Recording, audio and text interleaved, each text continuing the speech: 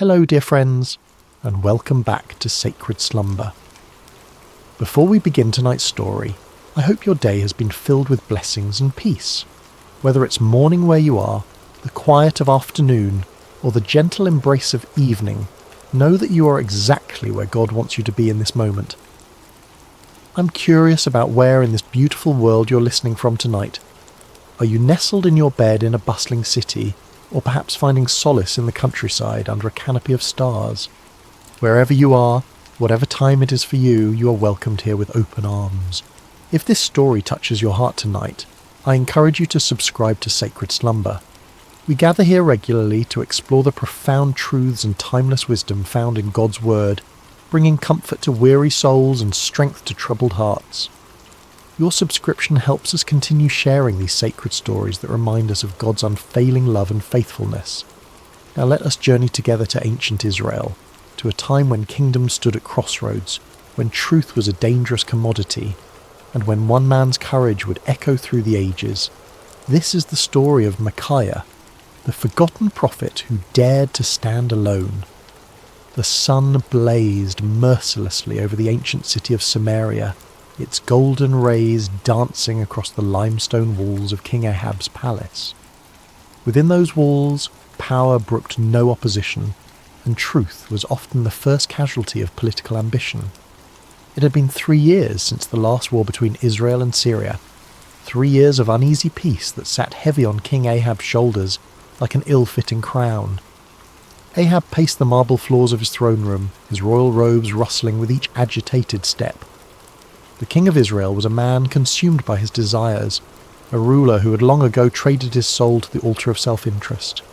His marriage to the foreign princess Jezebel had brought prosperity to his kingdom, but at a cost that would echo through generations. The worship of Baal had infiltrated the very heart of Israel, and the prophets of the Lord had been hunted, killed, or driven into hiding. Yet today something stirred within Ahab's ambitious heart.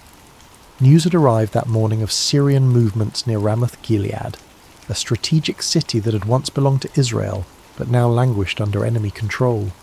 The city's location made it a prize worth fighting for, a gateway that could secure trade routes and strengthen his kingdom's eastern border.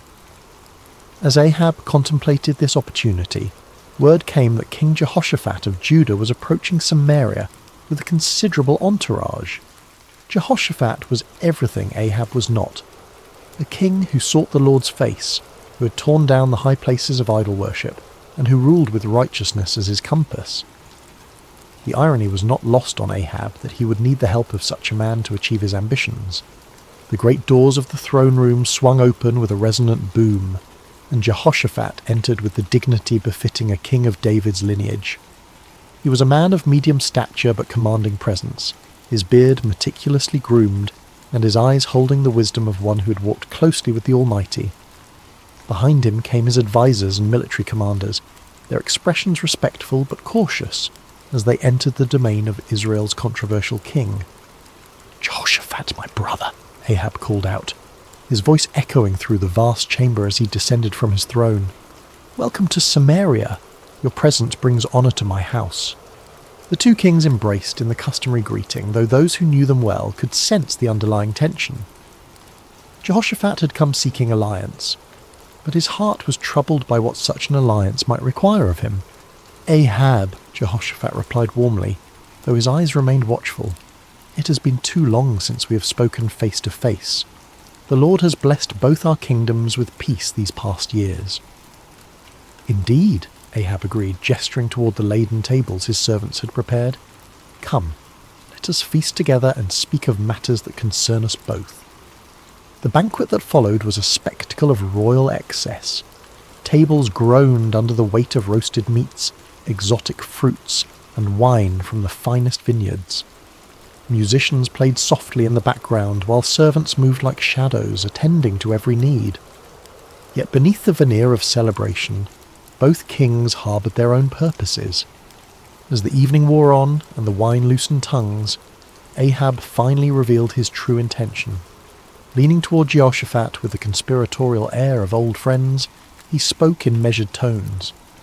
"My brother, there is a matter that weighs heavily upon my heart," Ahab began, his eyes glinting in the torchlight. "You know that Ramoth-Gilead belongs to us, yet it remains in the hands of the king of Syria. Should we not take back what is rightfully ours?" Jehoshaphat set down his goblet carefully, his expression growing thoughtful. He had anticipated this moment, knowing that Ahab rarely extended hospitality without purpose. The question hung in the air between them like incense, heavy with implication. "Ramoth-Gilead has indeed been a source of contention," Jehoshaphat replied diplomatically. "What do you propose?" Ahab's smile was that of a merchant who senses a favourable negotiation. "I propose that we go up together against Ramoth-Gilead. Your army combined with mine would be formidable. We could restore the city to Israel and share in the glory of victory." The words were carefully chosen, appealing to both practical strategy and Jehoshaphat's sense of brotherhood among the tribes of Israel. Yet Jehoshaphat had not survived as king by making hasty decisions. His reign had been marked by careful consultation with the Lord, and he would not abandon that practice now. "I am as you are," Jehoshaphat responded slowly. "My people as your people, my horses as your horses. If the Lord wills it, we shall stand together in battle." He paused, his next words carrying the weight of true conviction. "But first let us inquire of the Lord." Ahab's smile faltered slightly. In his eagerness for military glory, he had hoped to avoid the complications that divine consultation might bring. Yet he could hardly refuse such a reasonable request from a potential ally, especially one whose righteousness was renowned throughout the region. "Of course," Ahab agreed, though his tone lacked enthusiasm. "Let us seek the word of the Lord." What followed was a demonstration of the spiritual corruption that had infected Ahab's court. The king summoned his prophets, all 400 of them, men who wore the garments of holiness, but whose hearts served earthly masters. They came in a great procession, their robes flowing and their voices raised in what appeared to be spiritual fervour. These were not true prophets of the Lord, though they claimed his name. They were court prophets, men who understood that their continued prosperity depended upon telling the king what he wished to hear. Their prophecies were crafted not in the secret place of prayer, but in the calculating chambers of political expediency. As the prophets assembled in the courtyard before the two kings, their spokesman stepped forward. His name was Zedekiah, son of Chenaanah, a man whose pride matched his ambition, and whose hatred for true prophets would soon be revealed in violent fashion. "Hear the word of the Lord," Zedekiah proclaimed, his voice carrying across the courtyard with theatrical intensity. "Go up to Ramoth-Gilead and prosper, for the Lord will deliver it into the hand of the king." The 400 prophets took up the cry with orchestrated precision, their voices creating a chorus of false assurance. "Go up to Ramoth-Gilead and prosper. The Lord will deliver it into the hand of the king." Some of the prophets had even prepared visual aids for their performance. They danced and shouted, waving swords and spears, creating a spectacle that would have been impressive to any observer unfamiliar with the ways of true prophecy. The din was tremendous, the enthusiasm seemingly genuine, and the message exactly what Ahab longed to hear. Yet as Jehoshaphat watched this display, his spirit grew troubled. Something about the performance felt hollow, manufactured. These men spoke with one voice, but it was not the voice of the Lord that Jehoshaphat knew from his own times of prayer and seeking. There was no cost to their prophecy, no challenge to the king's desires, no hint of the divine complexity that marked true encounters with the Almighty. As the prophets continued their enthusiastic proclamations, Jehoshaphat raised his hand for silence. The courtyard gradually quieted, though the echo of their shouts seemed to linger in the air like smoke from a dying fire. "Is there not here a prophet of the Lord besides these?" Jehoshaphat asked carefully, "that we might inquire of him?" The question fell like a stone into still water, sending ripples of discomfort through the assembly. Ahab's face darkened, and several of the court prophets exchanged meaningful glances. They all knew there was indeed another prophet, one whose very existence was a thorn in the flesh of everyone present. Ahab's response came through gritted teeth, his voice barely concealing his irritation. "There is still one man, Micaiah the son of Imlah, by whom we may inquire of the Lord. But I hate him, for he does not prophesy good concerning me, but evil." The honesty of Ahab's admission was startling in its nakedness. Here was a king openly declaring his hatred for a prophet based not on any moral failing or false prophecy, but simply because the man refused to tell him what he wanted to hear. It was a moment that revealed the true spiritual state of Israel's leadership. Jehoshaphat, ever the diplomat, sought to smooth over the awkward moment. "Let not the king say such things," he replied gently, though his words carried a subtle rebuke. Ahab realized he had revealed too much of his heart. With visible effort he composed himself and called for one of his officers. "Bring Micaiah the son of Imlah quickly," he commanded, though his tone suggested he would rather summon a plague upon his house.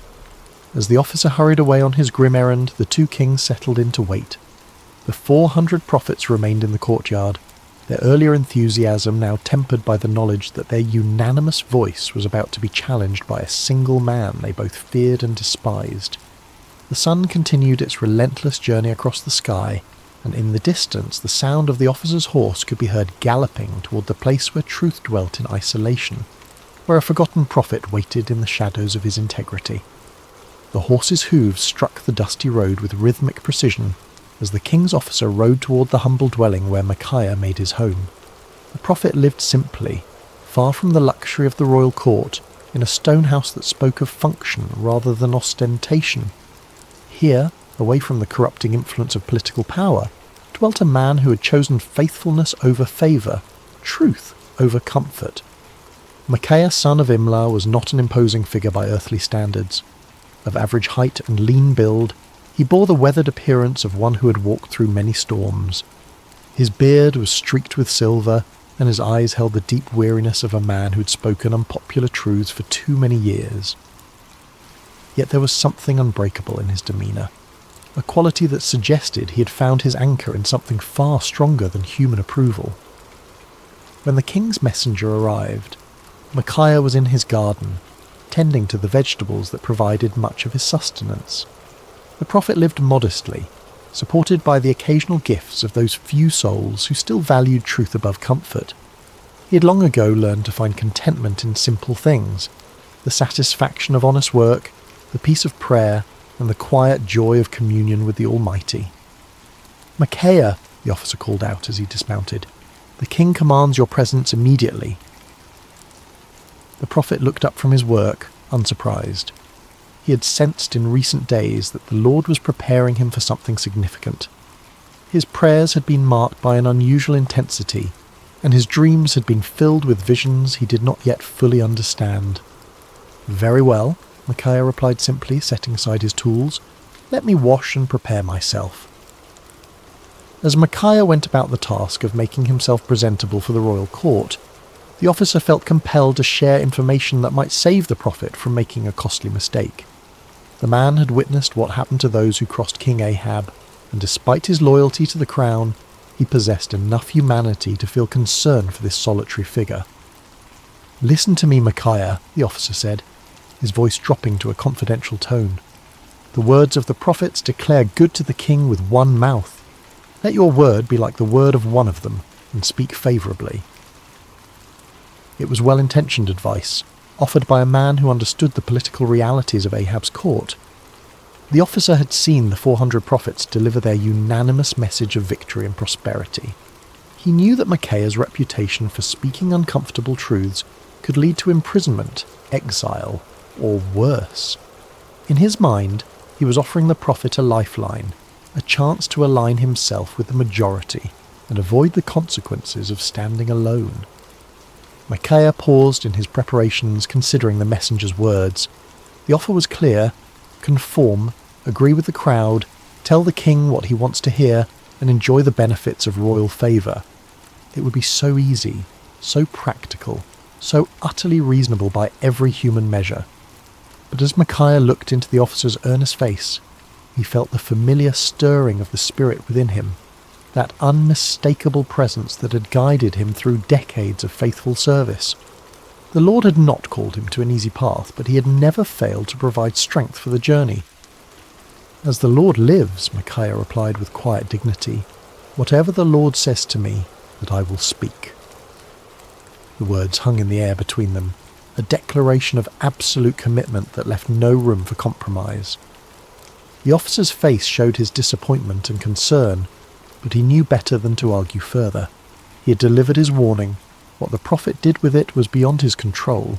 The journey back to Samaria was made in relative silence, the officer pondering the stubborn integrity of his passenger, while Micaiah prayed and prepared his heart for whatever lay ahead. As they approached the city, the prophet could see the banners of both Israel and Judah flying from the palace walls, confirming his suspicion that this summons involved more than a routine consultation. The palace courtyard was a scene of controlled chaos when they arrived. Servants scurried about preparing for what appeared to be an important gathering, while guards stood at attention in their finest armour. The 400 prophets were still present, clustered in small groups and speaking in hushed tones. Their earlier enthusiasm had given way to a more subdued attitude, though their confidence in their message remained unshaken. As Micaiah dismounted and followed the officer toward the throne room, he could feel the weight of many eyes upon him. Some looks were curious, others hostile, and a few held the barely concealed contempt of those who viewed his independence as a personal affront. He had grown accustomed to such reactions over the years, understanding that his very presence served as an uncomfortable reminder of the spiritual compromise that permeated the court. The great doors opened before them, revealing the opulent throne room where Kings Ahab and Jehoshaphat waited.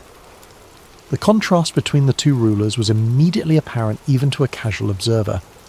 Ahab sat upon his throne with the restless energy of a man driven by ambition, his fingers drumming impatiently on the armrest. Jehoshaphat, seated in a chair of equal honour nearby, maintained the composed dignity of one accustomed to seeking divine guidance before making important decisions. "Ah, Micaiah," Ahab said as the prophet entered, his tone carrying forced joviality that fooled no one. "At last, our final consultant arrives." Micaiah approached the throne with measured steps, neither hurrying to show deference nor dawdling to display defiance. He had learned long ago that in the presence of earthly power, his allegiance belonged to a higher authority. When he reached the appropriate distance, he bowed respectfully but not obsequiously, acknowledging the king's position without compromising his own integrity. "You summoned me, your majesty," Micaiah said simply, his voice carrying clearly through the chamber. King Jehoshaphat studied the prophet with interest. He had heard reports of Micaiah's reputation for uncompromising honesty, and after witnessing the theatrical performance of the 400 prophets, he was eager to hear from someone who might offer a different perspective. Ahab leaned forward on his throne, his eyes fixed on the solitary figure before him. "Micaiah, shall we go to war against Ramoth-Gilead, or shall we refrain?" It was the same question that had been posed to the 400 prophets, the same inquiry that had produced such enthusiastic unanimity. Now it fell upon the shoulders of one man who stood alone, without allies or supporters, facing the combined expectation of two kings and their assembled courts. The moment stretched taut with anticipation. Everyone present understood that they were witnessing something significant, though few could have predicted the drama that was about to unfold. In the silence, Micaiah felt the familiar stirring of the Spirit, but what came first was not the word of the Lord, but something altogether unexpected. What happened next would be remembered and debated for generations to come.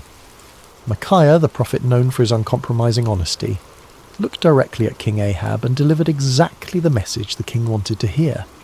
"Go up and prosper," Micaiah declared, his voice carrying throughout the throne room, "for the Lord will deliver it into the hand of the king." A murmur of surprise rippled through the assembled court. The 400 prophets exchanged glances of confusion and perhaps a touch of irritation. Here was the man they had feared would contradict their unanimous verdict, and instead he was confirming their prophecy word for word. Some of them smiled with what they imagined was vindication, while others seemed puzzled by this unexpected development. But King Ahab was no fool.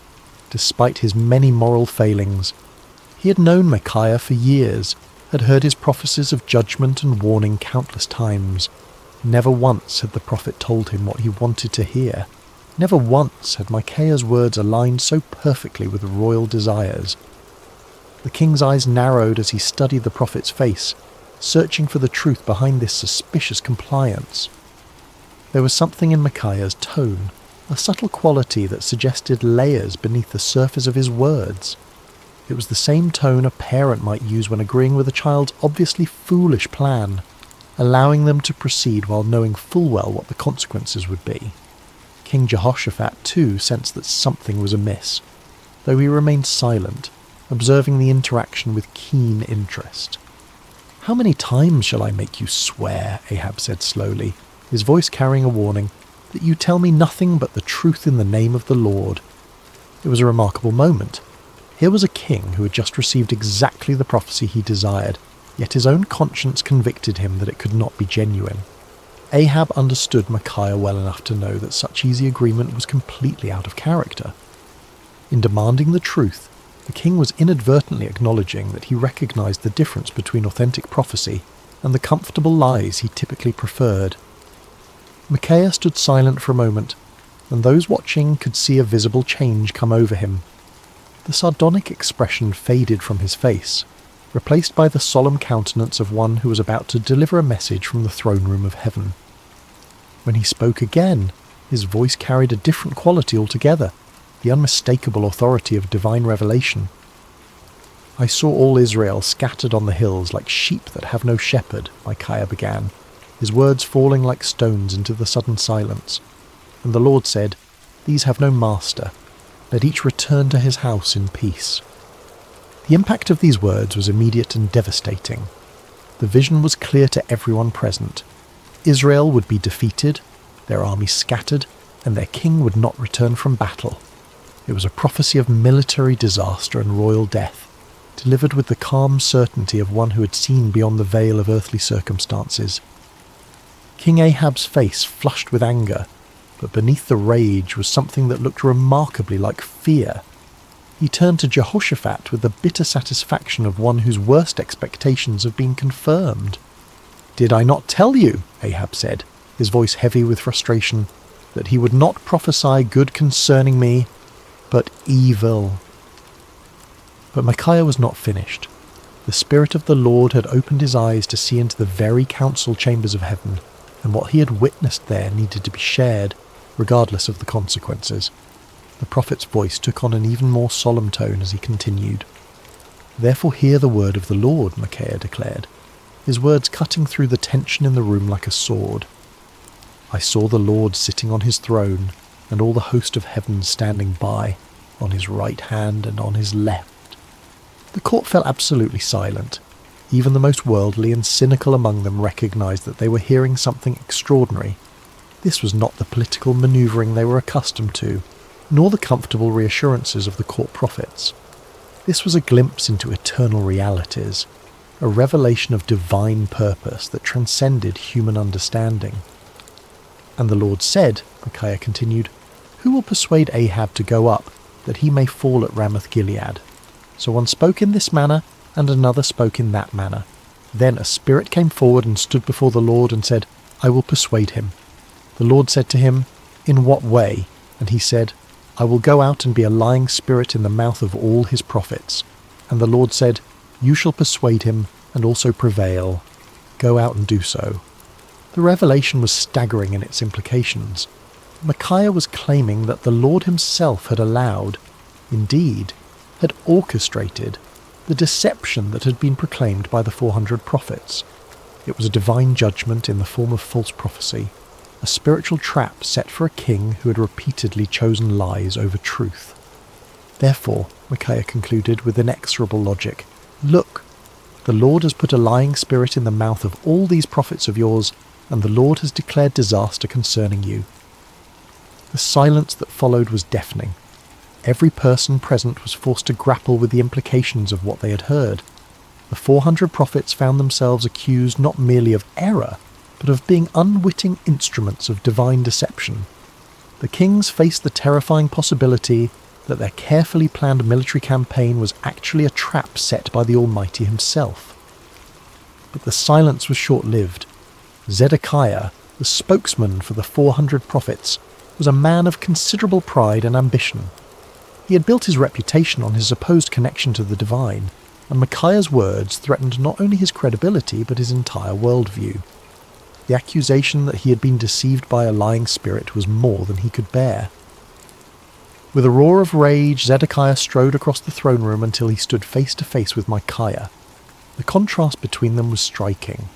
Zedekiah in his fine robes and carefully groomed appearance, representing the comfortable religiosity of the court, facing Micaiah in his simple garments, embodying the uncompromising voice of authentic prophecy. "Which way did the Spirit from the Lord go from me to speak to you?" Zedekiah demanded, his voice shaking with fury. It was a desperate attempt to challenge Micaiah's authority, to suggest that if anyone possessed a connection to the divine, it was surely the spokesman for 400 prophets rather than this isolated troublemaker. But before Micaiah could respond, Zedekiah's anger overwhelmed his judgment entirely. The sound of the slap echoed through the throne room like a thunderclap. Zedekiah had struck Micaiah across the face with sufficient force to stagger the prophet, leaving a red mark on his cheek that would serve as a visible reminder of what it cost to speak truth in the face of comfortable lies. The act of violence hung in the air like a poisonous cloud. No one moved or spoke, shocked by the sudden transition from theological debate to physical assault. Micaiah slowly straightened, touching his cheek where Zedekiah's hand had left its mark. When he looked up, there was no anger in his eyes, no desire for retaliation. Instead, there was a sadness that seemed to encompass not only his immediate situation, but the entire spiritual state of the nation. "Indeed," Micaiah said quietly, his voice carrying despite its gentle tone, "you shall see on that day when you go into an inner chamber to hide." It was both prophecy and promise. The day would come when Zedekiah's false confidence would crumble, when the reality of divine judgment would force him to seek shelter from the consequences of his deception. The words carried the weight of inevitable fulfillment, spoken not in anger, but with the sorrowful certainty of one who had seen the future and found it tragic. King Ahab had heard enough.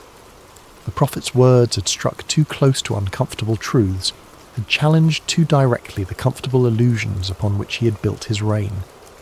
The vision of divine deception, the prophecy of military disaster, the humiliating suggestion that his 400 prophets were unwitting instruments of judgment, all of it combined to create a rage that demanded immediate action. "Take Micaiah," the king commanded, his voice sharp with fury, "and return him to Ammon, the governor of the city, and to Joash the king's son, and say, 'Thus says the king, put this fellow in prison, and feed him with bread of affliction and water of affliction until I come in peace.'" The order was both punishment and insurance policy. By imprisoning Micaiah until his safe return from battle, Ahab was attempting to nullify the prophecy through royal decree. It was a desperate act of defiance against divine judgment, a futile attempt to bind the word of the Lord with chains and prison walls. But Micaiah was not finished. Even as the guards moved toward him, even as the shadow of imprisonment fell across his path, the prophet had one final word to speak. His voice rang out across the throne room with the clarity of absolute conviction. "If you ever return in peace, the Lord has not spoken by me." The words were a direct challenge to royal authority, a public declaration that put Micaiah's credibility as a prophet on the line.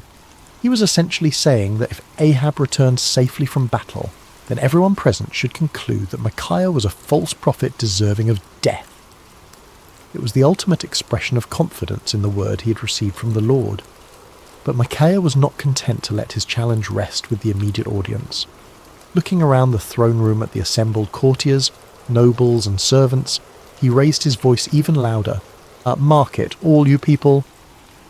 It was a call to witness, an appeal to everyone present to remember this moment and test the validity of his prophecy against future events. The prophet was willing to stake everything, his reputation, his freedom, possibly his life, on the truth of what he had spoken.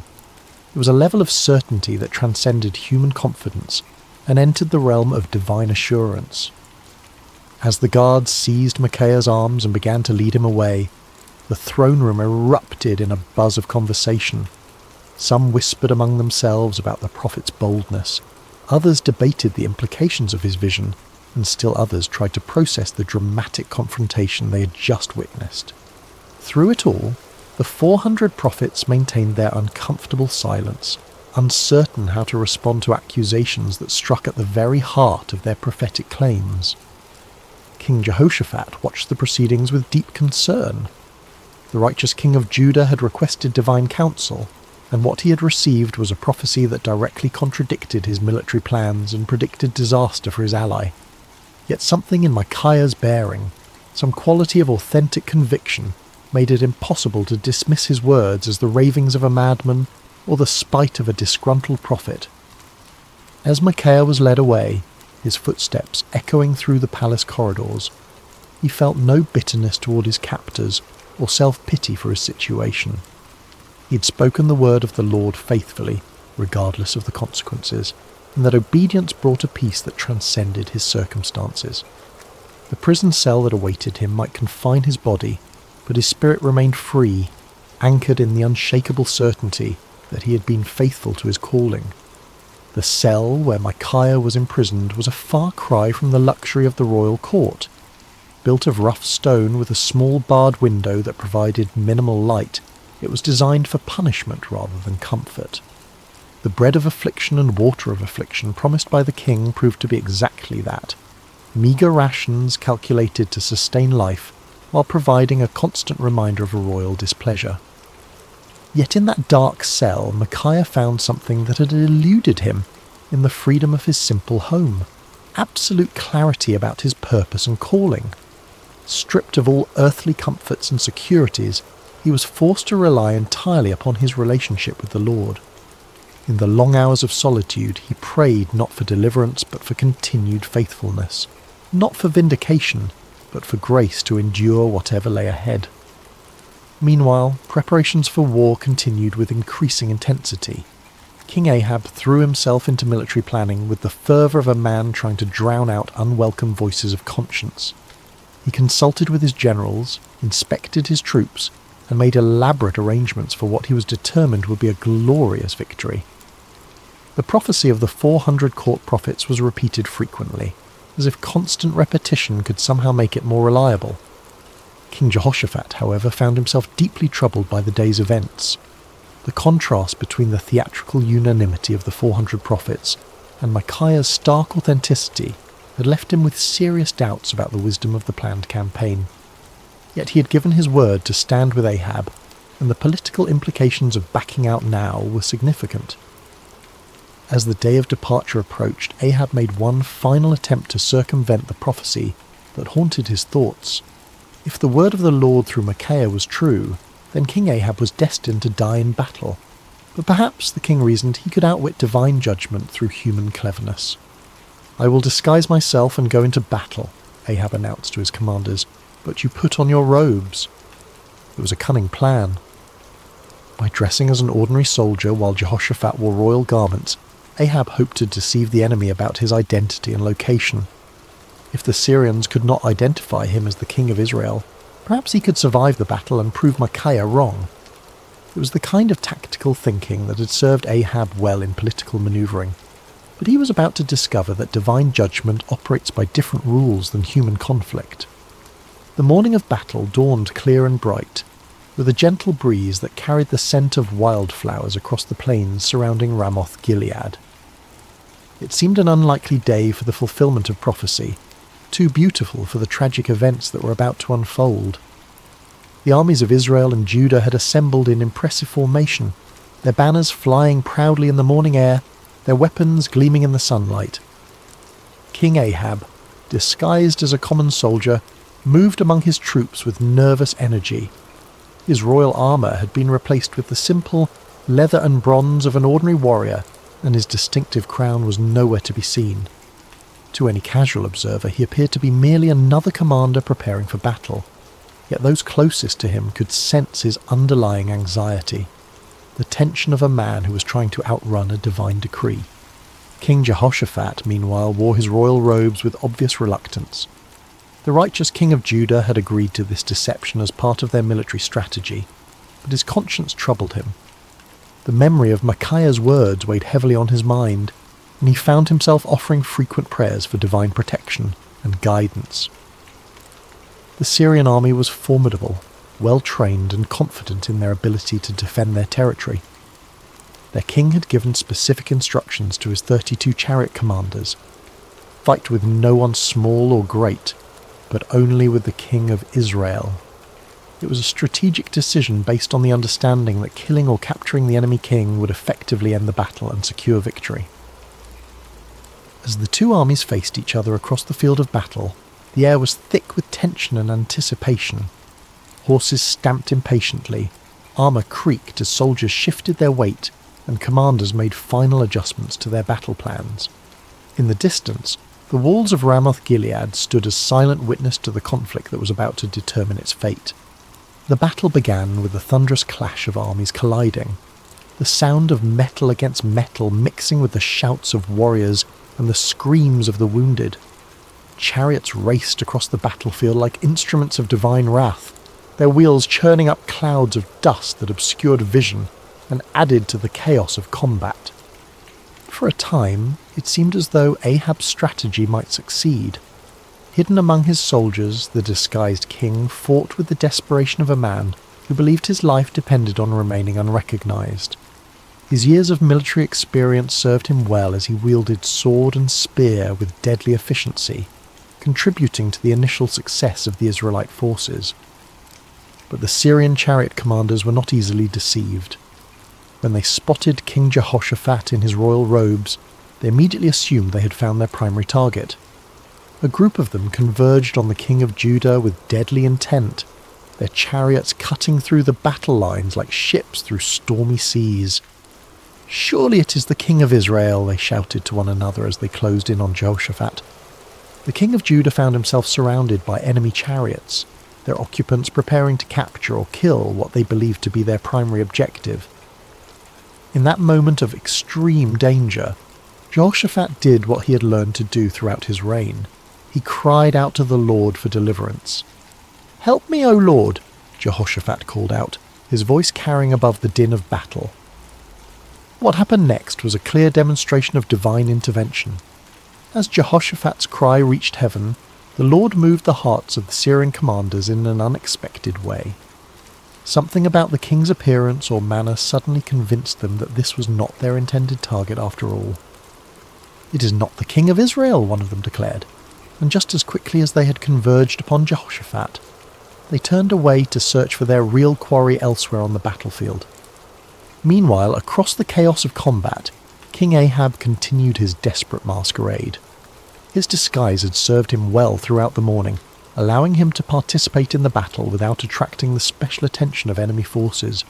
For a brief moment, it seemed as though human cunning might indeed triumph over divine decree. But the Lord's purposes are not thwarted by earthly schemes, no matter how cleverly conceived. As the battle raged on, a Syrian soldier drew his bow at random, not aiming at any particular target, but simply shooting into the mass of enemy forces. It was the kind of arrow that soldiers loose when they cannot see clearly, through the dust and confusion of battle, hoping to strike something useful, but with no specific intent. The arrow flew through the air with the invisible guidance of divine providence. It passed over the heads of common soldiers, sailed between the wheels of racing chariots, and found its mark with the precision of perfect justice. The bronze point struck King Ahab between the joints of his armour, penetrating the one gap in his defences that his disguise could not protect. The king felt the arrow's impact like a thunderbolt, the sudden sharp pain followed by the warm spread of blood across his chest. He looked down in shock to see the Syrian arrow protruding from his body, its shaft trembling with the force of impact. In that instant, Ahab understood with perfect clarity that no amount of human cleverness could circumvent the word of the Lord. "I am wounded," the king cried out to his chariot driver, his voice tight with pain and the dawning realization of his doom. "Turn around and carry me out of the battle." The chariot driver, a loyal servant who had recognized his disguised king despite the common soldier's garb, immediately began maneuvering toward the edge of the battlefield. But extricating themselves from the chaos of combat proved more difficult than anticipated. The battle had intensified throughout the day, and enemy forces blocked many of the potential escape routes. As they struggled to retreat, King Ahab's condition continued to deteriorate. The arrow had found a vital spot and blood flowed freely from the wound despite his attempts to stanch it. Yet with grim determination, the king remained propped up in his chariot, unwilling to let his army see him fall. His presence, even in his wounded state, served to encourage the Israelite forces and maintain their fighting spirit. The battle raged from morning until evening, the outcome hanging in the balance as both sides fought with desperate intensity. But as the sun began to set, painting the sky in shades of red that seemed to mirror the blood spilled on the battlefield below, King Ahab's strength finally gave out. The disguised king who had tried to outwit divine judgment slumped forward in his chariot, his life ebbing away with each laboured breath. As word of the king's condition spread through the ranks, the cry went up that would fulfill Micaiah's prophecy with devastating accuracy. Every man to his city, and every man to his own country. The army of Israel, leaderless and demoralized, began to scatter across the hills just as the prophet had foreseen. Like sheep without a shepherd, they abandoned their positions and fled toward home, their dreams of victory dissolving into the nightmare of defeat. King Ahab died as the sun set over Ramoth-Gilead, his blood pooling in the bottom of his chariot.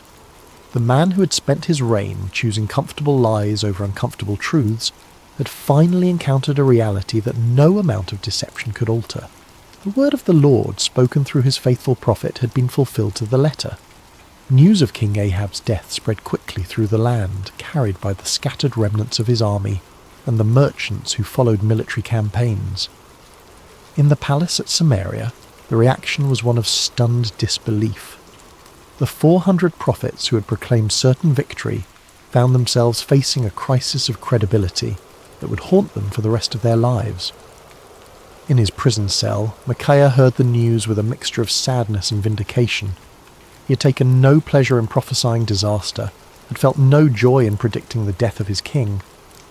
Yet the fulfillment of his prophecy served as a powerful reminder that the word of the Lord does not return void, regardless of how unwelcome it might be to human ears.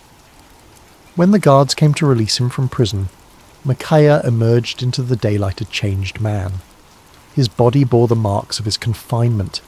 He was thinner, paler, and bore the lines of one who had endured hardship. But his spirit was unbroken, perhaps even strengthened by his ordeal. He had spoken truth in the face of overwhelming opposition, had maintained his integrity under pressure, and had been vindicated by the very events that had brought tragedy to the kingdom. The political ramifications of Ahab's death were immediate and far-reaching. His son Ahaziah ascended to the throne, inheriting a kingdom shaken by military defeat and spiritual confusion. The influence of Queen Jezebel remained strong, but the dramatic fulfillment of Micaiah's prophecy had dealt a severe blow to the credibility of the Baal-worshipping establishment.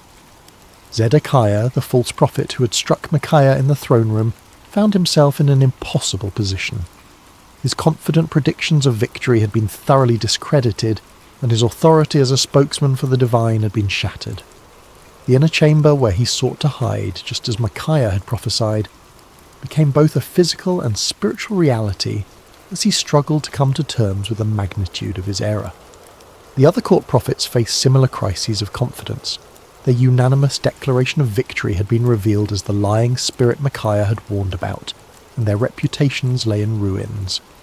Some of them quietly retired from public life, while others attempted to reinvent themselves as followers of different deities. None of them could escape the uncomfortable truth that they had been deceived, and had, in turn, deceived others. King Jehoshaphat returned to Jerusalem a wiser and more cautious man. His alliance with Ahab had nearly cost him his life, and the experience had taught him valuable lessons about the importance of seeking genuine divine guidance rather than accepting comfortable confirmations of predetermined plans.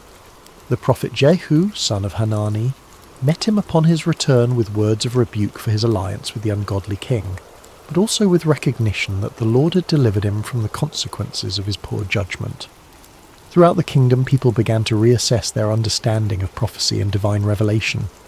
The dramatic contrast between the false assurances of the 400 prophets and the accurate warnings of the solitary Micaiah had provided a vivid lesson in discernment. Many began to understand that true prophecy was not measured by its popularity or its agreement with human desires, but by its faithfulness to the word and character of the Lord. Years passed, and the story of Micaiah's stand against the 400 false prophets became one of the most remembered episodes in the history of Israel. Parents told it to their children as an example of courage and integrity, while religious teachers used it to illustrate the difference between true and false prophecy. The tale grew in significance with each telling, not because it was embellished, but because its lessons proved to be timeless and universal. The first and most obvious lesson was about the cost of speaking truth. Micaiah had paid a heavy price for his faithfulness: imprisonment, isolation, and the hostility of the powerful. Yet his willingness to endure these hardships had ultimately served a greater purpose, preserving the integrity of prophetic ministry and providing a clear example of what it meant to fear God rather than man. His story became a source of encouragement for future generations of prophets and faithful believers who found themselves standing alone against popular opinion. The second lesson concerned the danger of groupthink and manufactured consensus. The 400 prophets had created an impressive display of unanimity, but their agreement had been based on political expediency rather than divine revelation. Their story served as a warning about the seductive power of majority opinion and the importance of seeking truth, even when it contradicted popular sentiment. The comfort of belonging to the crowd, they learned, was no substitute for the sometimes lonely path of authentic faith. The third lesson was perhaps the most theologically complex: the reality that God sometimes allows deception as a form of judgment. The lying spirit that had influenced the false prophets was not an independent force, but an instrument of divine justice, permitted by the Lord as part of his sovereign plan. This aspect of the story forced believers to grapple with difficult questions about the nature of divine sovereignty and human responsibility, helping them develop a more mature understanding of how God works in the world. The fourth lesson focused on the importance of discernment in spiritual matters. King Jehoshaphat's initial uneasiness with the 400 prophets had been a manifestation of spiritual discernment, a recognition that something was amiss despite the impressive display of consensus. His request for a prophet of the Lord had demonstrated the value of seeking authentic divine guidance, rather than accepting convenient confirmations of predetermined plans. The fifth lesson was about the ultimate futility of human schemes when they oppose divine purposes. King Ahab's elaborate disguise had been a clever attempt to circumvent prophecy through human ingenuity, but it had proven utterly useless against the sovereign will of the Lord. The random arrow that found its mark had served as a powerful reminder that God's purposes will be accomplished regardless of human attempts to thwart them. As the years passed and the kingdom of Israel continued its spiritual decline, the story of Micaiah took on additional significance. It became a benchmark against which other prophets and prophecies were measured, a reminder of what authentic faithfulness looked like in the face of opposition. When Elijah stood alone against the prophets of Baal on Mount Carmel, people remembered Micaiah's solitary stand. When Jeremiah faced persecution for his unpopular messages, the example of Micaiah's courage provided encouragement and precedent. The story also served as a cautionary tale for those in positions of authority. King Ahab's admission that he hated Micaiah because the prophet never spoke favourably about him had revealed the dangerous tendency of leaders to surround themselves with yes men rather than truthful counsellors. Future kings and officials who heard the story were challenged to examine their own relationships with advisors and to consider whether they were seeking truth or merely confirmation of their existing beliefs.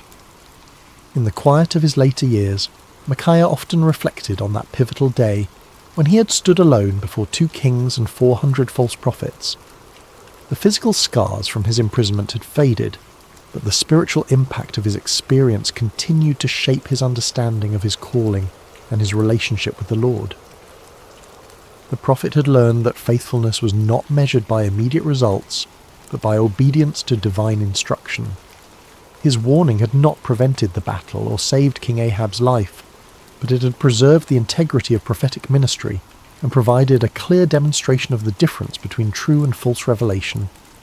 Sometimes, he realized, the greatest victories were won not through changing circumstances, but through maintaining faithfulness in the midst of difficult circumstances.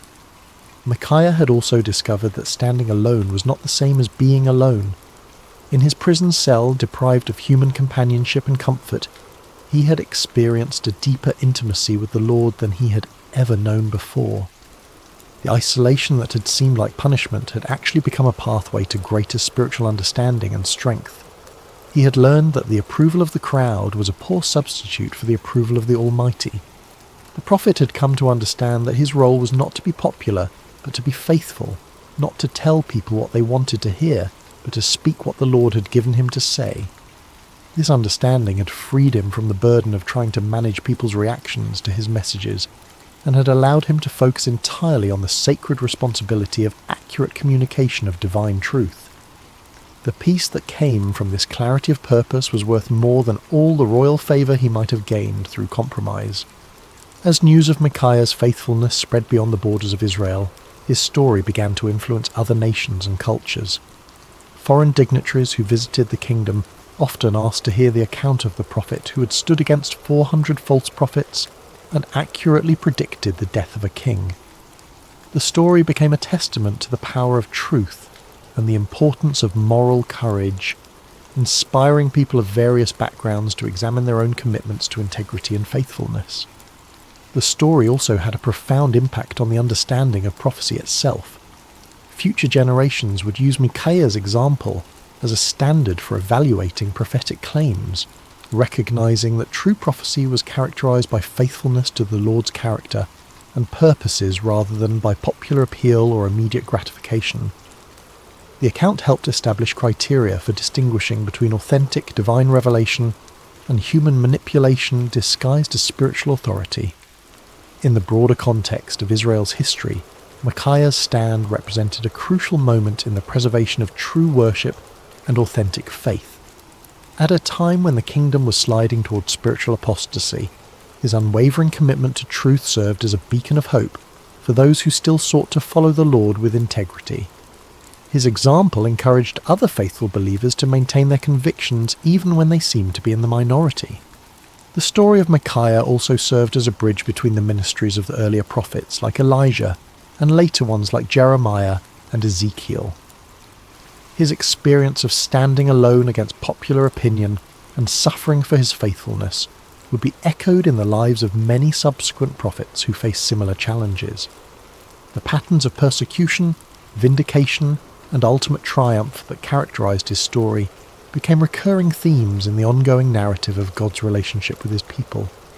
As we reach the end of Micaiah's story, we find ourselves confronted with questions that transcend the ancient world and speak directly to our modern hearts. In an age of social media echo chambers and manufactured consensus, the prophet's example challenges us to examine our own commitment to truth and our willingness to stand alone when necessary. The 400 false prophets of Micaiah's day have their counterparts in every generation. Those who tell us what we want to hear rather than what we need to hear, who offer comfortable lies instead of challenging truths. The temptation to join the crowd, to find safety in numbers, to seek approval rather than accuracy, remains as strong today as it was in ancient Israel. Micaiah's courage reminds us that faithfulness is not a group activity, but an individual responsibility. Each of us must decide whether we will speak truth or remain silent, whether we will stand for what is right or compromise for what is convenient. The prophet's example shows us that the path of integrity is often lonely, but it is never walked alone by those who trust in the Lord. The story also challenges us to examine our own relationship with authority and our tendency to surround ourselves with people who confirm our existing beliefs rather than challenging us to grow. Like King Ahab, we may find ourselves preferring the comfort of familiar lies to the discomfort of unfamiliar truths. Micaiah's example calls us to seek out voices that speak with authenticity, rather than those that merely echo our own opinions. Perhaps most importantly, the story of Micaiah reminds us that truth has a way of prevailing in the end, even when it seems overwhelmed by opposition. The prophet's vindication did not come immediately, and it came at great personal cost, but it came nonetheless. His example encourages us to trust in the ultimate triumph of truth and to remain faithful even when the outcome is uncertain. In our own lives, we may face moments when we are called to be like Micaiah, to stand alone against popular opinion, to speak uncomfortable truths, to choose faithfulness over favour. When those moments come, may we remember the forgotten prophet who found his courage not in the approval of men, but in the approval of his God. The story of Micaiah teaches us that true strength is not found in numbers, but in conviction, that real courage is not the absence of fear, but the willingness to do what is right despite our fears, and that lasting victory comes not from avoiding conflict, but from maintaining integrity in the midst of it. As you close your eyes tonight and drift towards sleep, may you carry with you the quiet courage of Micaiah, the man who dared to stand alone because he knew he was not truly alone. May his example inspire you to speak truth with love, to stand for what is right with humility, and to trust in the ultimate triumph of God's purposes even when the immediate circumstances seem overwhelming. In a world that often rewards conformity and punishes authenticity, may you find the strength to be like Micaiah, faithful, courageous, and true.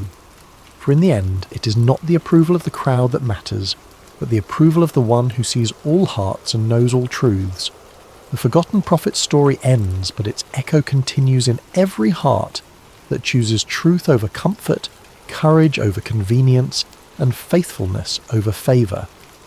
May that echo sound clearly in your own life, guiding you toward the kind of integrity that leaves a lasting legacy long after the voices of the crowd have faded into silence. Rest well, dear friends, and may your dreams be filled with the peace that comes from knowing you serve a God who honours faithfulness, rewards courage, and never abandons those who trust in him. The story of Micaiah reminds us that in God's kingdom, standing alone with truth is always better than standing with the crowd in deception. Sleep peacefully, knowing that like Micaiah, you're never truly alone when you walk in the light of divine truth. Hey there, peaceful soul. Before we begin tonight's gentle journey through Scripture, I'd love to know where in the world you're listening from right now, and what time it is in your corner of creation. Please leave a comment below sharing this. It's always such a blessing to see how God's Word brings rest to hearts across every time zone. And if tonight's story brings you peace, please consider subscribing to Sacred Rest for more Scripture-based sleep stories delivered with calm, unhurried care. Now take a deep breath and let's rest in God's presence. The Sea of Galilee rested in quiet splendour as the day's light began its gentle retreat toward the horizon. Golden rays stretched across the water's surface, dancing and shimmering as if heaven itself had scattered coins across the deep. It had been a full day, a day when crowds pressed in from every direction, hungry for wisdom, for healing, for a glimpse of this man who spoke as no one had spoken before. Jesus had been teaching since morning, his voice carrying across the gathered multitudes. He spoke of seeds falling on different soils, of tiny mustard seeds growing into sheltering trees, of hidden treasures and precious pearls. The kingdom of heaven, he said, was like these things, sometimes hidden, always valuable, growing in ways the human eye might miss. His words were simple yet profound, accessible yet mysterious, and the crowds hung on every syllable. But even the Son of God wrapped in human flesh grew weary. As the sun began its descent, Jesus looked out at his disciples with eyes that held both exhaustion and purpose. "Let us go over to the other side," he said simply. No fanfare accompanied these words, no dramatic declaration, just a quiet invitation to cross the sea. This is where our meditation begins tonight, with this small, seemingly unremarkable statement. Let us go over to the other side. 5 ordinary words that carried extraordinary meaning. For when Jesus says, "Let us go," he already knows what lies ahead.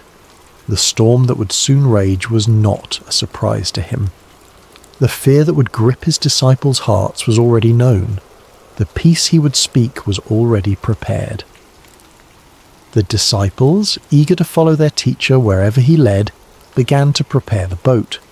Some of them were fishermen by trade: Peter, Andrew, James, and John. Their hands calloused and strong from years of casting nets and pulling oars. They knew this sea intimately, had crossed its waters countless times. This evening crossing seemed unremarkable to them, simply another journey in their extraordinary adventure with this remarkable man. Other followers bid Jesus and the disciples farewell from the shore, perhaps still pondering the parables they had heard throughout the day. The kingdom of heaven is like. These words would linger in their hearts as they returned to their homes, planting seeds of truth that would grow in ways they couldn't yet imagine. As the boat pushed away from shore, Jesus settled into the stern. A small cushion was placed there, nothing luxurious, just a simple comfort for the teacher's rest. Several of the disciples took up the oars, their strong arms working in rhythmic unison to guide the vessel forward. Others perhaps sat quietly, watching the shoreline recede or gazing up at the vast canvas of sky that was beginning to transition from azure blue to deepening indigo. The evening air was cool against their skin, a welcome relief after the heat of the day. Birds wheeled overhead, their silhouettes dark against the warming colours of sunset. Fish occasionally broke the surface of the water, creating ripples that expanded outward in perfect circles. All seemed peaceful, all seemed well. Jesus, his body surrendering to weariness, closed his eyes. The gentle rocking of the boat, the quiet splash of water against its sides, the distant calls of birds, these formed a lullaby that invited rest. And so he slept, his head resting on the cushion, his breath falling into the deep, steady rhythm of slumber. The disciples continued their work, some rowing, others perhaps talking quietly among themselves about the day's events. What did the Master mean by this parable or that? How had he known what was in the heart of the Pharisee who had challenged him? Would they truly understand all these mysteries someday, as he had promised? As twilight deepened into dusk, stars began to appear overhead. First one, then dozens, then hundreds, until the sky above was spangled with light.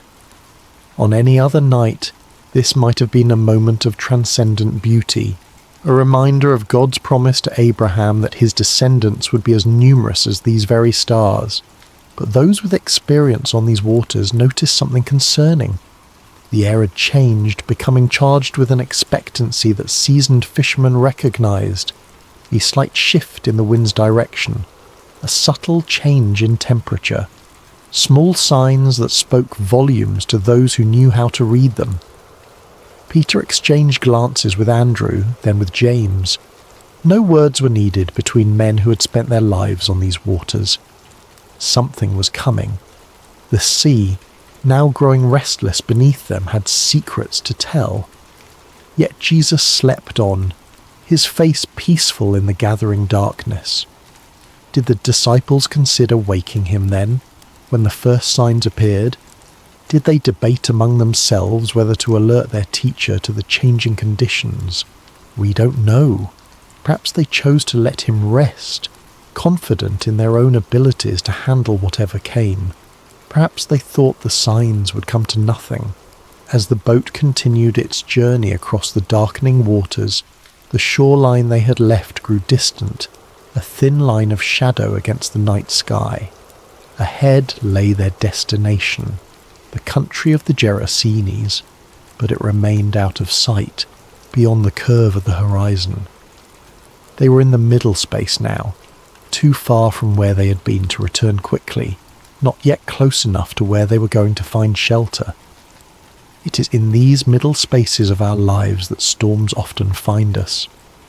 Not when we're safely harboured, not when we've reached our destination, but in the vulnerable in-between, in the waiting, in the journeying, in the not yet there. The disciples could not know what lay ahead, but Jesus did. His rest was not the ignorant sleep of one caught unaware. but the peaceful repose of one who knows the end from the beginning. In this, there is profound comfort for us tonight as we rest. Whatever journey we're on, whatever middle space we find ourselves in, Jesus knows. He has already seen what we have not yet encountered. As our minds begin to slow and our bodies relax into this moment of rest, let us picture ourselves in that boat. Feel the gentle rocking beneath you. Hear the quiet splash of water against wood. See the stars appearing one by one in the vast expanse above, and know that Jesus is there with you, perfectly at peace even as the first winds of change begin to stir. It began with a whisper, a subtle change in the rhythm of the night. The stars that had shone so brightly overhead began to disappear, one by one, as clouds moved across the sky like silent spectators gathering for some celestial event. The gentle lapping of water against the sides of the boat grew more insistent, less soothing. The disciples, some of whom may have been drifting towards sleep themselves, grew more alert, their senses heightened by years of experience on these unpredictable waters. The Sea of Galilee, also known as Lake Gennesaret or the Sea of Tiberias, sits more than 600 feet below sea level, nestled in a basin surrounded by mountains. This unique geography creates a natural phenomenon well known to local fishermen. When cool air from the Mediterranean Sea, about 30 miles to the west, collides with the hot, humid air over the lake, sudden and violent storms can emerge with startling speed. This night would prove no exception to that natural law. One moment, the disciples were crossing in relative calm. The next, they found themselves battling a windstorm that seemed to descend upon them from nowhere. The Greek word used in Mark's Gospel to describe this storm is leilaps. Not a gentle rain shower or passing breeze, but a furious squall, a tempest of frightening power. The wind began to howl, no longer a whisper but a roar that filled their ears and made conversation nearly impossible. It seized the sail, straining the ropes that secured it, and threatening to tear the fabric from its moorings. Those disciples with seafaring experience would have worked quickly to secure what they could, their hands moving with practiced efficiency despite the growing chaos. Waves rose around them, no longer gentle undulations but angry mountains of water that lifted the boat high before dropping it with stomach-churning speed into the next trough. Water began to break over the sides, soaking the men to their skin and pooling at their feet. In the dim light of whatever lamps they might have had, or perhaps by now extinguished by wind and water, they could see the boat beginning to fill. For modern readers, it might be difficult to fully appreciate the terror of this moment. We who cross oceans in massive ships or fly above the clouds in airplanes may have experienced turbulence or rough seas, but few of us have truly feared for our lives while travelling. These men, however, even those who had spent their lives on the water, understood their mortality with stark clarity in this moment. The boat was filling with water faster than they could bail it out. The wind showed no signs of abating. The shore was nowhere in sight. In the ancient world where swimming was not a commonly taught skill, and where the depths of the sea represented chaos and death, their situation was dire indeed. And Jesus slept on, his head still resting on the cushion in the stern of the boat. This image of Christ sleeping peacefully while chaos rages is one of the most powerful in all of Scripture. There is something almost incongruous about it, something that both confounds and comforts. The disciples must have looked at him with bewilderment. How could anyone sleep through such a storm? Did he not feel the water soaking his garments? Did he not hear the howling wind, or feel the violent pitching of the vessel? Perhaps some of them remembered the words of Psalm 121. He who watches over you will not slumber. Indeed, he who watches over Israel will neither slumber nor sleep. Yet here was their teacher, their master, whom some had begun to believe might be the promised Messiah, deep in slumber while destruction seemed imminent, we might pause here in our meditation and consider times when God has seemed silent or sleeping in our own lives. Those dark nights when prayers appear to go unanswered. Those seasons of suffering when heaven itself seems shut tight. Those moments when we cry out, "Lord, don't you care?" For this was precisely the question that rose to the disciples' lips as fear gave way to desperation. Someone, we don't know who, moved to the stern where Jesus lay sleeping. Perhaps they shook his shoulder roughly, the protocol of respect forgotten in the face of survival's urgency. "Teacher," they cried, their voices barely audible above the storm's rage, "don't you care if we drown?" There is raw humanity in this question, the unfiltered cry of those who feel abandoned in their hour of greatest need. It's not a theologian's careful inquiry or a philosopher's pondering, but the gut-level response of frightened men who cannot understand why the one they've come to trust seems indifferent to their plight. Don't you care? How many times have these words formed in human hearts across the centuries? The parent kneeling by the bed of a suffering child, the widow standing by a fresh grave, the refugee fleeing violence with nothing but the clothes on their back, the addict fighting for sobriety and failing again. Lord, don't you care? It's worth noting that the disciples didn't question Jesus' ability to help. They questioned his concern, his heart. They believed he could do something. Why else wake him? But they wondered if he would. Did their plight move him? Did their fear matter to him? Was he as invested in their well-being as they had come to believe? In asking this question, they revealed something profound about the nature of faith. True faith isn't just believing that God can, it's trusting that God will, that his heart is good, that his love is sure, that his timing is perfect. And this is often where our faith is tested most severely, not in questioning God's power, but in questioning his character, his concern, his care. As we continue to settle into rest tonight, let's acknowledge any storms that may be raging in our own lives.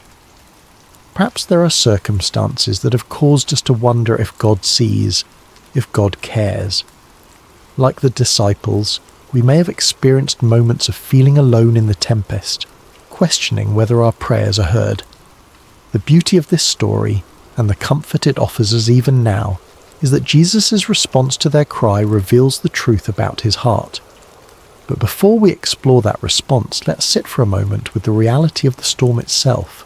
Feel the wind's force, hear its howl, see the waves crashing over the sides of the boat, experience the fear, the confusion, the desperate cry for help, and know that in the midst of it all, Jesus is present, not distant, not removed, but right there in the boat with them, with us.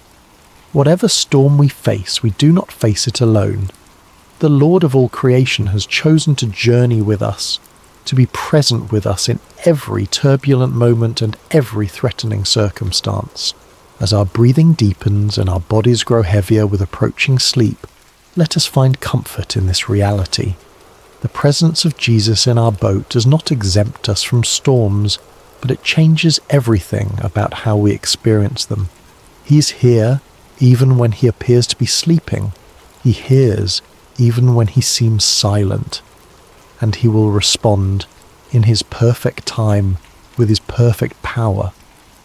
Now, as we picture the disciples crowding around Jesus, as we hear their cry of "Don't you care if we drown?" let us watch and see what happens next, for the storm is about to meet its match. The chaos is about to encounter its creator. The winds and waves are about to recognize the voice of the one who called them into being. Jesus woke to the violent pitching of the boat, to the spray of water across his face, to the desperate cries of his disciples.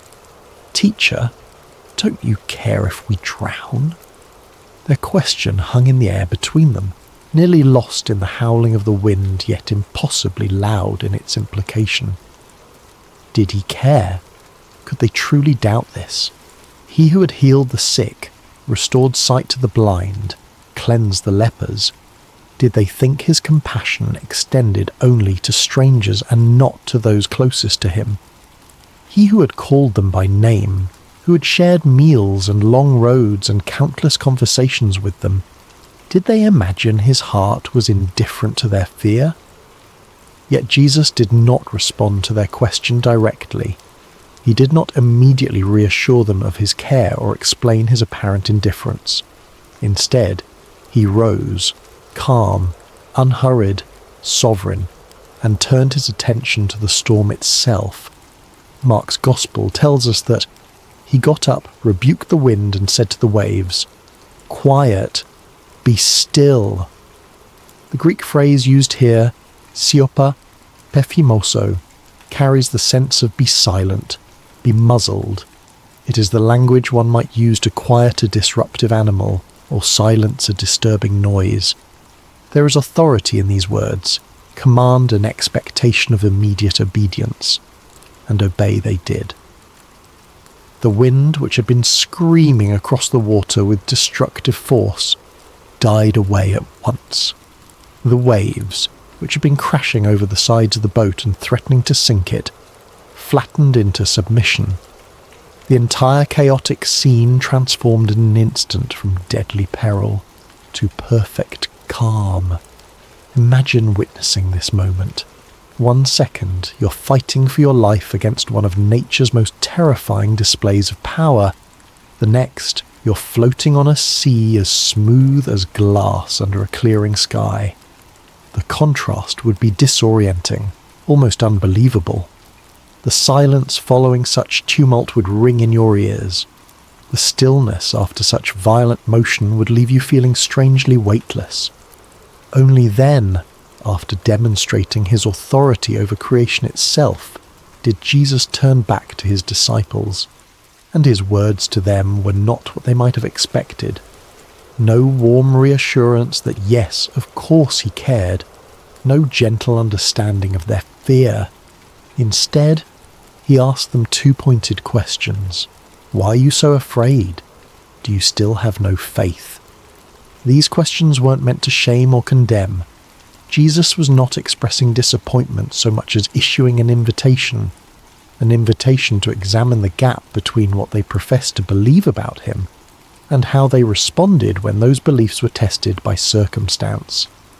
The first question, why are you so afraid, invites examination of the source of our fears.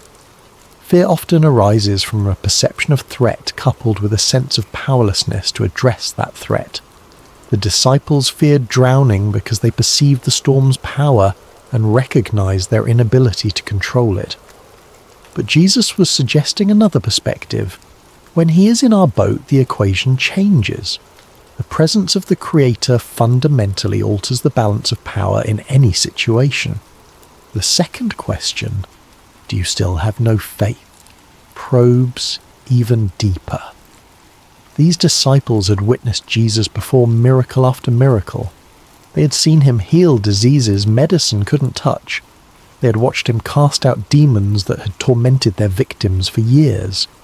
They had even seen him challenge the religious authorities of their day with an authority that clearly came from above. Yet when the storm came, when their own lives were threatened, their faith faltered. They reverted to fear rather than resting in confidence that the God who had demonstrated his power in so many other circumstances remained just as powerful in their present crisis. This is a common human pattern, isn't it? We can intellectually believe in God's power and love. We can recall times when we've experienced his faithfulness.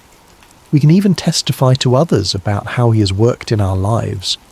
But when new challenges arise, particularly ones that feel overwhelming or threatening, we can forget everything we know and surrender to panic.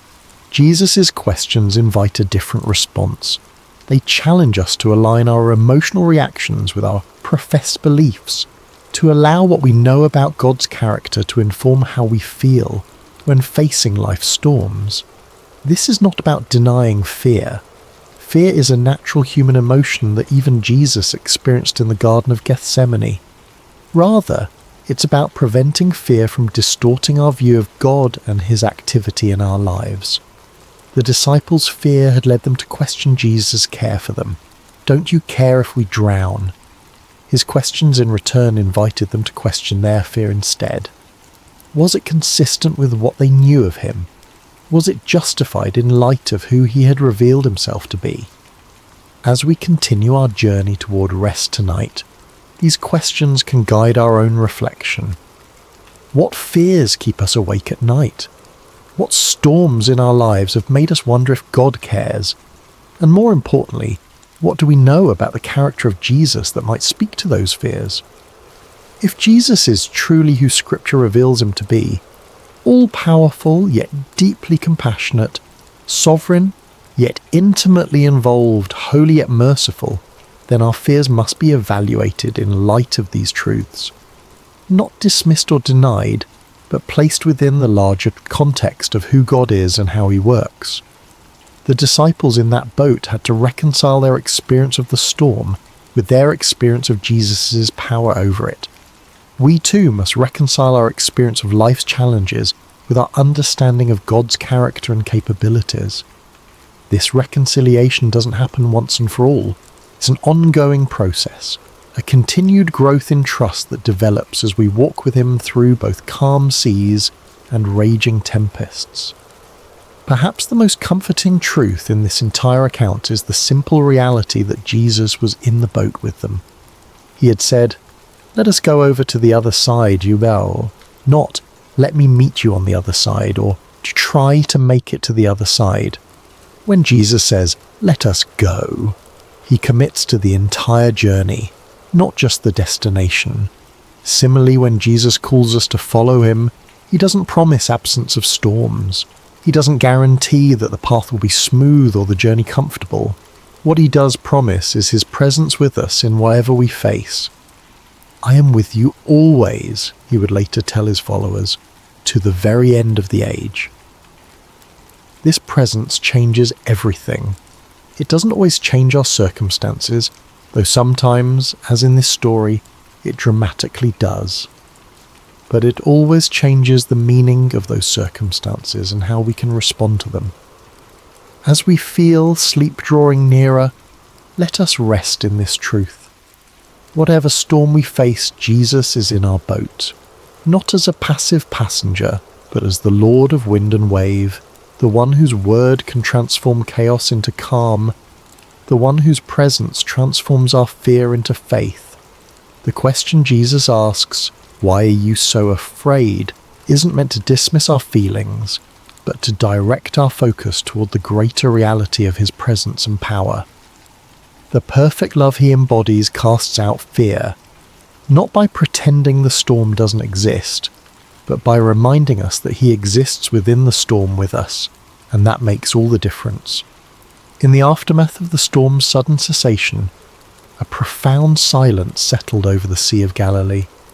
The only sounds remaining might have been the gentle lapping of now calm waters against the boat's hull, the dripping of seawater from soaked clothing and hair, and perhaps the still rapid breathing of men whose hearts had not yet caught up with the dramatic change in their circumstances. The contrast could not have been more stark. Moments before, chaos had reigned, wind howling, waves crashing, men shouting in fear. Now, perfect stillness surrounded them. The sky was clearing, stars reappearing like hesitant witnesses emerging after danger has passed. The sea, which had threatened to claim their lives, now cradled their boat with gentle care. In this strange new quiet, Jesus' words hung in the air. "Why are you so afraid? Do you still have no faith?" These questions weren't harsh or condemning. They were asked by the same voice that had just commanded the elements and been instantly obeyed. They were spoken by the same lips that had taught multitudes about the kingdom of heaven, that had pronounced forgiveness to the repentant, that had offered living water to the thirsty. His tone may have been one of genuine curiosity rather than criticism, a teacher using a powerful experiential lesson to reveal what was in his students' hearts. The disciples' reaction to this moment is profoundly revealing. Mark tells us that they were terrified and asked each other, "Who is this? Even the wind and the waves obey him." This was a new kind of fear, not the desperate fear of drowning that had gripped them during the storm, but the reverent awe that comes from encountering someone beyond human comprehension. Their question, "Who is this?" is perhaps the most important question any person can ask about Jesus. It's a question that has echoed through centuries across cultures within countless human hearts.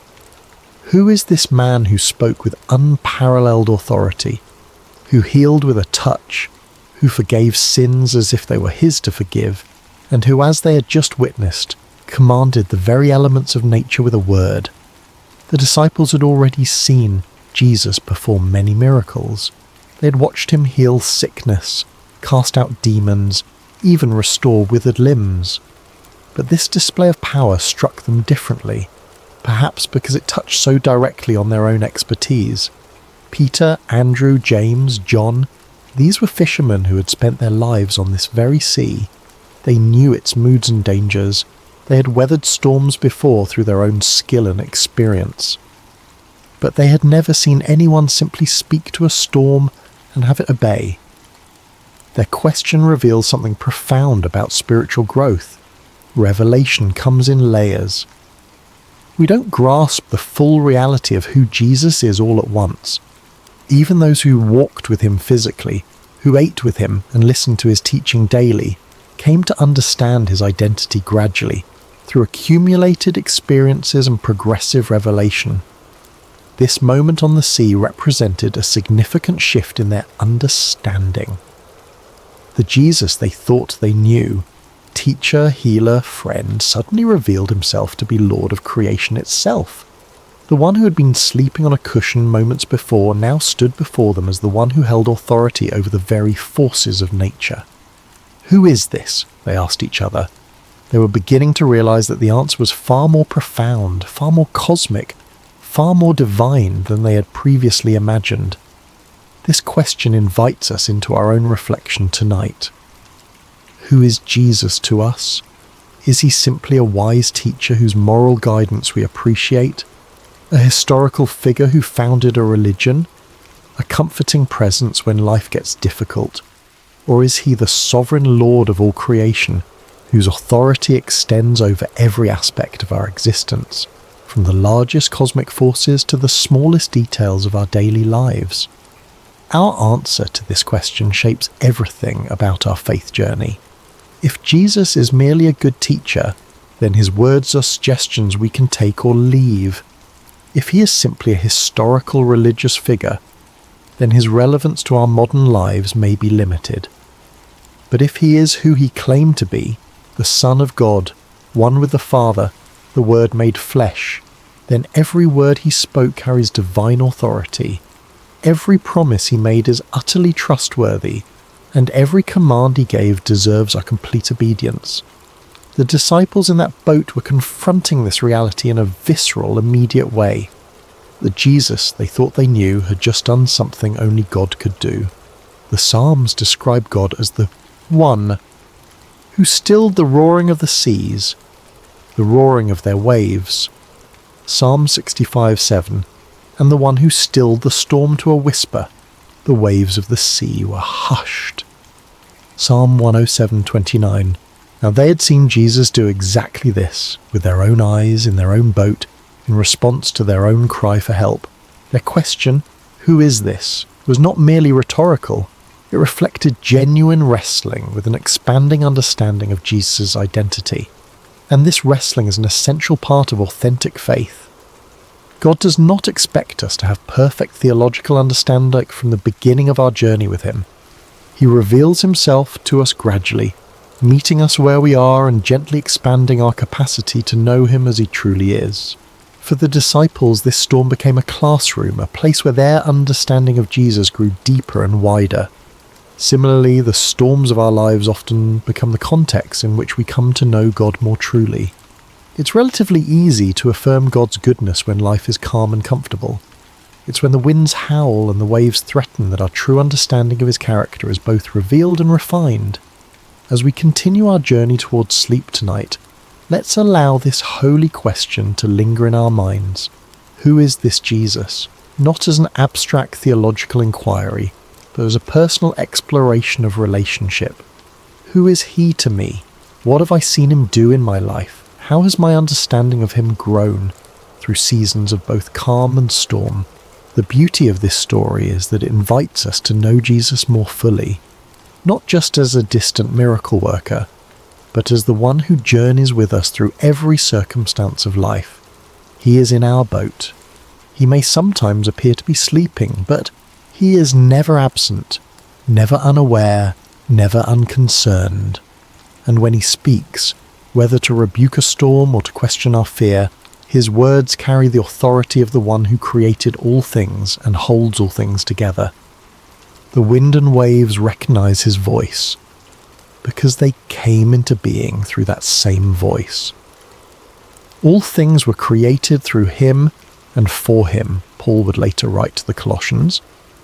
He is before all things, and in him all things hold together.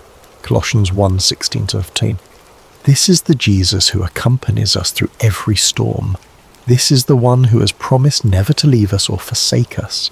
This is the Lord who may ask us, as he asked his first disciples, "Why are you so afraid?" Not to shame us for our fear, but to invite us into deeper trust based on deeper knowledge of who he truly is. As our bodies grow heavier with approaching sleep, as our thoughts begin to slow and quiet, let us rest in this profound truth. The one who commands the wind and waves is with us. And if even the storm obeys his voice, how much more can we trust him with the circumstances of our lives, with the fears that sometimes keep us awake, with the future that remains unknown to us but is fully known to him.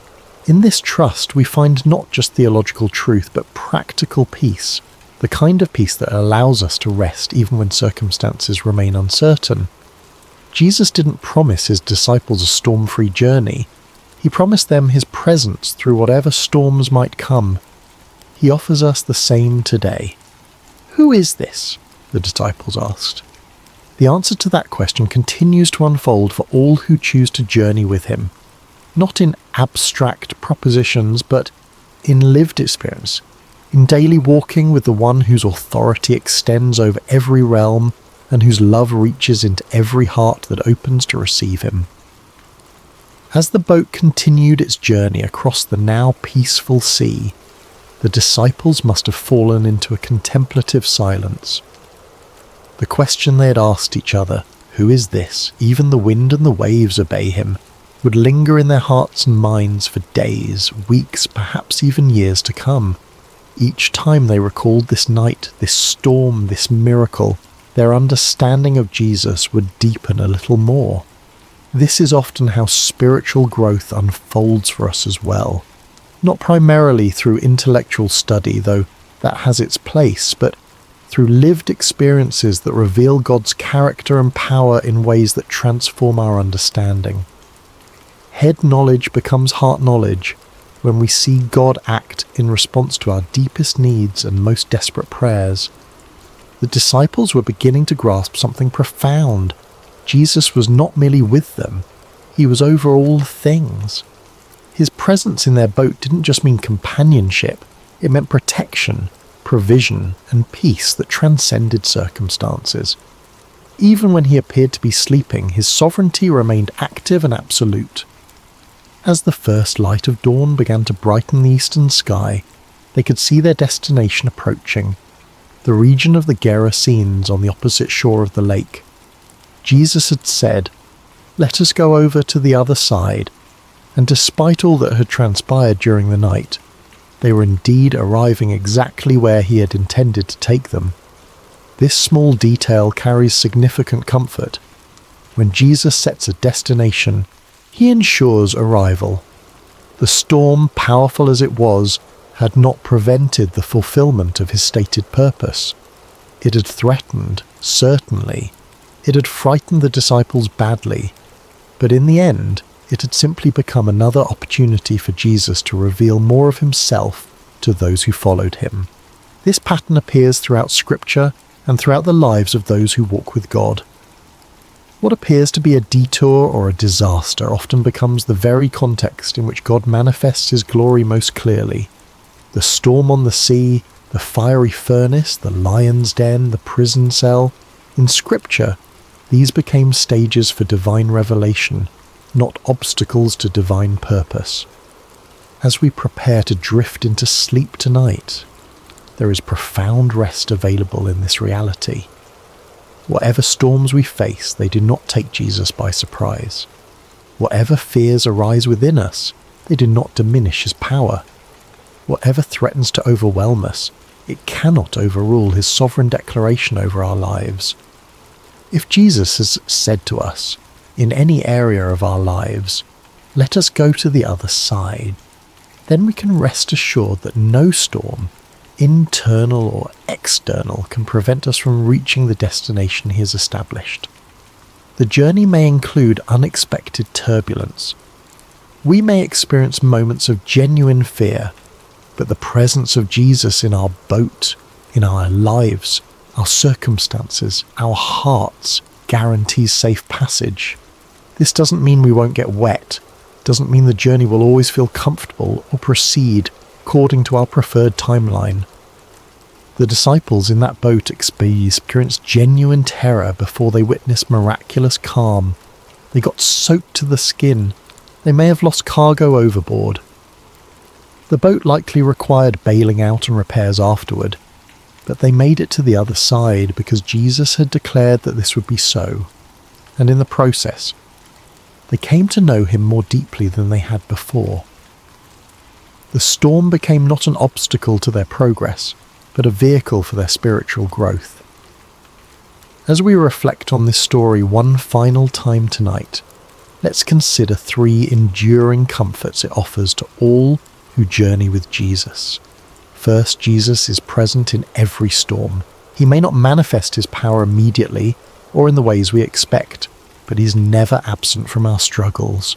The psalmist wrote, "God is our refuge and strength, an ever-present help in trouble. Therefore we will not fear, though the earth give way and the mountains fall into the heart of the sea, though its waters roar and foam, and the mountains quake with their surging." Psalm 46, 1 and 3. This presence is not just comforting, it's transformative. It changes how we experience our circumstances, even when it doesn't immediately change the circumstances themselves. Second, Jesus' timing is perfect. He allowed the storm to rage for a time before calming it, not because he was indifferent to the disciples' fear, but because the experience would deepen their understanding and strengthen their faith. Similarly, when he seems silent or inactive in our lives, it is never due to indifference. His timing takes into account purposes and perspectives that extend far beyond our immediate comfort, encompassing our long-term growth and God's eternal glory. Third, Jesus' authority is absolute. When he spoke to the wind and waves, they had no choice but to obey. The same voice that said, "Let there be light" at creation now said, "Be still" to the storm, with the same creative authority and the same immediate result. This ultimate authority means that nothing we face, no circumstance, no enemy, no fear, no failure, is beyond his power to redeem, restore, or transform according to his perfect will. These truths don't eliminate life's storms, but they fundamentally change how we experience them. They allow us to sleep, literally and figuratively, in the sovereignty of the one who has promised to bring us safely to the other side. As your body relaxes more deeply now, as your breathing slows and your thoughts begin to drift, imagine yourself in that boat after the storm has ceased. Feel the gentle rocking of the vessel on calm waters. See the stars reflected on the surface like scattered diamonds. Hear the quiet lapping of small waves against the wooden hull.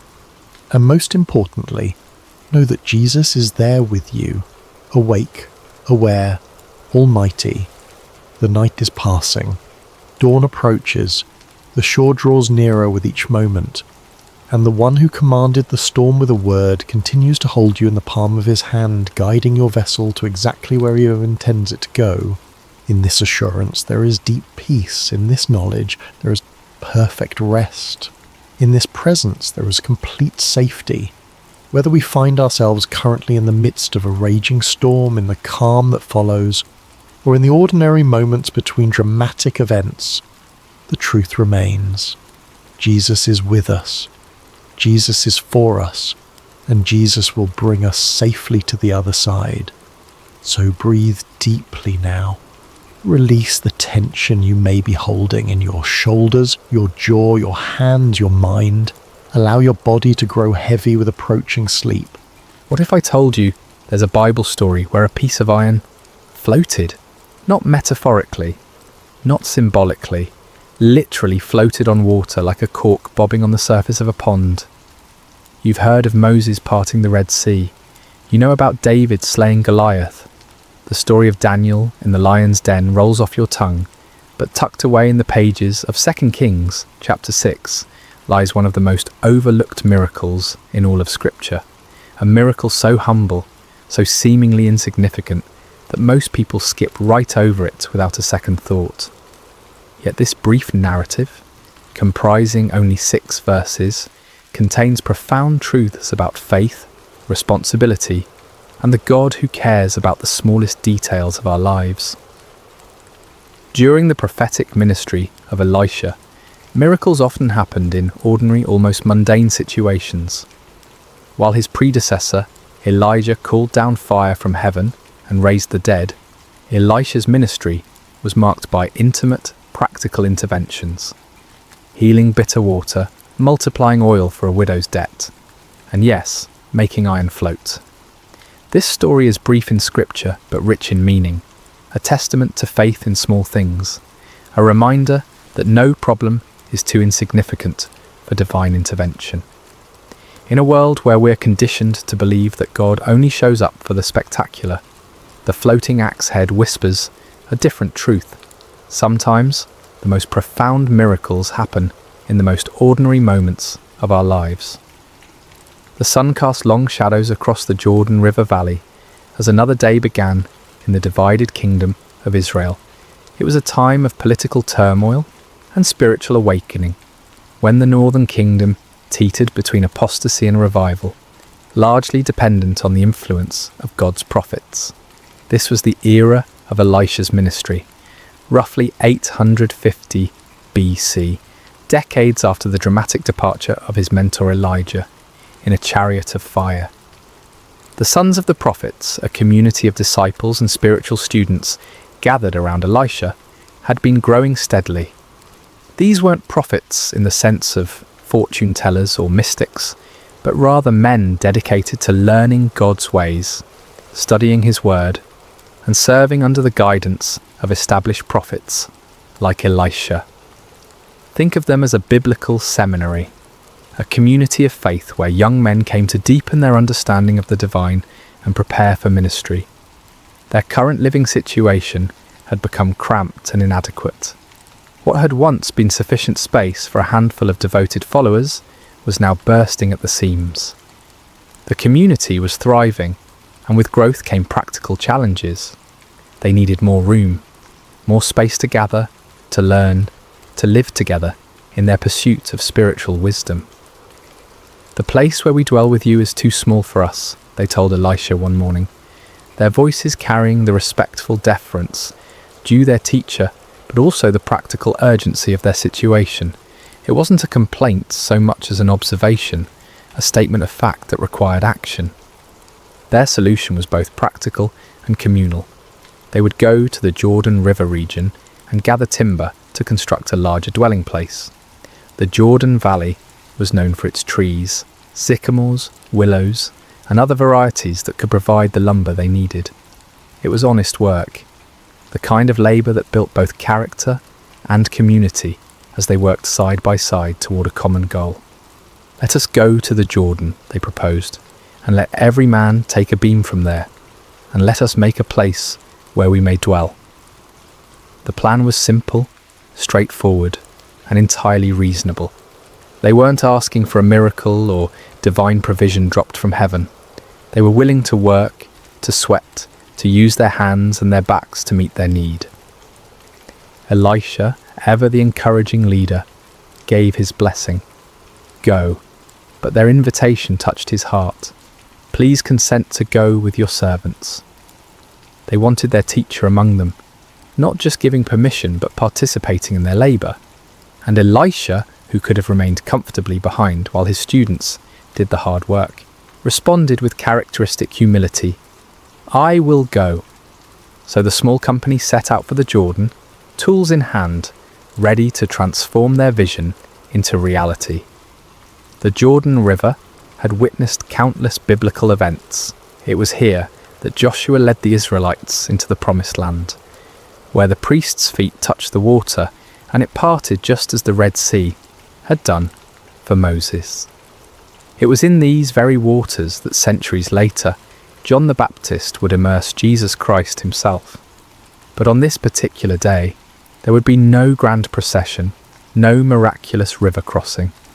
Just a group of dedicated men heading to the riverside to cut timber, their hearts full of purpose and their hands ready for honest labour. The Jordan Valley stretched before them, its banks lined with the trees they needed, its waters flowing steadily toward the Dead Sea, carrying with it the silt and sediment of the highlands above. None of them could have imagined that before the day was through, these same waters would become the stage for a miracle that defied every law of physics they understood. The ordinary was about to become extraordinary, but for now it was simply another day of work in service to God and community. The work began in earnest as the sun climbed higher in the morning sky. The sounds of labour filled the Jordan Valley, the rhythmic thud of axes biting into wood, the crack and groan of falling timber, the calls of men coordinating their efforts.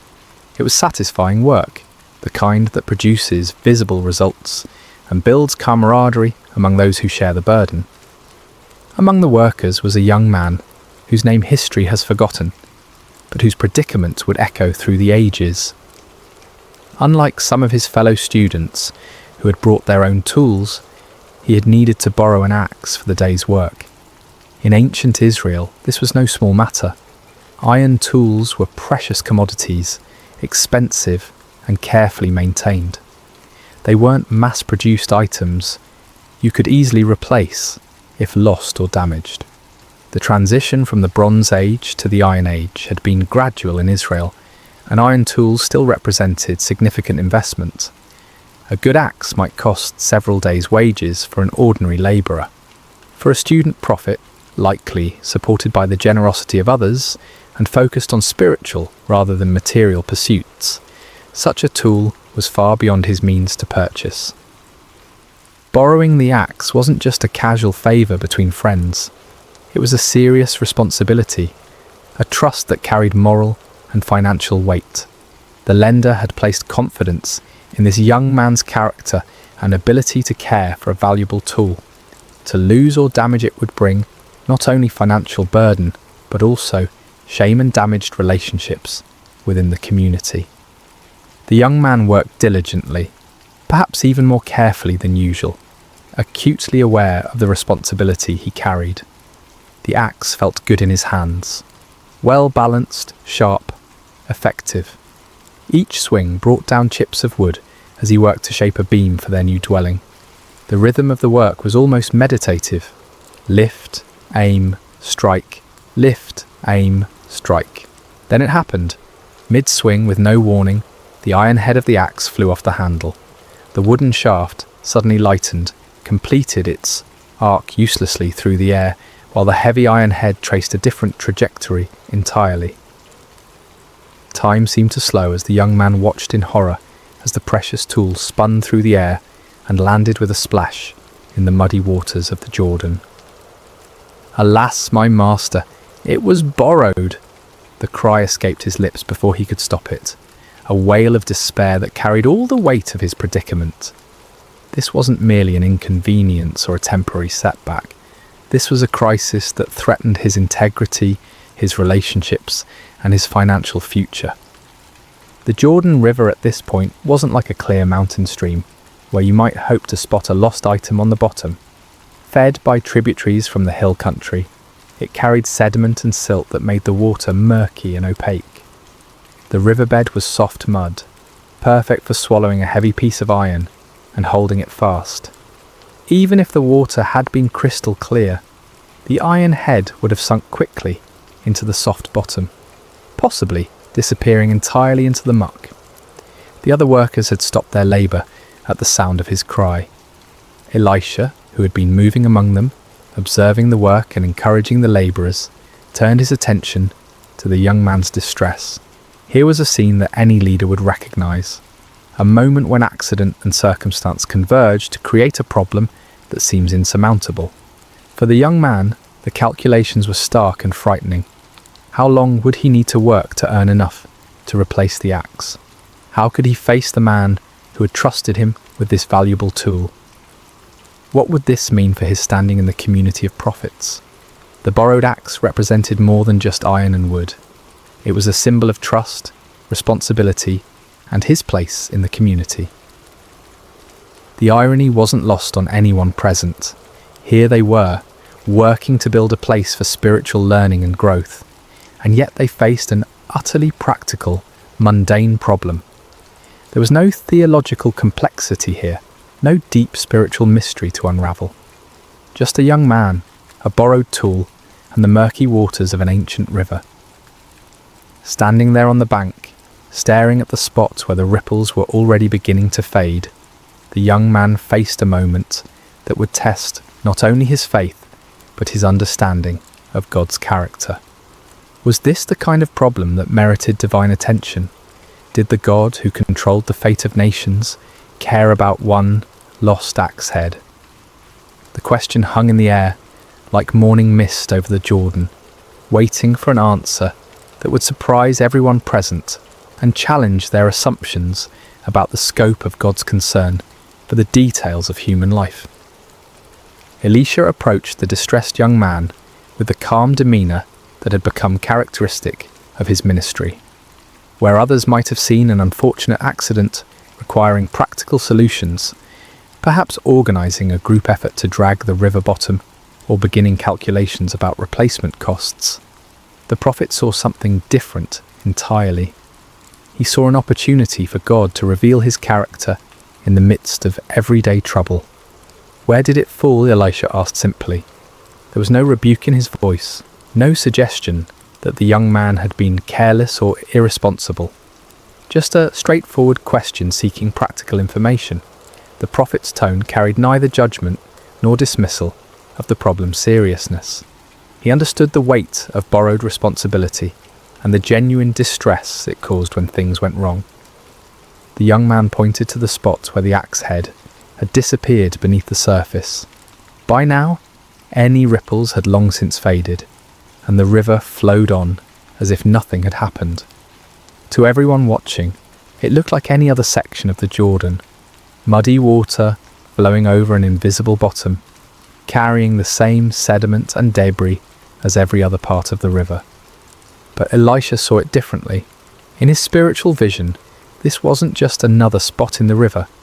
It was a specific location where God could demonstrate his power and his care for individual needs.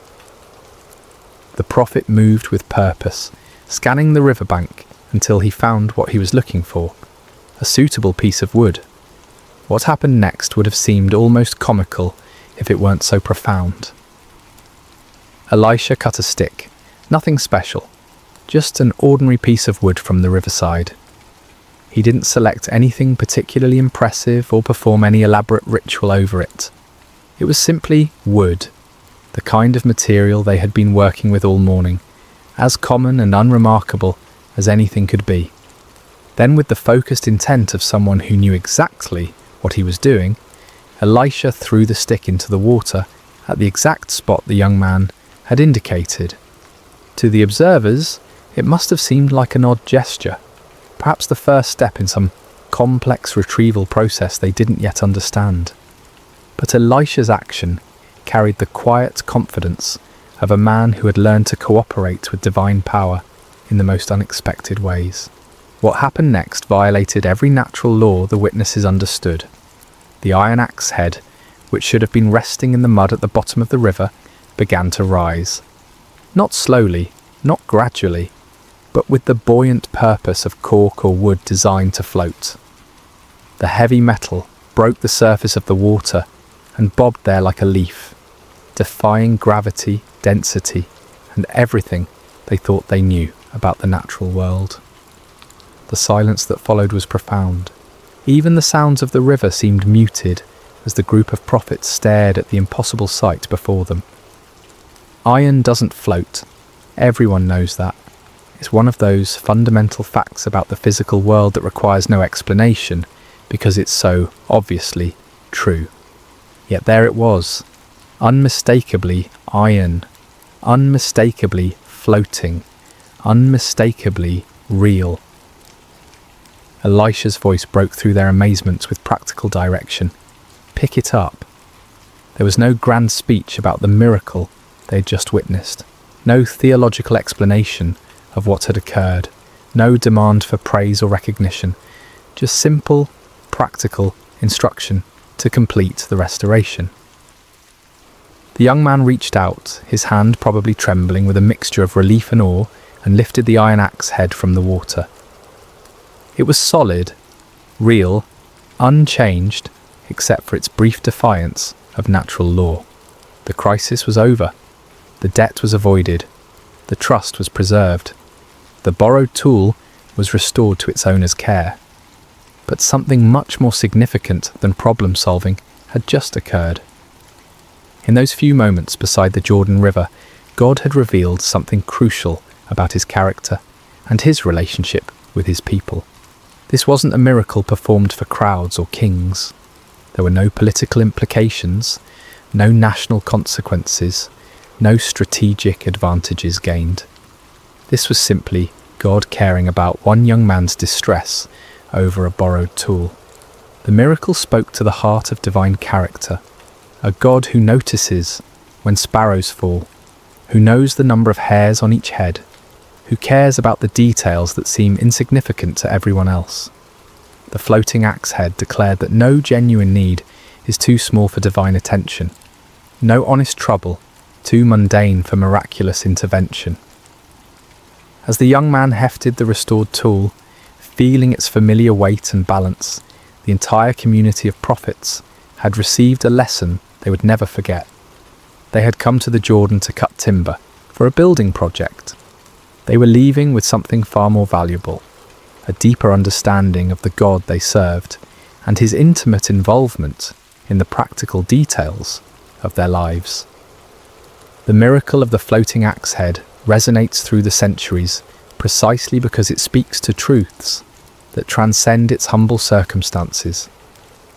In a world where we often compartmentalize the spiritual and the practical, this story demolishes the artificial barriers we create between sacred and secular concerns.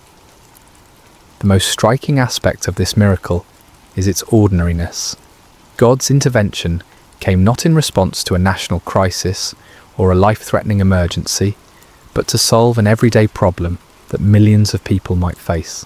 The young prophet wasn't dying, wasn't facing persecution for his faith, wasn't even engaged in what we might consider particularly spiritual work.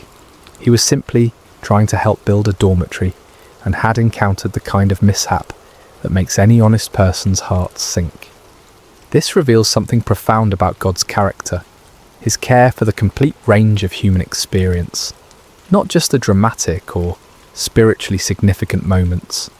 The God who controls the destiny of nations also notices when his children face embarrassment, financial stress, or the weight of broken trust.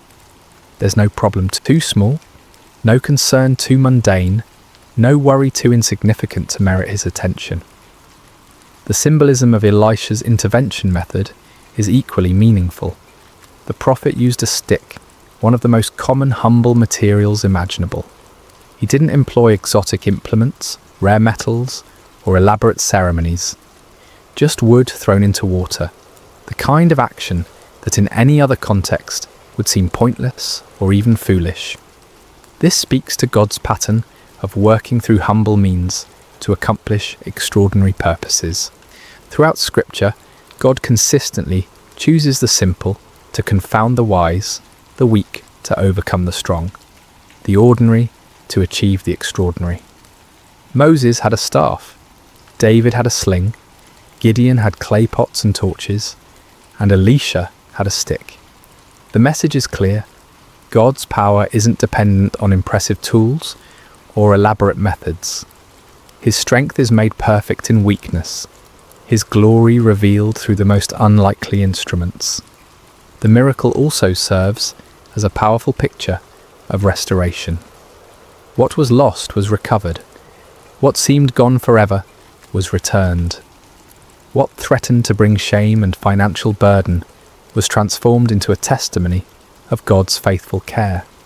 This speaks to one of humanity's deepest needs, the longing for redemption, for second chances, for the restoration of what has been damaged or lost. In the broader context of human experience, we all have borrowed things that we've lost or damaged: trust, opportunities, relationships, innocence, time. We all face moments when we stare at the metaphorical muddy water where something precious has disappeared, feeling the weight of responsibility we can't fulfill. The floating axe head whispers hope into those moments, suggesting that restoration is possible, that what seems irretrievably lost can be recovered. The response required of the young man is also significant. When the miracle occurred, he still had to reach out and take the floating iron. God provided the supernatural intervention, but human cooperation was still necessary. The axe head floated, but it didn't jump back onto the handle by itself. This reflects the general pattern of divine human cooperation throughout Scripture. God provides what only He can provide, but humans must still act in faith to appropriate His provision. Faith in action is another crucial theme woven through this narrative. The young man's cry for help wasn't a formal prayer with proper theological language. It was a raw expression of distress that nevertheless carried implicit faith that his predicament mattered to God and to God's representative, Elisha. His willingness to point out exactly where the axe head fell demonstrated trust that something could be done, even when the situation looked hopeless. Elisha's calm confidence throughout the episode reveals the prophet's deep understanding of God's character and ways. He didn't hesitate, didn't doubt, didn't suggest alternative solutions. He simply asked where the iron fell, and then acted with the assurance of someone who knew he served a God of intimate concern and unlimited power. The miracle also highlights the value of community and leadership. The young man wasn't facing his crisis alone. He was surrounded by fellow believers and guided by a seasoned prophet. Sometimes God's miraculous provision comes through the community of faith, through leaders who see possibilities where others see only problems, through the collective faith of those who believe God cares about every aspect of our lives. Perhaps most importantly, the floating axe head demonstrates that God's miracles often meet practical needs rather than serving merely as spectacular displays of power. This wasn't a miracle performed to convince skeptics or to showcase divine ability. It was a miracle of compassion, addressing a real need in the life of a faithful but distressed young man. It suggests that many of God's interventions in our lives might be similarly practical and personal rather than dramatic and public. The miracle of the floating axe head speaks across the millennia with surprising relevance to our contemporary struggles and concerns. In our age of complex problems and global crises, this ancient story reminds us that faith begins with trusting God in the small things, the everyday challenges that rarely make headlines but profoundly impact our daily lives. The first and perhaps most important lesson concerns the scope of prayer and divine concern. How many times do we hesitate to bring our smaller problems to God because they seem insignificant compared to global suffering or major life crises? The floating axe head shatters this false hierarchy of divine attention. If God cares enough to make iron float for a borrowed tool, then no legitimate concern is too small for prayer. This doesn't trivialize prayer or reduce it to a cosmic vending machine for convenience. Rather, it reveals the intimate nature of our relationship with the divine. Just as loving parents care about both the major milestones and the minor disappointments in their children's lives, our Heavenly Father is interested in the full spectrum of our human experience. Financial stress, damaged relationships, professional setbacks, personal failures, all of these matter to God because they matter to us. The principle of integrity and accountability that runs through this story remains powerfully relevant in our modern context. The young prophet's distress wasn't primarily about losing money, it was about failing to fulfill his responsibility to someone who had trusted him. In a culture where personal accountability is often diminished and broken commitments are easily rationalized away, the ancient prophet's anguish over a borrowed tool offers a compelling counterexample. When we borrow, we incur genuine responsibility. When we make commitments, we create legitimate expectations in others. When we fail to fulfill these obligations, we damage more than our own interests. We harm relationships, erode trust, and diminish the social fabric that holds communities together. The young prophet understood this instinctively, which is why his cry for help carried such genuine distress. The story also demonstrates how God's miracles often meet practical needs rather than serving merely as spectacular demonstrations of power. In our entertainment-driven culture, we sometimes expect divine intervention to be dramatic, public, and unmistakably supernatural. But many of God's most meaningful interventions in our lives might be much quieter and more practical. The unexpected job opportunity that comes just when finances are stretched thin. The chance encounter that provides exactly the encouragement we needed. The solution that appears to these interventions might not violate physical laws as dramatically as floating iron, but they reveal the same divine character, a God who cares about our practical needs and works in our circumstances to provide for them. Learning to recognize and appreciate these quieter miracles can transform our perspective on God's activity in our lives. The method of the miracle, using a simple stick to accomplish the impossible, continues to speak to God's pattern of working through humble means. In our technology-obsessed age, we often assume that bigger problems require more sophisticated solutions. The floating axe head reminds us that God's power isn't constrained by the impressiveness of our tools or the complexity of our methods. This has profound implications for how we approach problems, both personal and social. Sometimes, the most effective solutions are the simplest ones. Sometimes, the most powerful interventions come through the most ordinary means. The stick that Elisha threw into the Jordan wasn't impressive, but it was available, and God used it to accomplish the impossible. The story encourages us to bring our authentic selves and genuine problems to God without feeling the need to dress them up in spiritual language or make them sound more significant than they are. The young prophet's cry, "Alas, my master," it was borrowed, contained no theological sophistication, no proper prayer format, no spiritual jargon. It was simply an honest expression of distress from someone who believed his problem mattered to God and to God's representative.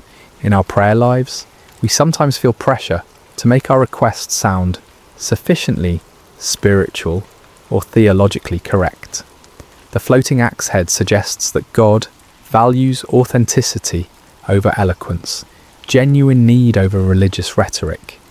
He understands our distress even when we can't articulate it perfectly, and he responds to the heart behind our words, rather than their theological precision. The communal aspect of the miracle also offers important insights for contemporary faith communities. The young prophet wasn't facing his crisis in isolation. He was surrounded by fellow believers and guided by experienced leadership. When problems arise, the community of faith should be a place where burdens are shared, wisdom is offered, and faith is strengthened through mutual support. Too often, we try to handle our difficulties alone, either from pride, embarrassment, or a mistaken belief that faith means never needing help. The sons of the prophets model a different approach, a community where needs could be expressed, help could be sought, and miracles could be witnessed together. This kind of authentic community creates an environment where God's provision can be both sought and celebrated corporately. Finally, the story reminds us that faith often requires us to act even when we don't understand the mechanism of God's provision. The young man still had to reach out and pick up the floating iron. He couldn't fully comprehend how iron could float, but he could respond to the miracle by accepting what God had provided. In our lives, we frequently face situations where we must act on faith without complete understanding of how God will work out the details. The floating axe head encourages us to focus on obedience and trust rather than demanding comprehensive explanations before we're willing to move forward. Sometimes the miracle becomes visible only as we step out in faith to receive what God has already provided. As we close this exploration of one of Scripture's most overlooked miracles, it's worth reflecting on why such a seemingly small event earned its place in the biblical narrative.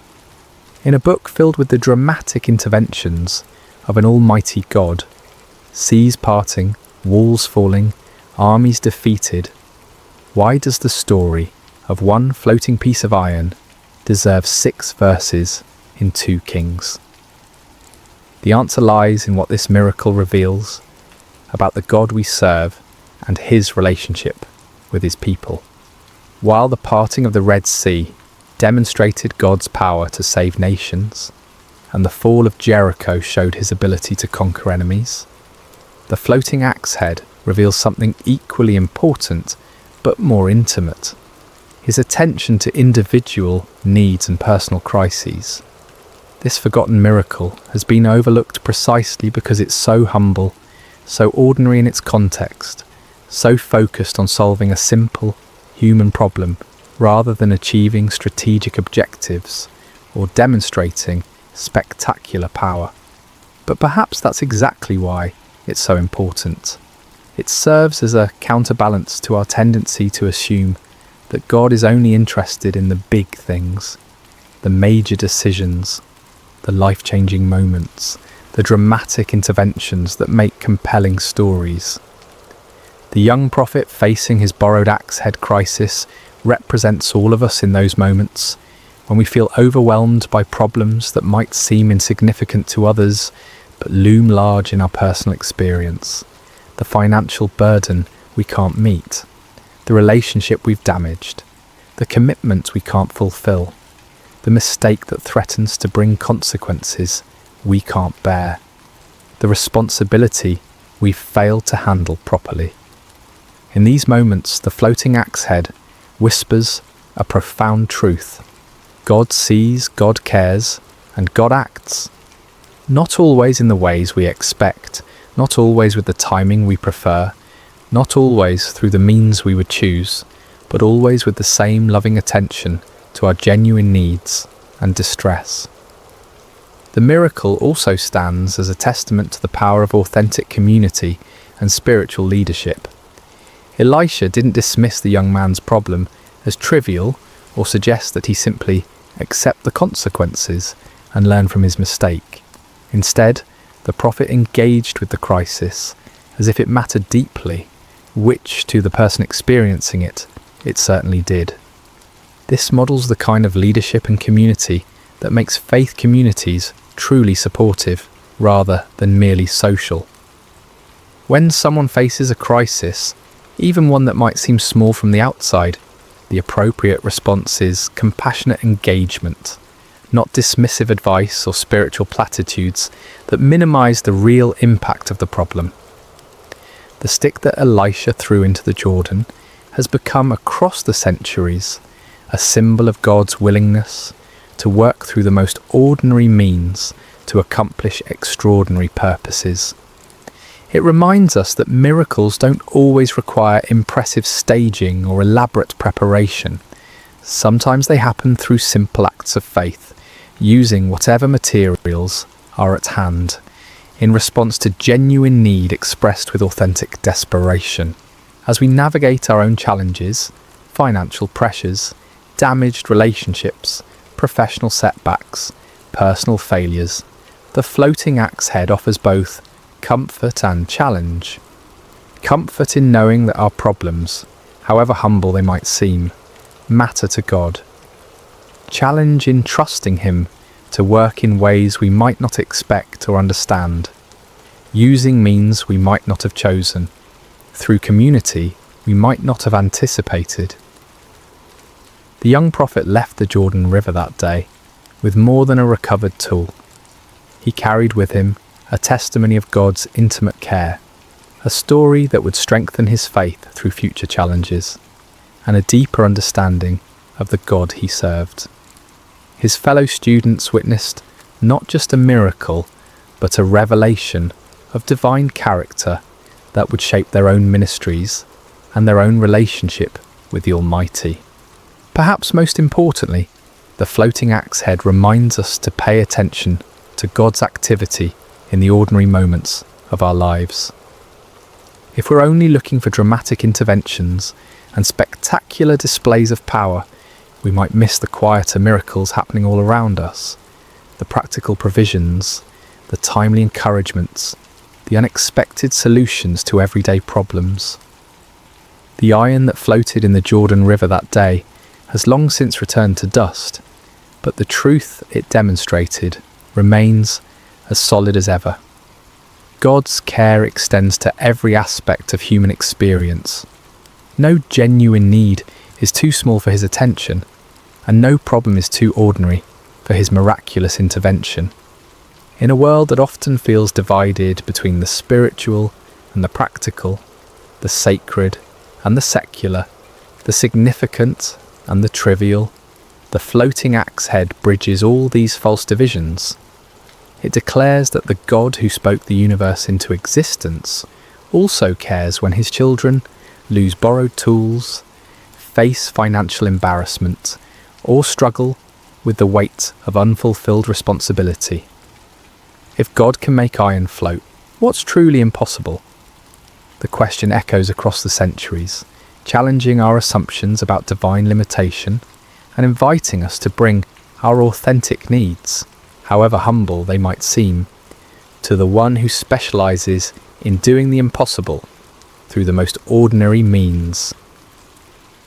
The miracle you've never heard of might just be the one you need most to hear. Hello dear friends, and welcome to Sacred Slumber.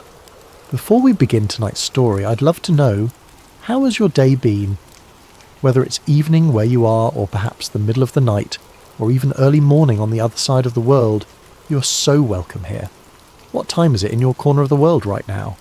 And where are you listening from tonight? Whether you're in a bustling city or a quiet countryside, in the mountains or by the ocean, you belong in this peaceful space we're creating together. If this is your first time with us, welcome to our community of seekers finding rest in ancient wisdom. And if you're returning, thank you for being part of this journey. Don't forget to subscribe to Sacred Slumber so you never miss these moments of peace and reflection that we share together. Now let's settle in as we travel back to ancient Israel, to a time of prophets and miracles, to discover a story about trust, provision, and the surprising ways that hope can multiply in our darkest hours. The morning sun cast long shadows across the dusty village streets, but Miriam barely noticed its warmth. She stood in the doorway of her small stone house, watching her 2 young sons sleep on their woven mats, their faces peaceful in the golden light. For a moment she allowed herself to pretend that everything was as it had been before the illness took her husband, before the debts mounted like stones upon her chest, before the collectors began their visits with increasingly stern voices and hardening faces. But pretending was a luxury she could no longer afford. The sound of approaching footsteps made her stomach clench with familiar dread. She knew that measured pace, those heavy sandals against the packed earth. The debt collectors had returned, and this time she knew they would not leave empty-handed. Miriam's husband, Obadiah, had been a good man, a servant in the school of prophets, devoted to following Elisha and learning the ways of the Lord. But goodness, she had learned, did not always translate to prosperity. When the drought had stretched on for months, when the harvest had failed, Obadiah had borrowed money to keep food on their table and oil in their lamps. He had been certain that better times were coming, that the Lord would provide as he always had. Then the fever came, swift and merciless, taking Obadiah before the rains returned, before the debts could be repaid, before he could see his sons grow into men. Now 3 men stood at her threshold, their faces grim with business. The lead collector, a man named Josiah with calculating eyes and soft hands that had never known hard labour, stepped forward. "Miriam, widow of Obadiah," he announced formally, though they all knew each other's names in this small village. "The time for payment has come and gone. Your husband's debts must be settled." Miriam's throat felt as dry as sand. "Please, I have explained our situation. I am a widow with nothing. Give me more time, and I will find a way." "Time is a luxury that costs money," Josiah interrupted, his voice neither cruel nor kind, simply matter-of-fact. "We have been patient, but patience does not feed our families, or pay our own obligations. The law is clear about what must be done when debts cannot be paid." Behind him, the other 2 men shifted uncomfortably. They knew what came next, and while they might not relish it, they would not hesitate to carry out what the law demanded. "Your sons," Josiah continued, his eyes flicking toward the doorway where the boys still slept. "They will come with us. 7 years of service will settle your husband's debt. It is more merciful than we are required to be." The words hit Miriam like a physical blow. She gripped the door frame to keep from falling, her knuckles white against the worn wood. 7 years. Her sons were only 8 and 10 years old. By the time they returned, they would be grown men who barely remembered their mother's face. "No," she whispered, then louder. "No, please. They're all I have left. There must be another way." But even as she spoke, she knew the futility of her words. She had nothing of value to offer. No jewellery, no livestock, no land. The house itself belonged to her husband's brother, who had graciously allowed her to remain but could offer no financial help of his own. "I will give you until tomorrow morning to say your goodbyes," Josiah said, and there was perhaps the smallest note of sympathy in his voice. "We will return at sunrise." As the men walked away, their sandals raising small clouds of dust that caught the morning light, Miriam sank to her knees in the doorway. The weight of hopelessness pressed down upon her like a stone, threatening to crush what little breath remained in her lungs. Her sons stirred behind her, waking to another day they assumed would be like all the others. Simple, poor perhaps, but together. How could she tell them that their childhood was about to end? How could she explain that the law that was meant to protect would now tear their family apart? But as the sun climbed higher, and the reality of her situation settled like dust around her, Miriam remembered something her husband used to say when times were difficult. "When we have nowhere else to turn, we can always turn upward." Obadiah had learned this truth in his years following the prophet Elisha, and even in death, his faith whispered to her across the veil of grief. Elisha. The prophet was still in the region, still teaching and performing the wonders that had made him famous throughout Israel and beyond. If anyone could help her, if anyone might know a way where there seemed to be no way, it would be the man of God who had been her husband's teacher and guide. Miriam rose to her feet, dust falling from her simple brown robe. She looked back at her sons, now awake and eating the last of their bread, with the unconscious contentment of children who trust that tomorrow will somehow provide for itself. "Aaron, Micah," she called softly, "I must go into the village. Stay close to home and watch out for each other." The boys nodded, accustomed to their mother's brief errands, unaware that she was about to embark on a journey that would either save their family or confirm their worst fears. As Miriam walked through the village streets, her heart hammered against her ribs like a caged bird. The prophet Elisha was known to be staying with a family on the far side of the village, and with each step she rehearsed what she would say, how she would explain their desperate situation without sounding like she was demanding a miracle. But by the time she reached the modest house where Elisha was lodging, all her carefully planned words had evaporated like morning dew.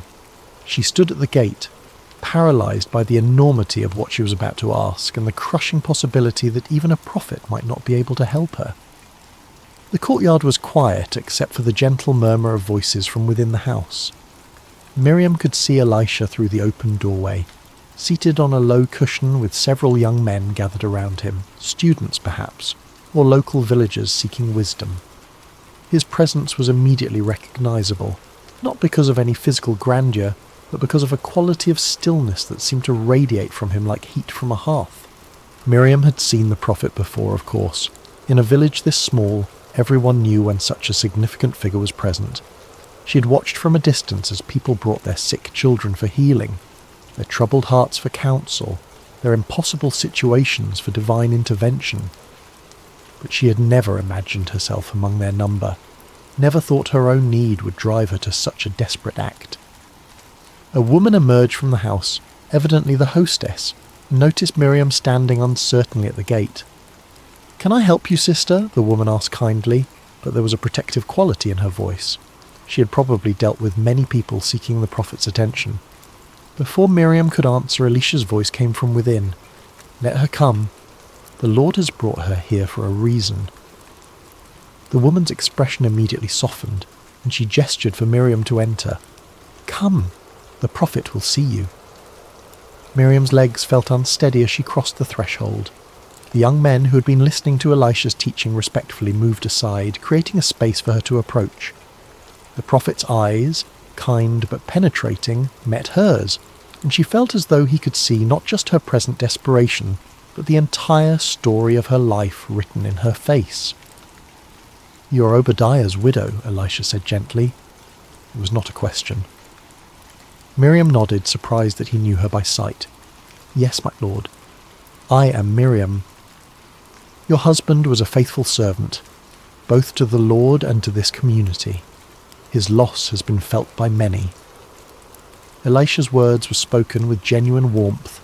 Miriam felt tears prick at her eyes, partly from grief that was still fresh, partly from gratitude that someone remembered her husband's worth. "Thank you, my lord," she managed, "but I have come because—" The words stuck in her throat like thorns. How did one ask a holy man to solve what seemed unsolvable? "Speak freely, daughter. What troubles you?" The kindness in his voice broke through her restraint like water through a cracked dam. The whole story poured out. The debts, the collectors, the threat to take her sons, the sunrise deadline that loomed like an executioner's blade. She spoke of her husband's faithful service, of their family's long devotion to the Lord, of her complete bewilderment at how faithfulness could lead to such devastating circumstances. When she finished, the courtyard was silent except for the distant sound of children playing in another street, a sound that reminded Miriam acutely of what she stood to lose. Elisha listened without interruption, his expression grave but not hopeless. When she fell silent, he sat quietly for a moment, as though listening to a voice only he could hear. Finally he spoke. "Tell me, what do you have in your house?" The question caught Miriam off guard.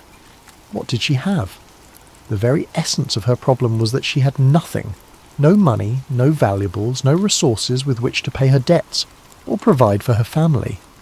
"Nothing, my lord," she said, her voice barely above a whisper. "I have nothing at all." But Elisha's gaze remained steady, patient. "Look again. What do you have in your house?"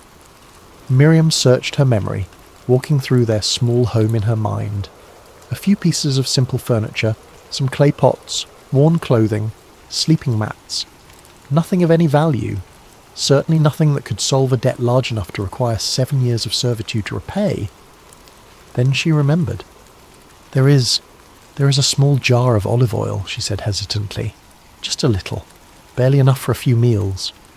She almost apologised for mentioning something so insignificant, but the prophet's face had changed. There was something in his expression now, not quite a smile, but a kind of quiet intensity that made the air in the courtyard feel charged with possibility. A jar of oil, Elisha repeated thoughtfully. How much oil? Very little, my lord. Perhaps enough to fill a cup, no more. The prophet nodded slowly, as though this small detail was exactly what he had been hoping to hear. He stood up, his movements deliberate and purposeful. Here is what you must do, he said, his voice carrying the authority of someone who spoke not just his own words, but those of the Almighty. Go to all your neighbours, not just the ones nearby, but throughout the village. Ask them to lend you their empty jars and vessels. Don't ask for just a few. Collect as many as you can carry. Miriam blinked in confusion. Empty jars? What good would empty vessels do when her problem was that she had nothing to fill them with? I don't understand, my lord. If I had oil to fill jars, I would not be in this position. Understanding comes after obedience, not before, Elisha said, but his tone was gentle, not reproving. Trust in the Lord's provision, even when his ways seem strange to our human reasoning. He continued with his instructions. When you have gathered the empty vessels, go into your house with your sons.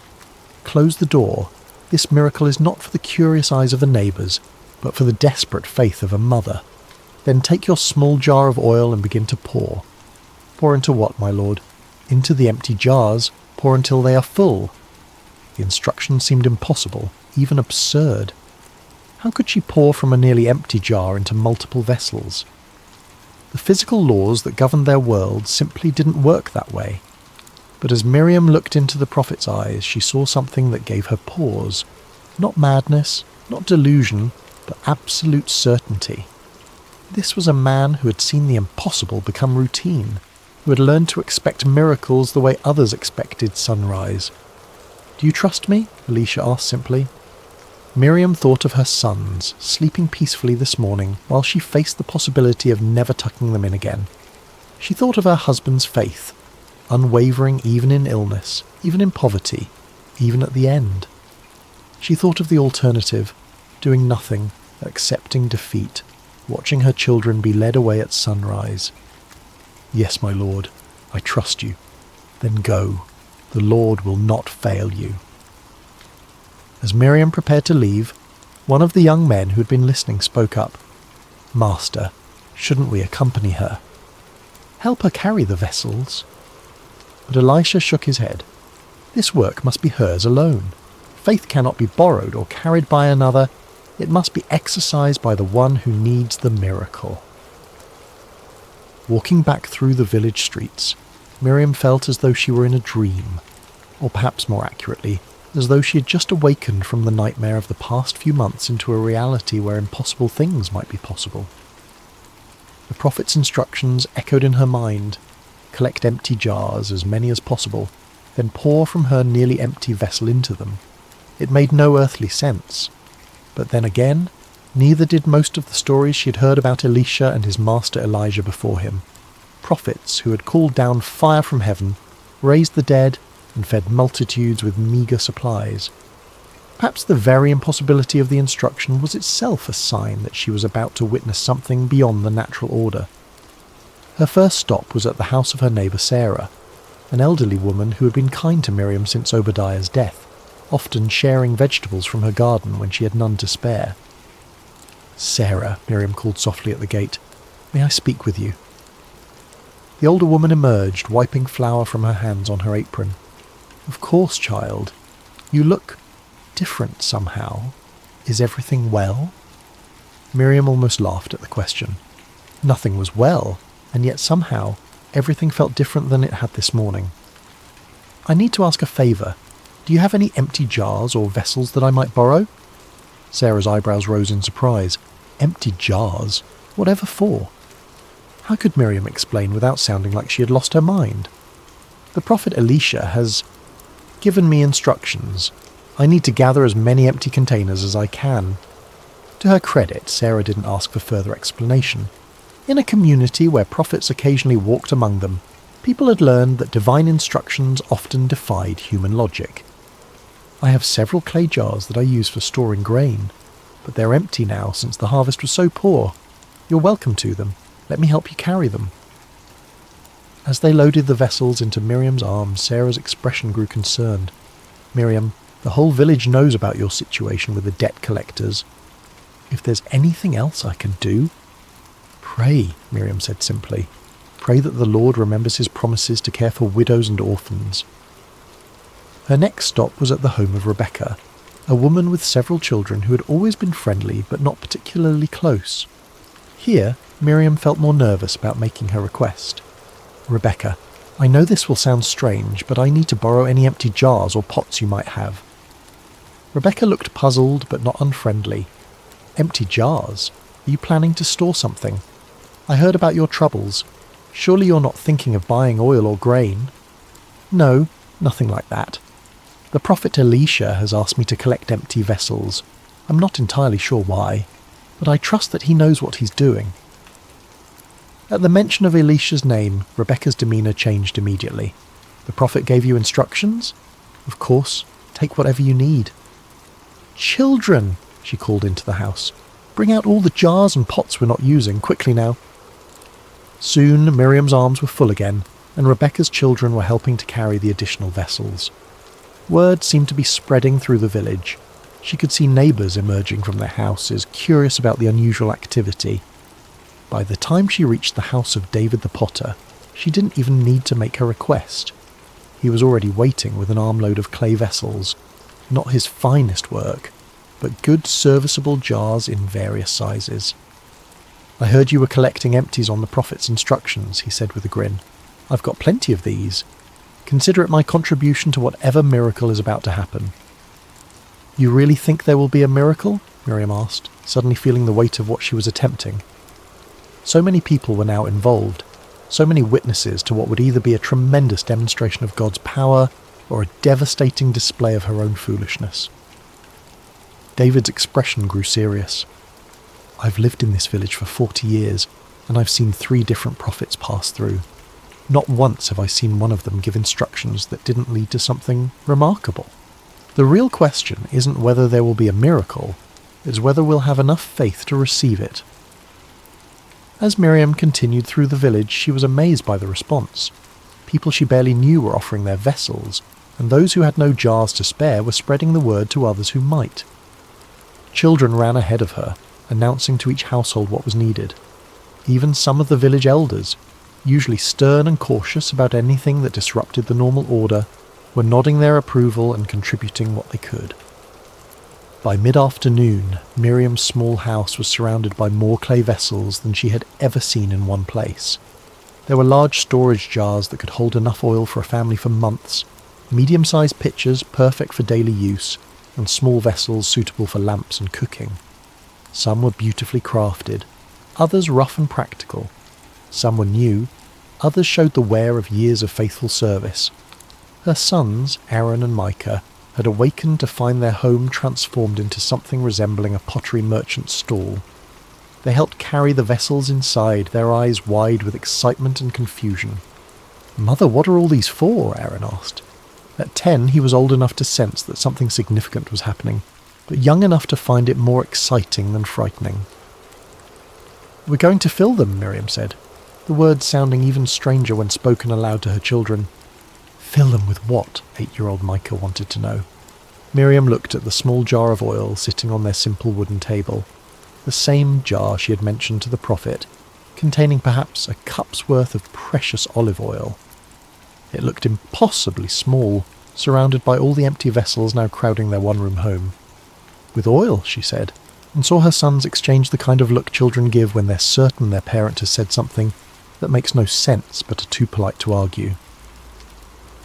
As the sun began to sink toward the horizon, painting the sky in shades of orange and gold, Miriam stood in her doorway one last time before following the prophet's final instruction.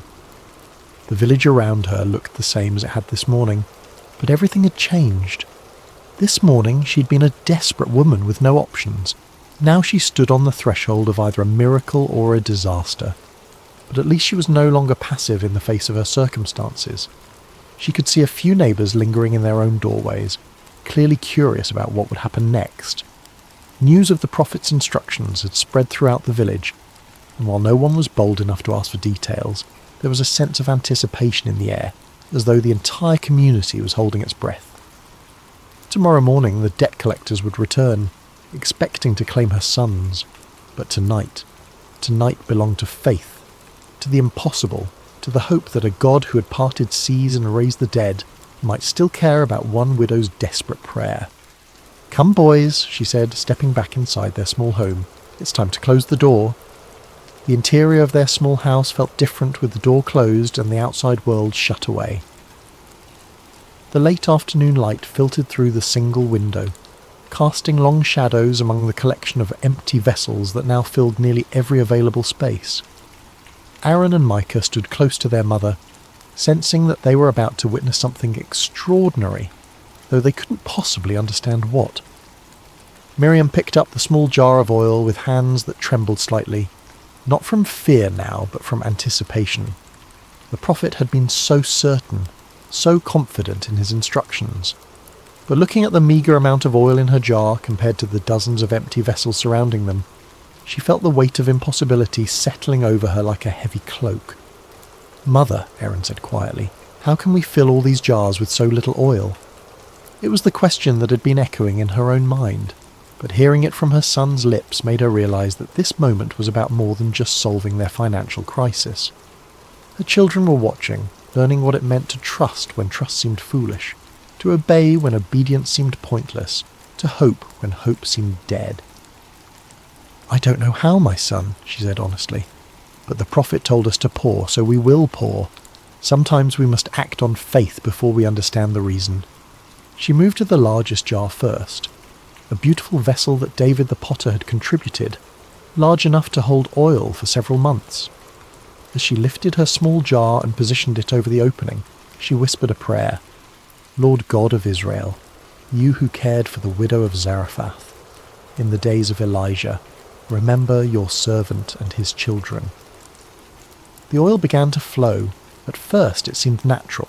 The golden liquid poured from her jar into the larger vessel with the normal splash and gurgle of any liquid being transferred. But as seconds passed, then minutes, Miriam realised that something impossible was happening. The oil continued to flow, steady and smooth, and yet when she looked at her own jar, it appeared as full as when she had started. "Mother," Micah whispered, his young voice filled with awe, "it's still coming." The first large jar filled completely, rich golden oil reaching its brim. Miriam looked at her own vessel, still full. Her hands began to shake, not with fear now, but with the overwhelming realization that she was witnessing the divine intervention of the God of Abraham, Isaac, and Jacob. "Bring me another jar," she said, her voice barely steady. Aaron quickly positioned a medium-sized pitcher beside her, and Miriam continued to pour. Again the oil flowed freely, filling the second vessel completely, while her own jar remained miraculously replenished. "Another," she said, and now her voice carried a note of growing excitement. Micah dragged over a small storage jar, and the process repeated. The oil flowed, the vessel filled, and still her small jar remained full to the brim. As they continued, a rhythm developed. The boys would position each new vessel, Miriam would pour until it was full, then they would move it aside and bring the next one. With each jar they filled, their excitement grew, and what had begun as nervous obedience transformed into joyful celebration. "It's not stopping," Aaron laughed, no longer trying to whisper in the presence of miracle. "Mother, it's really not stopping." Miriam found herself laughing too, tears of relief and wonder streaming down her face as she poured jar after jar. The oil continued to flow, inexhaustible, impossible, absolutely real.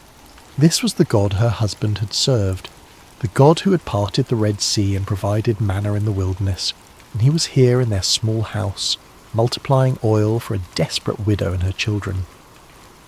The sun set completely as they worked, and Aaron lit their oil lamp, using oil from one of the newly filled jars. The warm light danced across the growing collection of filled vessels, each one a testament to divine provision, each one a step away from the disaster that had threatened to destroy their family. They filled the large storage jars first, then the medium pitchers, then the smaller vessels for daily use. Oil for cooking, oil for lamps, oil for anointing, oil for trade. More oil than their family could use in a year, more than they could use in several years. "Mother," Micah said during a brief pause, "will we ever run out of empty jars?" Miriam looked around their home. They had filled perhaps half of the vessels they had collected, and still the oil flowed freely from her small jar. "I hope not, my son. I hope we never run out." But even as she spoke, she realized they were approaching the end of their supply of empty containers. Only a handful of vessels remained unfilled, the smallest ones suitable for perfumes and medicines. As she filled the second-to-last jar, a delicate little vessel that Rebecca had contributed, Miriam felt a change. The oil still flowed, but there was something different in its quality, as though it was beginning to recognize that its work was nearly complete. She reached for the final jar, the smallest one in the collection, barely large enough to hold oil for a single lamp. As she positioned her small jar above it and began to pour, the oil flowed out in a steady stream, filling the tiny vessel to its brim. And then, as suddenly as the miracle had begun, it stopped. Miriam tilted her jar, trying to coax out even a few more drops, but it was empty. Completely, naturally, normally empty, as though the laws of physics had suddenly remembered themselves and returned to their usual operation. The silence that followed was profound. For hours their small house had been filled with the sound of flowing oil, excited whispers, and occasional exclamations of wonder. Now, surrounded by dozens of filled vessels, they stood in the golden lamplight and absorbed the magnitude of what had just occurred. Aaron was the first to speak. "Is it over?" Miriam looked at her empty jar, then at the abundance surrounding them. "Yes, my son, it's over because we have no more empty vessels to fill." "What does that mean?" Micah asked. Before Miriam could answer, she remembered something the prophet had implied in his instructions. The miracle was not limited by the amount of oil God could provide, but by the amount of faith they could exercise, represented by the number of empty vessels they had been able to gather. "It means," she said slowly, understanding dawning on her like sunrise, "that God's provision is only limited by our capacity to receive it. If we had gathered 100 jars, he would have filled 100 jars. If we had gathered 1,000... The implications took her breath away.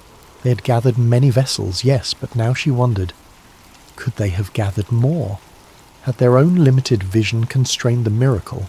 It was a question that would follow her for the rest of her life, a reminder to always ask for more, expect more, prepare for more when seeking God's intervention.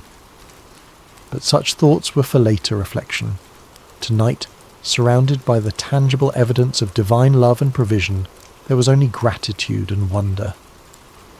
"Tomorrow," she told her sons as they prepared for sleep among the filled vessels, "we will go to the prophet and then to the marketplace. We will sell this oil, pay our debts, and secure our future." As her boys settled onto their sleeping mats, their faces glowing with excitement and the security of knowing they would not be taken away, Miriam sat beside the window and looked out at the village where she had lived her entire life.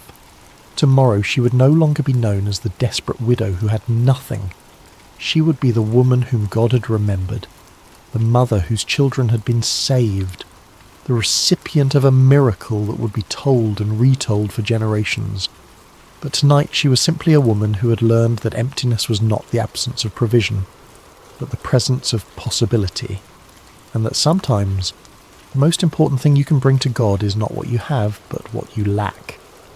The oil lamps flickered gently in the darkness, fueled by the miracle oil casting dancing shadows on the walls of their transformed home, and in the quiet of the night, Miriam whispered prayers of thanksgiving to the God who multiplies hope in the hands of those who dare to pour out their faith, one empty jar at a time. Morning came with a gentle golden light that seemed especially bright as it streamed through the window of their small house. Miriam awakened to a sight that confirmed the previous evening had not been a dream. Dozens of clay vessels filled with rich golden olive oil crowded every surface and corner of their home. Aaron and Micah were already awake, sitting among the jars with expressions of continued amazement, as though they expected the oil to disappear with the sunrise. "It's still here," Aaron said wonderingly. "All of it." "Did you think it wouldn't be?" Miriam asked, though she understood his disbelief. Miracles had a quality of unreality about them, even to those who experienced them directly. "I dreamed about it," Micah said. "I dreamed that we were pouring oil forever and ever, and there were jars as tall as trees, and the oil turned into rivers that flowed through the whole village." Miriam smiled at her younger son's imagination, but then paused to consider his words. In a way, wasn't that exactly what had happened? The oil had flowed beyond their immediate need, beyond their ability to contain it all, beyond what seemed possible in their small, constrained world. A knock at their door interrupted her thoughts. Through the window she could see the familiar figure of Elisha standing in their courtyard, his presence as calm and assured as it had been the day before. "The prophet," Aaron whispered excitedly. Miriam quickly adjusted her headscarf and opened the door, her heart racing with anticipation and gratitude. "My lord," she said, bowing respectfully, "please, come in and see what the Lord has done." Elisha entered their transformed home, his eyes taking in the abundance with what appeared to be satisfaction, but not surprise. This was clearly not the first time he had witnessed the Lord's provision in response to desperate faith. "It is well," he said simply, then looked directly at Miriam. "Tell me what happened." Though he had given the instructions and surely knew what to expect, Miriam realized he wanted to hear her testimony, to let her put into words the miracle she had experienced. So she told him everything: the gathering of vessels, the closing of the door, the first hesitant pour, the growing amazement as jar after jar filled with oil that seemed to come from an inexhaustible source. "We filled every vessel we had collected," she concluded. "When the last jar was full, the oil stopped flowing." Elisha nodded thoughtfully. "And what do you understand from this?" The question surprised her. She had expected congratulations, perhaps instructions for what to do next, but not an examination of her theological understanding. I understand that the Lord remembers his promises to care for widows and orphans," she said slowly, "and that his provision is beyond what we can imagine or contain." "Yes," Elisha agreed. "And what else?" Miriam thought about the experience, about the rhythm of pouring and filling, about the moment when the oil finally stopped. "The miracle was limited only by our preparation," she said with growing insight. "If we had gathered more vessels—" "The oil would have continued to flow," Elisha confirmed. "God's provision is not constrained by scarcity, but by our capacity to receive abundance. Remember this lesson and teach it to your sons." He moved toward the door, then turned back with final instructions. "Now go. Sell the oil and pay your debts. You and your sons will live on what remains." "How much should I sell?" Miriam asked, suddenly practical concerns rushing back as she realized she had no experience as a merchant. "Take the oil to the marketplace in portions. Don't flood the market all at once, or you'll drive down the price. Sell slowly, over time, and you'll receive full value. The Lord has given you not just provision for today, but wisdom for managing tomorrow." After the prophet left, Miriam stood in her doorway watching his retreating figure until he disappeared around a corner. Then she turned back to face her transformed reality. The first practical task was obvious. She needed to begin transporting oil to the market. But first there was another matter to address. The sound of approaching footsteps made her look up. 3 familiar figures were walking down her street, the debt collectors, returning as promised at sunrise to claim her sons. But this time Miriam felt no fear, no desperate helplessness. She stood calmly in her doorway, watching their approach with something approaching pity for men who lived in a world too small to contain miracles. "Miriam," Josiah called as they drew near, "are you prepared to surrender the boys?" "I am prepared to pay the debt," she replied evenly. The 3 men stopped walking, clearly taken aback by her confident tone. "Pay the debt?" Josiah repeated skeptically. "Yesterday you claimed to have nothing. What has changed overnight?" "The Lord has provided," Miriam said simply. I now have the means to settle my husband's obligations in full." She gestured toward her house, where several of the oil jars were visible through the open doorway. Olive oil of the finest quality, more than enough to cover what is owed, with plenty remaining for my family's future needs. The debt collectors exchanged glances, clearly struggling to process this unexpected development. "Where did you get oil?" one of them asked suspiciously. "You cannot simply produce valuable goods from nothing." "With the Lord, nothing is impossible," Miriam replied. "But if you doubt the quality or value, you are welcome to examine it for yourself." Josiah stepped forward and peered into the house, his eyes widening at the sight of dozens of filled vessels. He dipped his finger into the nearest jar and tasted the oil, his expression shifting from skepticism to amazement. "This is premium oil," he admitted reluctantly, "worth far more than your husband's debt." "Then we are agreed," Miriam said. "I will deliver payment to you within 3 days once I have sold sufficient oil in the marketplace." The 3 men departed, shaking their heads in bewilderment, leaving Miriam alone with her sons and their miraculous abundance. Over the following weeks, Miriam carefully sold portions of the oil at the market, following Elisha's wise counsel.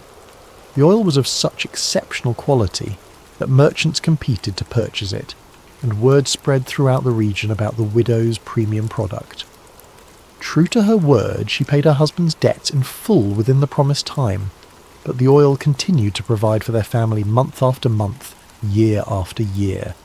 She was able to purchase their house from Obadiah's brother, expand their small business, and ensure her sons received proper education. Aaron and Micah grew into strong, faithful men who never forgot the night they witnessed their mother pour from an empty jar and receive abundance beyond measure.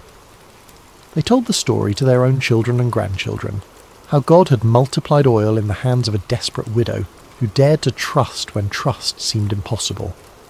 Years later, when Miriam was an old woman surrounded by prosperity and family, people would ask her about the secret of her success.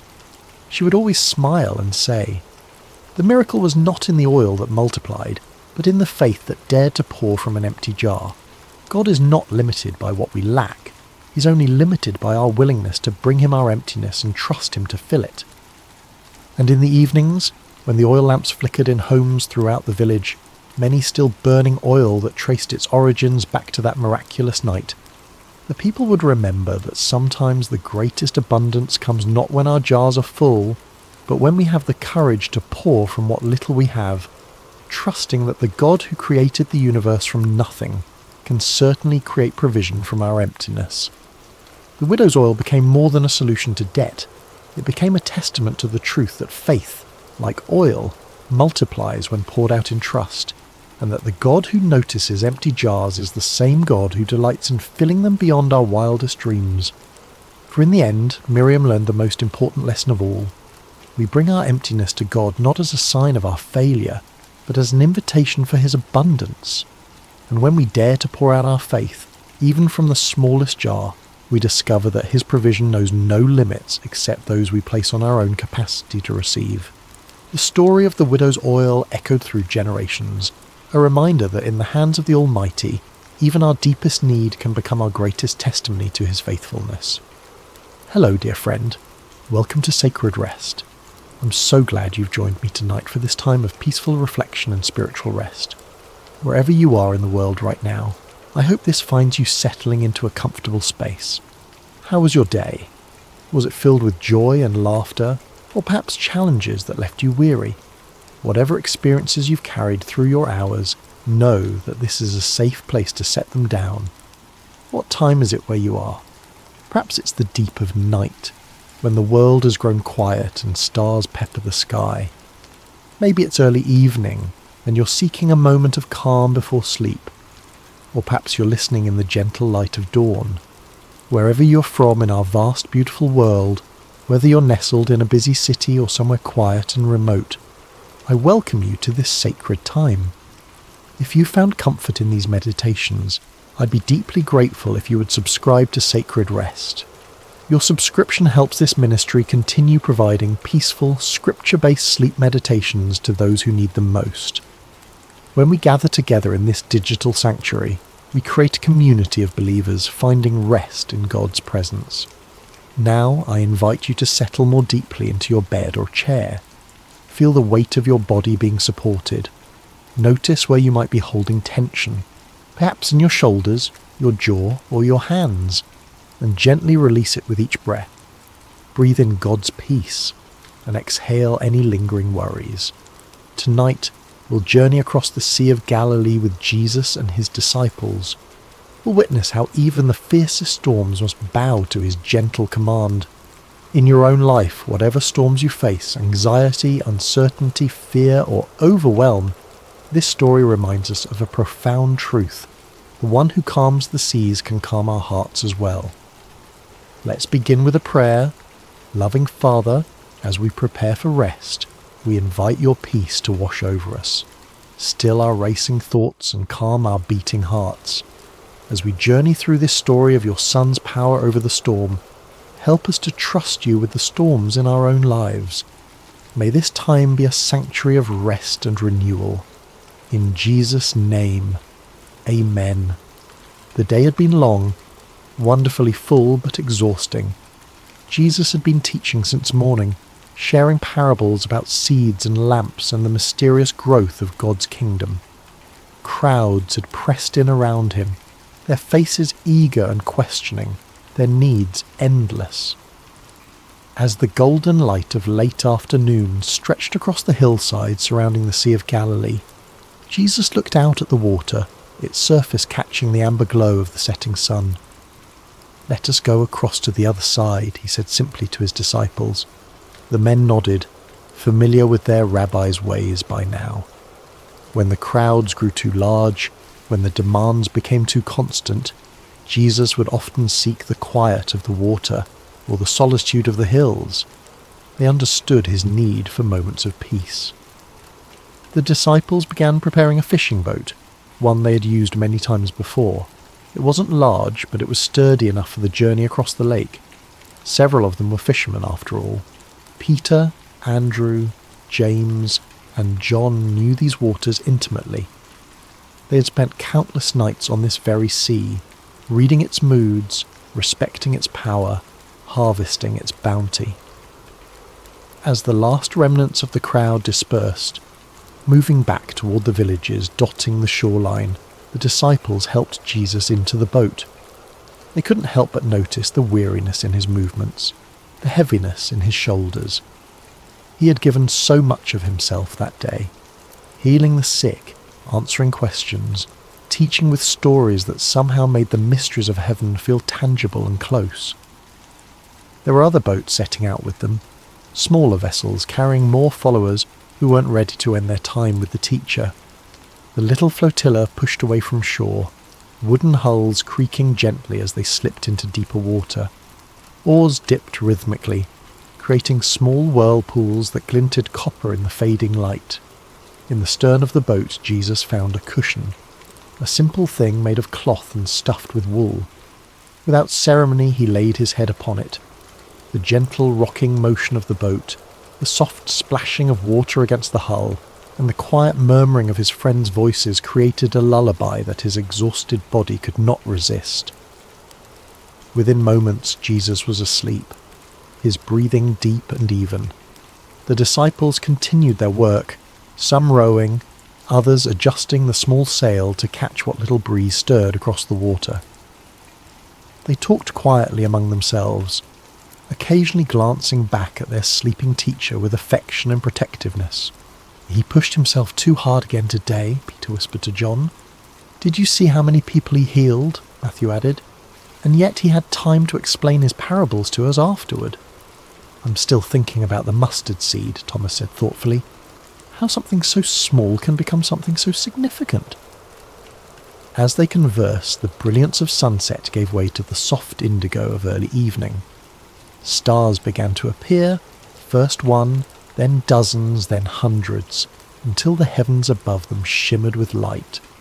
The moon, nearly full, cast a silver pathway across the water. Under different circumstances, it would have been a perfect night for sailing.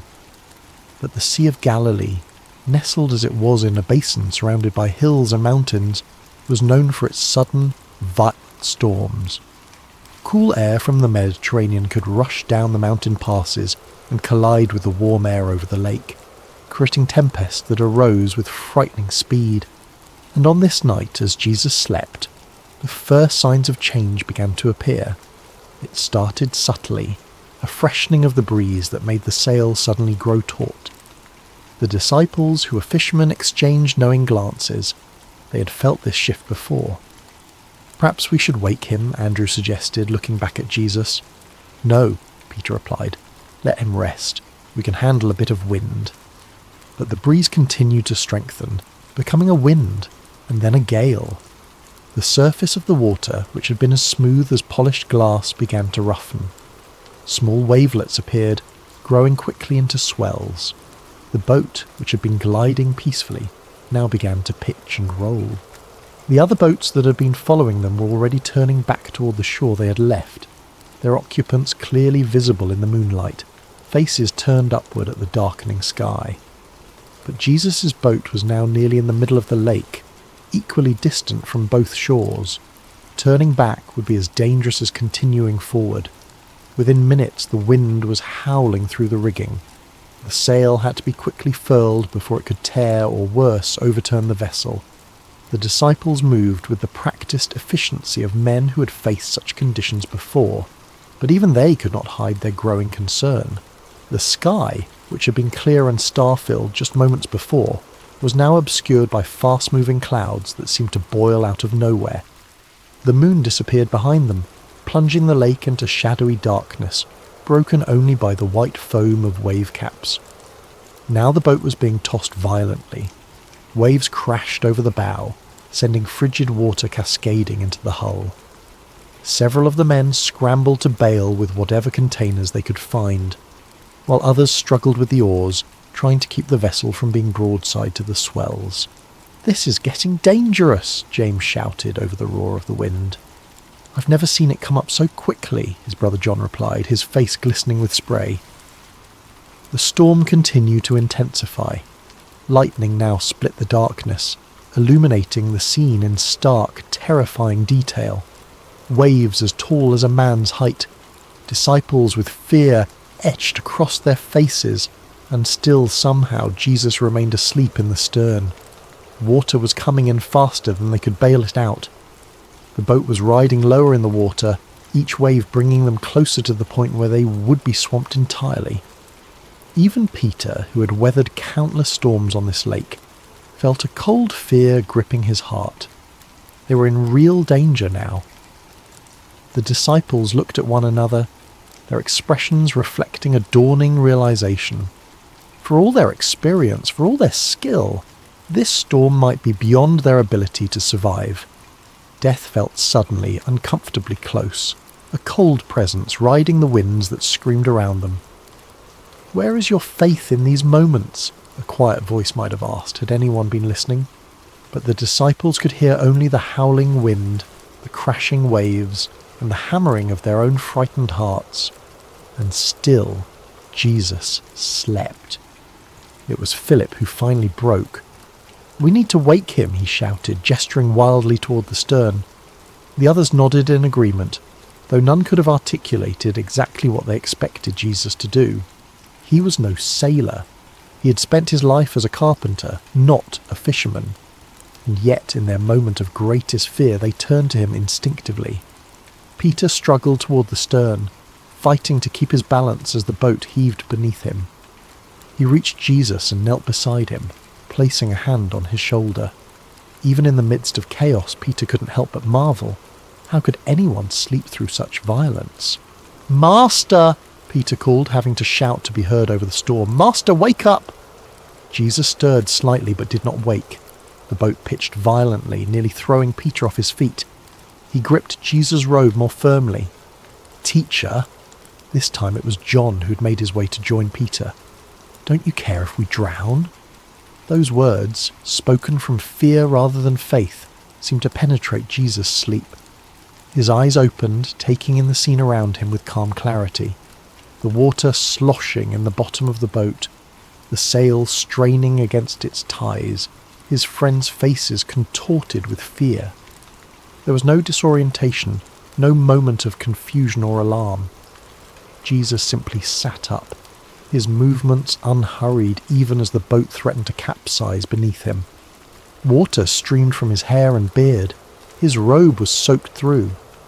Yet he showed no sign of the terror that had overcome his disciples.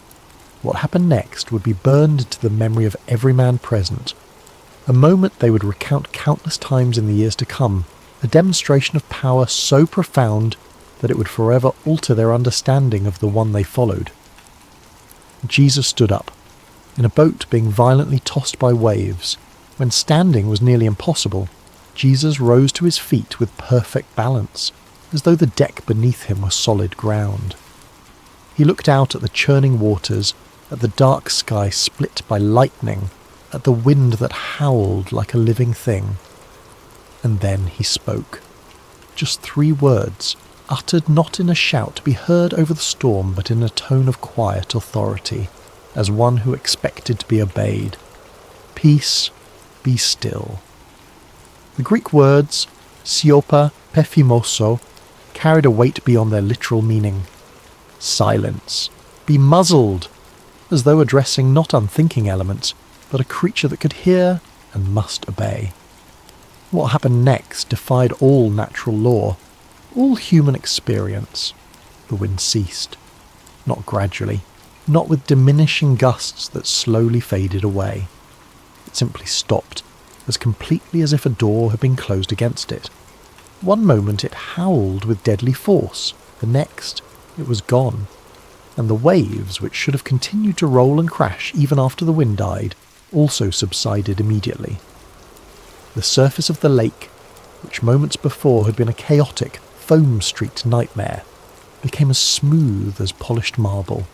So complete was the transformation that the stars, once again visible in the cleared sky, reflected perfectly in the water's surface, as though the disciples floated in the midst of infinite space. The silence that followed was profound, almost shocking in its completeness. The only sounds were the gentle lapping of small wavelets against the hull and the ragged breathing of the disciples. For a long moment no one spoke. They stared at Jesus, then at the suddenly calm water, then back at Jesus. Their minds struggled to process what they had just witnessed. This was beyond their categories, beyond their understanding of what was possible. It was Jesus who finally broke the silence, his voice gentle yet penetrating in the stillness. He looked at each of his disciples in turn, his gaze both loving and challenging. "Why are you so afraid?" he asked. "Do you still have no faith?" The questions hung in the air, not accusatory but probing, inviting self-examination. Faith. Such a small word for such a profound concept. They had believed in him enough to follow him, to leave their livelihoods behind. They had seen him heal the sick, cast out demons, challenge the religious authorities. They had committed their lives to his cause. But this kind of faith, faith that remained steady when death seemed certain, faith that trusted even when all evidence suggested they were doomed, this was another level entirely. This was faith that could sleep through a storm. The disciples did not answer Jesus' questions. Instead, they posed their own, speaking in hushed, awestruck tones among themselves. "Who is this?" they whispered. "Even the wind and the waves obey him." It was the question that would echo through their hearts for days, weeks, years to come. Who is this man we have chosen to follow? If the forces of nature bend to his will, what might that mean? The implications were staggering, too vast to fully comprehend in that moment of stunned amazement. The boat continued to drift peacefully on the now placid surface of the lake. Above them, the night sky had cleared entirely, revealing a canopy of stars so brilliant they seemed close enough to touch. The moon cast its silver light once more, creating a path of a shimmering brightness that stretched toward the eastern shore. Jesus did not press them for answers to his questions. He simply sat back down in the stern, his expression serene. Perhaps he understood that the seed had been planted. a seed of deeper understanding that would take time to germinate and grow. The disciples returned to their positions, taking up oars once more to continue the journey to the other side. But they rowed differently now, their movements careful and reverent, as though the very air around them had become sacred space. Occasionally they would glance at Jesus, then at one another, communicating without words their shared astonishment. As they approached the eastern shore, the first light of dawn began to paint the sky with gentle hues of pink and gold. A new day was beginning, and for the disciples it would be a day coloured by the extraordinary revelation of the night. They had embarked on this journey as followers of a remarkable teacher. They would disembark with the dawning realization that they were in the presence of someone far greater than they had imagined. The boat's hull scraped gently against the shore. One by one, the disciples stepped out, their feet sinking into the wet sand. Jesus was the last to disembark, moving with the same quiet grace that characterized all his actions. As his foot touched the shore, he paused for a moment, gazing back across the now peaceful waters. Perhaps he was thinking of the lesson his friends had just learned, or perhaps of the greater storms, the deeper challenges that still awaited them all. For this night's tempest, however terrifying, was but a small preview of the forces that would one day rage against him and those who loved him. But those were concerns for another day. For now, Jesus simply turned toward the rising sun and began walking inland, knowing his disciples would follow, and they did, their footsteps in the sand forming a pattern behind his, a visual representation of the faith journey they had embarked upon, still uncertain, but now enriched by a deeper glimpse of the one they followed, the one who could speak to storms and be obeyed. As we rest in the stillness of this moment, let's reflect on what we've just witnessed through the eyes of the disciples. Feel the residual awe that must have lingered in their hearts as they processed what had happened on that lake. The one they thought they knew had revealed himself to be far more powerful, far more majestic than they had imagined. Perhaps you find yourself in a storm right now, not one of wind and waves, but a storm nonetheless. It might be anxiety that crashes over you like relentless waves. It might be uncertainty about the future, rising like dark clouds on the horizon. It might be grief or loneliness or fear, emotions that howl through your heart like a gale-force wind. Take a moment to name your storm silently. What is causing turbulence in your life right now? What makes your heart race with worry or your mind churn with doubt? Pause. Now imagine Jesus in your boat. Yes, right there with you in the midst of your personal tempest. This is not wishful thinking or mere metaphor. It is the profound reality of the Christian faith. Emmanuel, God with us, not God observing from a safe distance, not God waiting for us on the shore after we've weathered the storm alone, but God present in the very midst of our chaos. And here is something remarkable to consider. In the story we've just heard, Jesus didn't calm the storm immediately. First, he slept through it. There's a profound lesson here that's easy to miss. Sometimes the greatest demonstration of faith is not receiving an immediate solution to our problem, but finding peace in the midst of it. Peace so profound it can rest, even when everything around it is in chaos. Jesus sleeping in the storm wasn't indifference. It was a demonstration of absolute trust in the Father. It was a live sermon more powerful than any words he could have spoken. You can rest even when the storms rage, because you know who holds you. Take a deep breath and sit with that thought for a moment. Pause. Now consider the words Jesus spoke to the disciples. Why are you so afraid? Do you still have no faith? These weren't words of condemnation, but an invitation to growth. Jesus was gently showing them the gap between what they professed to believe about him and how they behaved when circumstances became frightening. He was calling them to a faith that remains steady even when situations suggest there's reason to panic. What might Jesus be inviting you to trust him with right now? Where in your life might he be saying, "Peace, be still"? Pause. There's another beautiful detail in this story that's worth lingering over. Jesus said to the disciples, "Let us go over to the other side." Not let us go into the middle of the lake and drown. He had already declared the destination before the journey began. Despite the storm that arose, his intention remained unchanged. They were going to reach the other side. In your own life, what other side has Jesus promised you? What word has he spoken over your situation that the current storm seems to contradict? Hold fast to his promise. The storm, no matter how violent, cannot prevent the fulfillment of his declared purpose.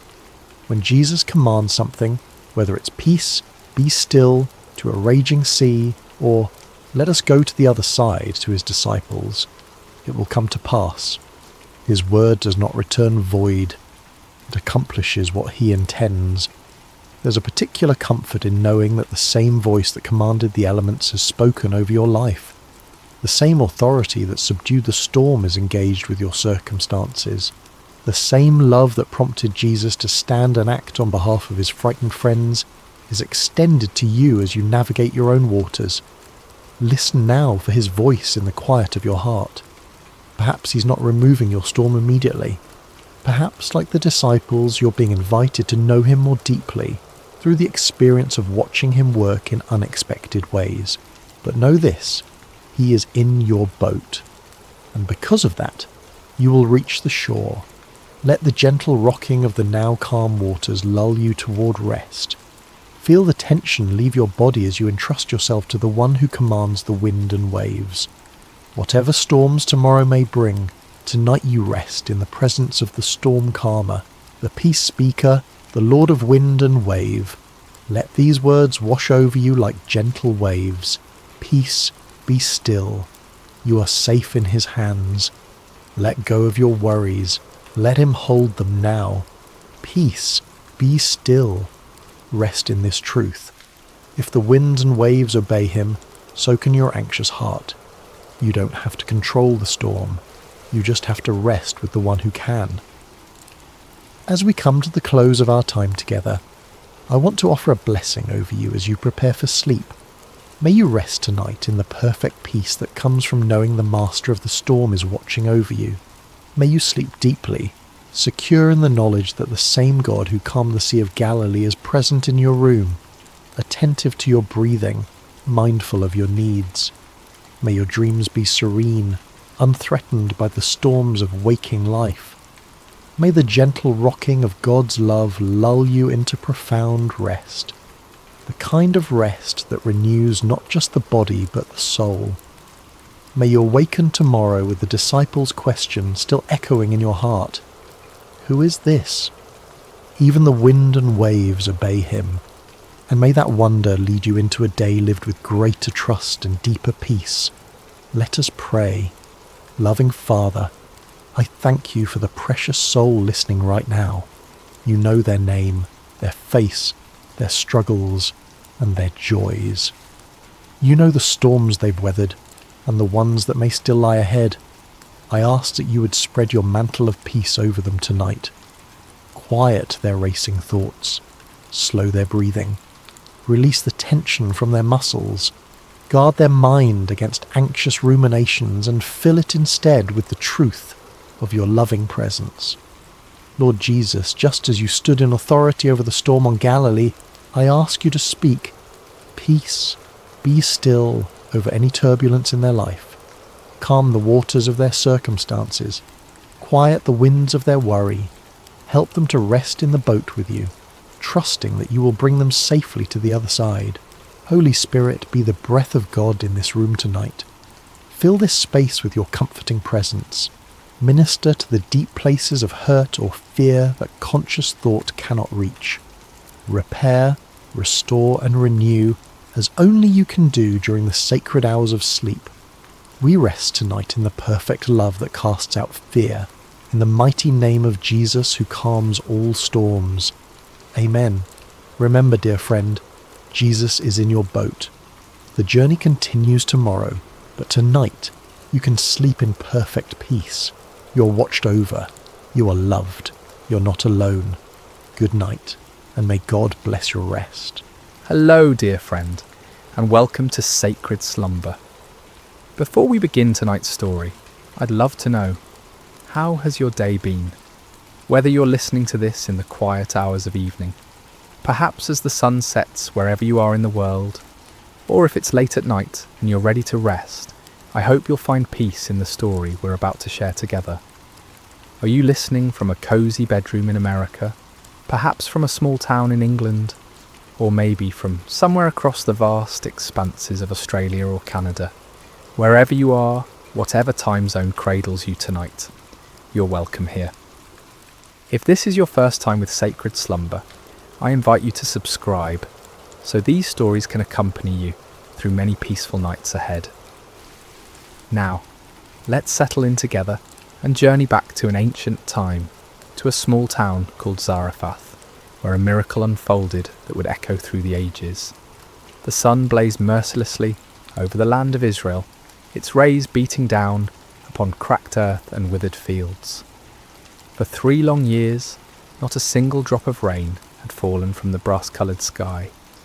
The rivers had dwindled to dusty beds, lined with sun-bleached stones, and the wells that once bubbled with fresh water now echoed hollow when a stone was dropped into their depths. This terrible drought was no accident of nature. It was the judgment of the Almighty God upon a nation that had turned away from him. King Ahab, weak and easily swayed, had married the pagan princess Jezebel, and together they had led Israel into the worship of false gods, Baal, the supposed god of rain and fertility, and Asherah, the goddess of the sea. Golden calves and wooden idols dotted the landscape, where altars to the true God once stood. Into this spiritual darkness had stepped a man unlike any other, Elijah the Tishbite, a prophet wrapped in rough camel's hair, his eyes blazing with the fire of divine purpose. He had confronted King Ahab with words that still rang in the air. As the Lord God of Israel lives, before whom I stand, there shall not be dew nor rain these years, except at my word. For months after delivering this pronouncement, Elijah had hidden by the brook Cherith, east of the Jordan River. There in that secret place, ravens, those dark messengers of the wilderness, brought him bread and meat each morning and evening, while he drank from the brook's clear waters. It was a time of solitude and communion with God, but even this sanctuary could not last forever. Day by day, Elijah watched the brook grow shallower. The musical babbling that had once lulled him to sleep grew quieter until it was barely a whisper. Soon only scattered puddles remained, then mere dampness in the sand, and finally nothing but a dry bed where life-giving water had once flowed. It was then, when human resources failed and earthly security vanished, that the word of the Lord came to Elijah again. Arise, go to Zarephath, which belongs to Sidon, and dwell there. See, I have commanded a widow there to provide for you. Zarephath. The name meant a place of refining, and how fitting it would prove to be. This small Phoenician town, nestled along the Mediterranean coast north of Israel, was under Gentile rule, beyond the borders of the chosen people, in a land where Baal and Asherah were worshipped openly.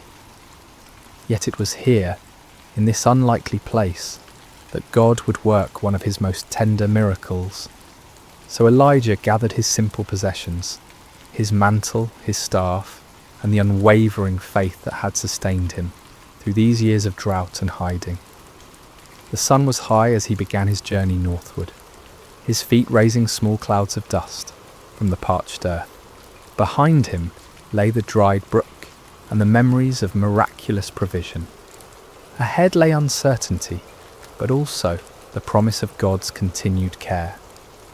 As he walked, Elijah might have pondered the strangeness of God's ways.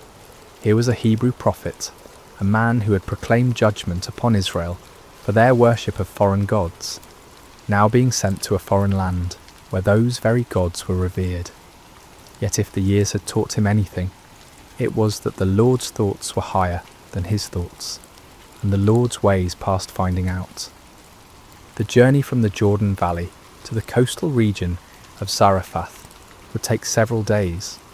Elijah travelled through landscapes scarred by drought, abandoned villages where the wells had run dry, fields where the stubble of failed crops crunched beneath his sandals, and hillsides where olive trees stretched their gnarled branches skyward in silent supplication for rain that would not come.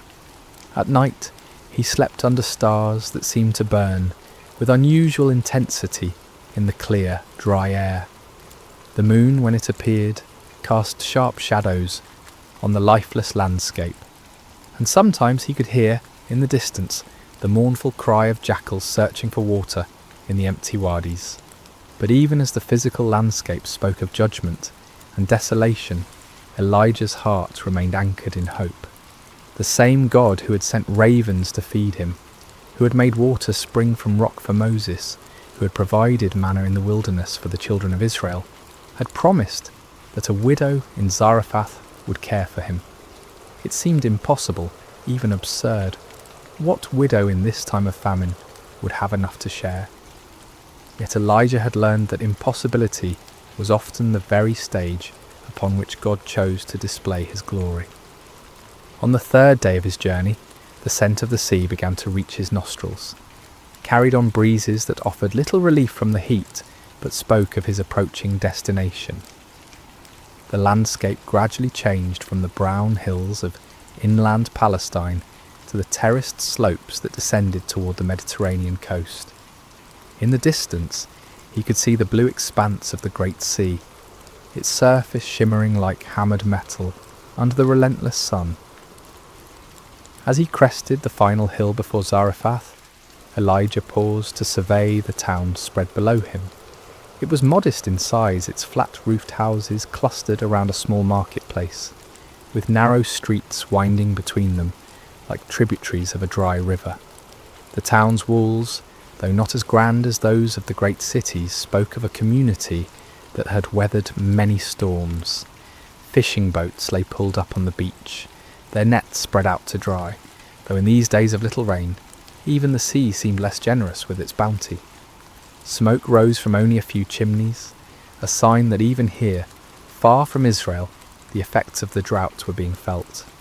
Fuel was precious, when every piece of wood might be needed for cooking what little food remained, and families were learning to make do with cold meals and carefully rationed provisions. As Elijah descended the hill toward the town gate, his stomach reminded him that it had been hours since his last meal. The ravens no longer came with their mysterious daily provision, and the bread in his travelling pouch was long since consumed. For the first time in months, the prophet experienced the gnawing uncertainty that had become the constant companion of countless families throughout the region. But even as hunger and weariness pressed upon him, Elijah's step remained steady. Somewhere in this foreign town was a widow whom God had prepared to be his instrument of provision. The prophet did not know her name, her face, or her circumstances. He knew only that the Lord had spoken, and that was enough. The sun was now approaching its zenith as Elijah neared the gates of Zarephath, his shadow a small dark pool at his feet. Soon, very soon, he would meet the woman through whom God intended to demonstrate that his care extends beyond all human boundaries, his provision beyond all human understanding, and his power beyond even the finality of death itself. The stage was set for a miracle that would begin with a simple request for water and a piece of bread, but would culminate in wonders that neither the prophet nor the widow could have imagined. In this place of refining, in this encounter between a Hebrew man of God and a Gentile woman of faith, the character of the Almighty would be revealed in ways both tender and magnificent.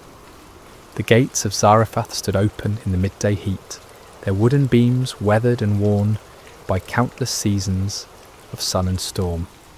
As Elijah approached, he could see that the usual bustle of a town entrance was notably absent. No merchants haggled over goods, no children played in the dust, no elders sat in the shade discussing the affairs of the day. The drought and its accompanying famine had drained the life from this place, leaving behind only the essential movements of survival. Elijah's throat was parched from his long journey, and his lips were cracked from the dry air. Each step sent small puffs of dust up from the hard-packed earth, and the prophet found himself scanning the area, hopefully for any sign of a well or fountain. His eyes, accustomed to the blazing light of the Palestinian sun, squinted as he tried to make out the details of his surroundings. It was then that he noticed her, just outside the town gates near a grove of scraggly olive trees that had somehow managed to survive the prolonged drought. A woman was bent over, methodically gathering fallen sticks and dead branches. Her movements were slow and deliberate, speaking not of laziness but of the careful conservation of energy that comes from prolonged hunger. Her clothing, once perhaps a deep blue or brown, had faded to the nondescript colour of dust and wear, patched in several places with fabric that didn't quite match. As Elijah drew closer, he could see that she was neither young nor old, but somewhere in that middle season of life, where a woman's beauty becomes less about the freshness of youth and more about the character etched in her features by joy and sorrow, hope and disappointment. Her dark hair, streaked with premature grey that spoke of hardship born before its time, was partially covered by a worn headscarf that had slipped back as she worked. There was something in her posture, a weariness that seemed to go beyond physical exhaustion, that made Elijah's heart stir with compassion. This was a woman who had carried burdens, who had made hard choices, who had watched her resources dwindle day by day until she was reduced to gathering sticks in the heat of the day. The prophet paused for a moment, studying her face as she worked. In her features, he could read the story of the drought's impact on ordinary people. Her cheeks were hollow, her eyes shadowed with the particular kind of worry that comes from watching a child grow thin. Yet there was also a quiet dignity about her, a refusal to surrender to despair, even in the face of seemingly impossible circumstances. "Excuse me," Elijah called softly, his voice rough from thirst and travel. The woman looked up, startled. Her eyes widened slightly as she took in the appearance of this stranger. His rough clothing, his weathered features, the staff in his hand that marked him as a traveller from far away. In her gaze, Elijah could see the wariness that had become second nature to people in these hard times. Strangers might bring news, trade or help, but they might also bring additional mouths to feed when food was already desperately scarce. "Please," Elijah continued, his manner gentle and respectful, "could you bring me a little water in a cup, that I may drink?" The request hung in the air between them. Water, in this time of drought, was precious beyond measure. Every drop had to be carried from wells that were increasingly distant and depleted. Yet something in the prophet's manner, perhaps the genuine need in his voice, or the courtesy with which he had made his request, caused the woman to hesitate rather than refuse outright. She studied his face for a long moment, as if trying to read his character in his features. What she saw there must have reassured her, for she slowly straightened, her bundle of sticks still clutched in her arms. "I will bring you water," she said simply, her voice carrying the accent of this coastal region, but also a warmth that suggested a heart not yet hardened by suffering. As she turned toward the town, Elijah felt a stirring of gratitude. Here, in this foreign place, this Gentile woman was willing to share her precious water with a Hebrew stranger. It was a small act of kindness, but in a world grown harsh with want, small kindnesses took on the weight of great acts of mercy. But the Lord had sent him here for more than water, and Elijah knew that his true test and hers was yet to come. "Wait," he called gently, as she began to walk away, "and please bring me a morsel of bread in your hand." The woman stopped as if struck. She turned back to him, and now her face bore an expression of such profound sadness that Elijah felt his heart constrict. The weariness he had noticed before was nothing compared to the look of desperate finality that now clouded her features. "As the Lord your God lives," she replied, and there was no anger in her voice, only a crushing weariness and the terrible honesty of someone who has nothing left to lose. "I do not have bread, only a handful of flour in a bin and a little oil in a jar. See, I am gathering a couple of sticks that I may go in and prepare it for myself and my son, that we may eat it and die." The words fell between them like stones dropping into a deep well. This was not the casual refusal of someone unwilling to share, nor the calculated response of someone hoarding resources. This was the stark reality of a mother who had come to the end of all earthly hope, who had measured her remaining provisions with the careful precision of someone planning a final meal. Elijah felt the weight of her despair, but he also felt the stirring of something else, the peculiar lifting of spirit that came when he sensed the Lord was about to move in power. How often had he seen this pattern? The moment when human resources failed completely was precisely the moment when divine intervention began. "Do not fear," he said, and his voice carried a new authority, a confidence that seemed to come from somewhere beyond his own understanding. The words were not merely a comfort, but a command, spoken with the certainty of someone who had learned to recognize the voice of the Almighty. The woman's eyes widened at the change in his tone. Something had shifted in this stranger's demeanour, as if he had suddenly remembered who he was and whom he served. "Go and do as you have said," Elijah continued, "but make me a small cake from it first and bring it to me, and afterward make some for yourself and your son." The request seemed almost cruel in its audacity. Here was a woman who had just confessed that she and her child were preparing to eat their last meal before death, and this stranger was asking her to give him the first portion. By any human standard of fairness or compassion, the request was outrageous, but Elijah was not speaking from human wisdom now. He was speaking as one who had learned to see beyond the visible, to understand that sometimes the pathway to blessing required actions that seemed to defy common sense. "For thus says the Lord God of Israel," he proclaimed, and now his voice carried the full weight of prophetic authority. "The bin of flour shall not be used up, nor shall the jar of oil run dry, until the day the Lord sends rain on the earth." The promise hung in the air between them, like a bridge spanning an impossible chasm. On one side stood the widow's desperate reality, empty bins, empty jars, and the approaching spectre of death. On the other side stood the word of a God she barely knew, spoken through a stranger whose only credentials were the conviction in his voice and the authority with which he spoke. The woman stared at him, her mind undoubtedly racing. Everything in her experience told her that flour and oil, once consumed, were gone forever. Everything she had learned about the world spoke against the possibility of vessels that never emptied, of resources that renewed themselves.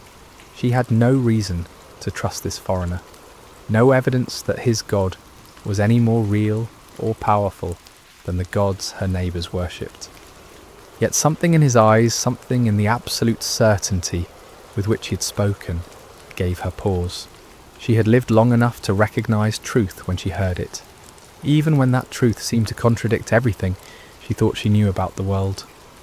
The choice before her was stark and simple, yet it carried implications that reached far beyond the immediate moment.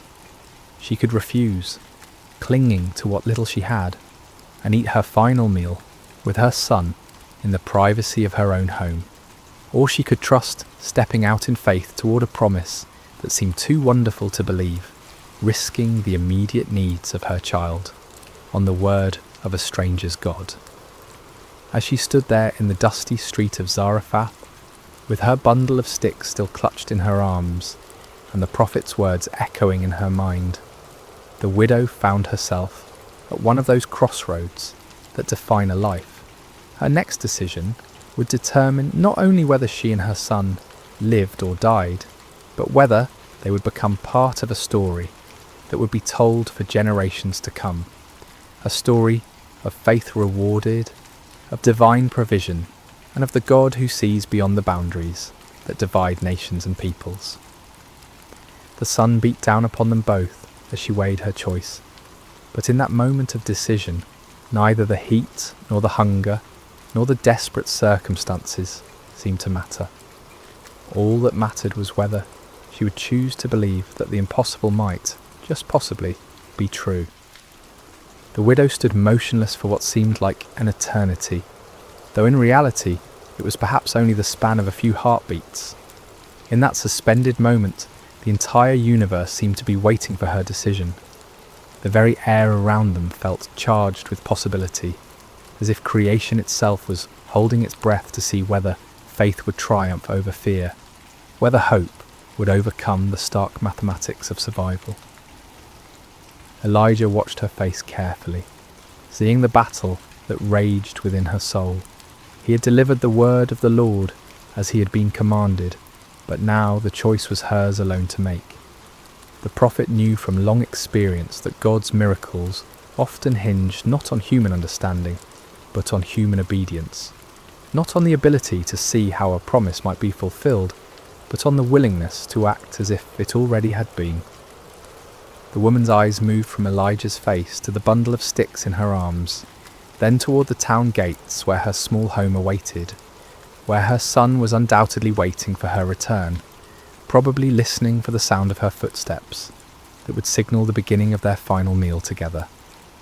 She thought of his thin face, his two bright eyes that spoke of a child who had learned too young what it meant to be hungry, and her heart clenched with the fierce protectiveness of motherhood. Yet something else stirred within her as well, a memory perhaps of stories she had heard as a child about the God of the Hebrews, the one who was said to part seas and rain bread from heaven.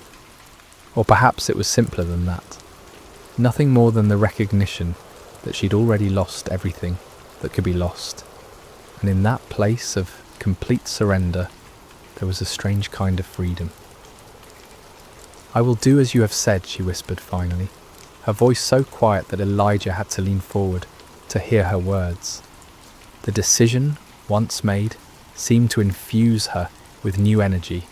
She straightened her shoulders, adjusted her grip on the bundle of sticks, and began walking toward the town gates with a purpose that had been absent from her movements before.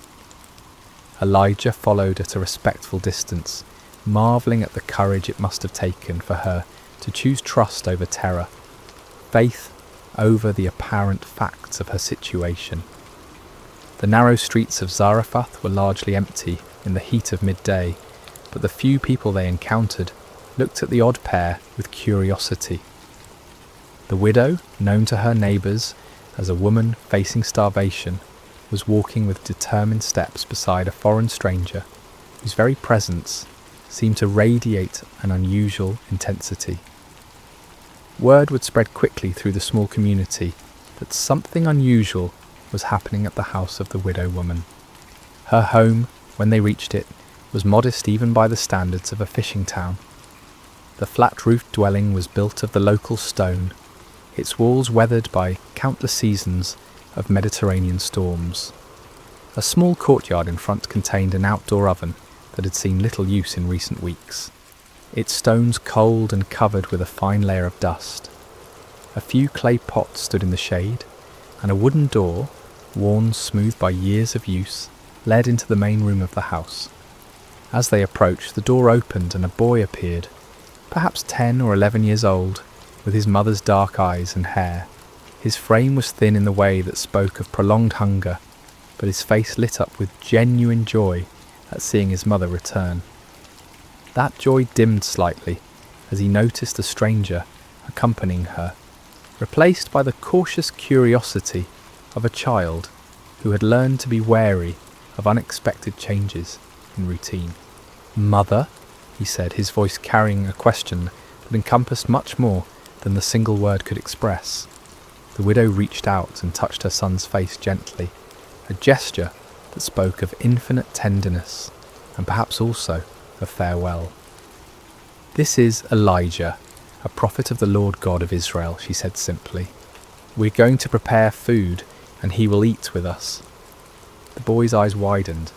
In their current circumstances, sharing food with anyone, even a guest, represented an act of generosity that bordered on the impossible. Yet he had learned to trust his mother's judgment, and if she said this man would eat with them, then somehow it would be so. Inside, the house was cool and dim, a welcome relief from the blazing heat outside. The main room served as both living area and kitchen, with sleeping quarters in a small adjoining chamber. Clay storage jars lined one wall, most of them standing empty like silent witnesses to the family's dwindling resources. Only 2 containers held anything of value. A small bin that contained the handful of flour the widow had mentioned, and an equally small jar that held the last precious drops of oil. The widow set down her bundle of sticks and began the familiar ritual of preparing a fire. She arranged the wood carefully in the outdoor oven, knowing that every stick must count, every flame must serve its purpose. As she worked, Elijah and the boy watched in respectful silence, each lost in his own thoughts about what was about to unfold. When the fire was burning steadily, the widow went to retrieve her flour and oil. She opened the bin and looked inside, seeing the meagre handful of grain that represented all that stood between her family and starvation. For a moment her resolve wavered. The practical voice of experience whispered that she was being foolish, that she was about to sacrifice her child's last meal on the word of a stranger.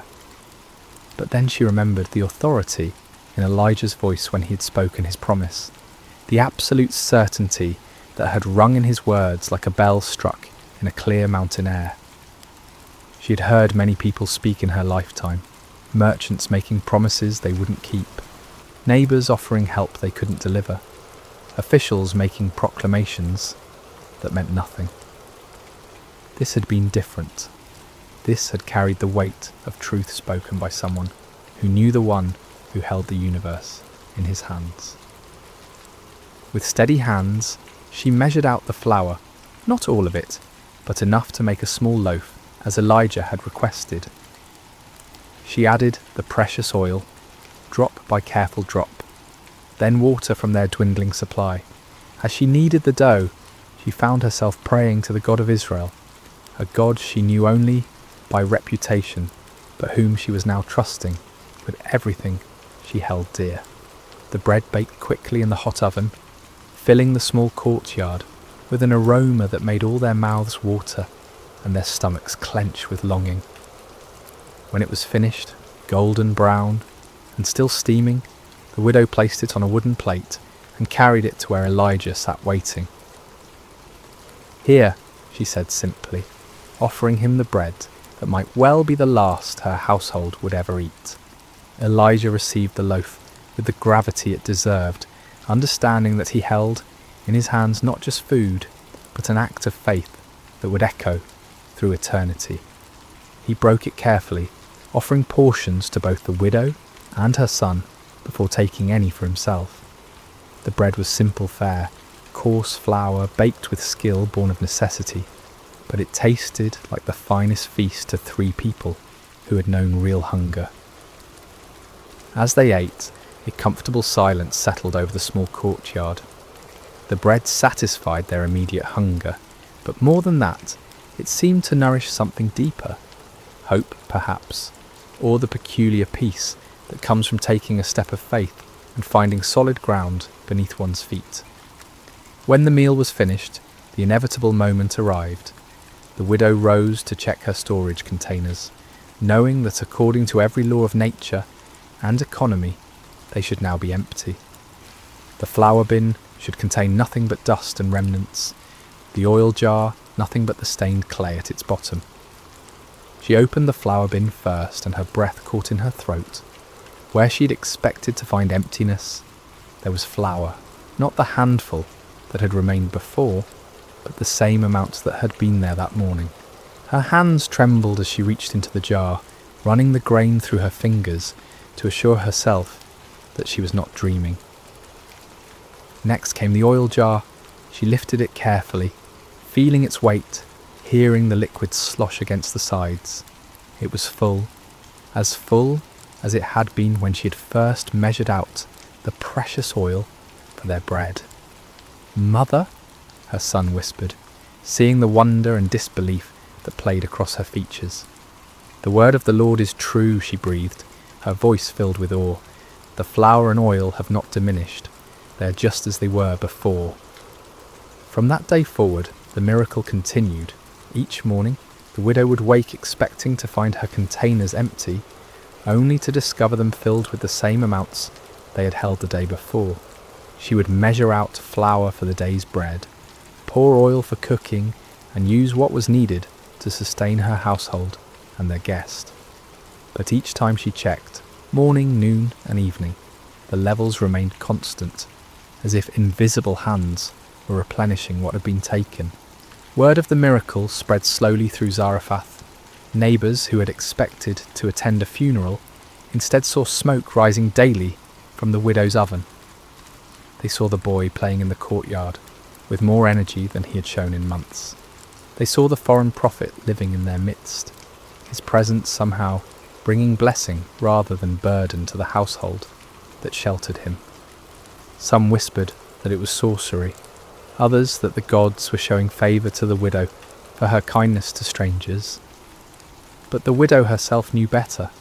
She had witnessed firsthand the power of the God of Israel, the one who could multiply resources that seemed exhausted, who could bring abundance from scarcity, who could sustain life when death seemed certain. As weeks turned into months, the relationship between the widow, her son, and Elijah deepened into something like family. The prophet helped with daily tasks, told stories of his journeys and the wonders he had witnessed, and taught them both about the nature and character of the God he served. The boy, who had never known a father's presence, began to look up to Elijah with the mixture of respect and affection that a son shows to a beloved elder. For his part, Elijah found in this simple household something he had rarely experienced in his years of prophetic ministry, the warmth of ordinary human fellowship. Here, far from the palaces and temples where he usually delivered his messages, he discovered the profound joy of seeing God's love expressed through daily provision, through the laughter of a child who was no longer hungry, through the grateful smile of a woman who had learned to trust in the impossible. The jar and jug that never emptied became more than just a miracle of physical provision. They became symbols of a deeper truth, that the God of Israel was not limited by human boundaries, that his love extended beyond the chosen people to encompass all who would trust in him, that his power was sufficient to meet every need of those who placed their faith in his promises. In the small house in Zarephath, as the drought continued to devastate the surrounding lands, a different kind of abundance flourished. It was an abundance measured not just in flour and oil, but in faith rewarded, hope restored, and the quiet joy of lives sustained by the inexhaustible love of the Almighty. The seasons had begun to change, in the way they do even during the harshest droughts, with subtle shifts in the angle of sunlight, and the patterns of wind that speak to those who know how to listen. Elijah had now been living in the widow's household for many months, and what had begun as a desperate act of faith had settled into a rhythm of daily miracle.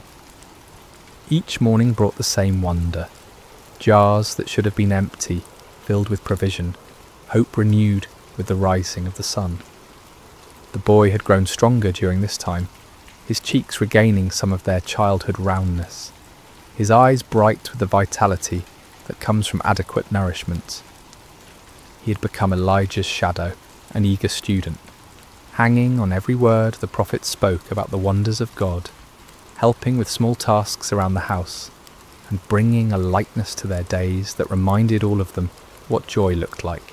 His laughter had become one of the most precious sounds in that small courtyard, pure and musical, the kind of laughter that makes adults remember what it felt like to see the world as a place of infinite possibility.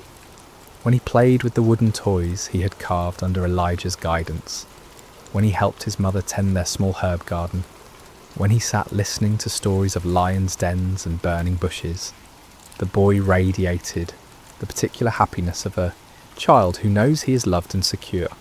The widow, too, had blossomed during these months of miraculous provision. The constant worry that had carved lines around her eyes had softened, replaced by a quiet confidence that spoke of faith tested and proven true. She had learned to trust not just in the daily renewal of flour and oil, but in the character of the God who provided them.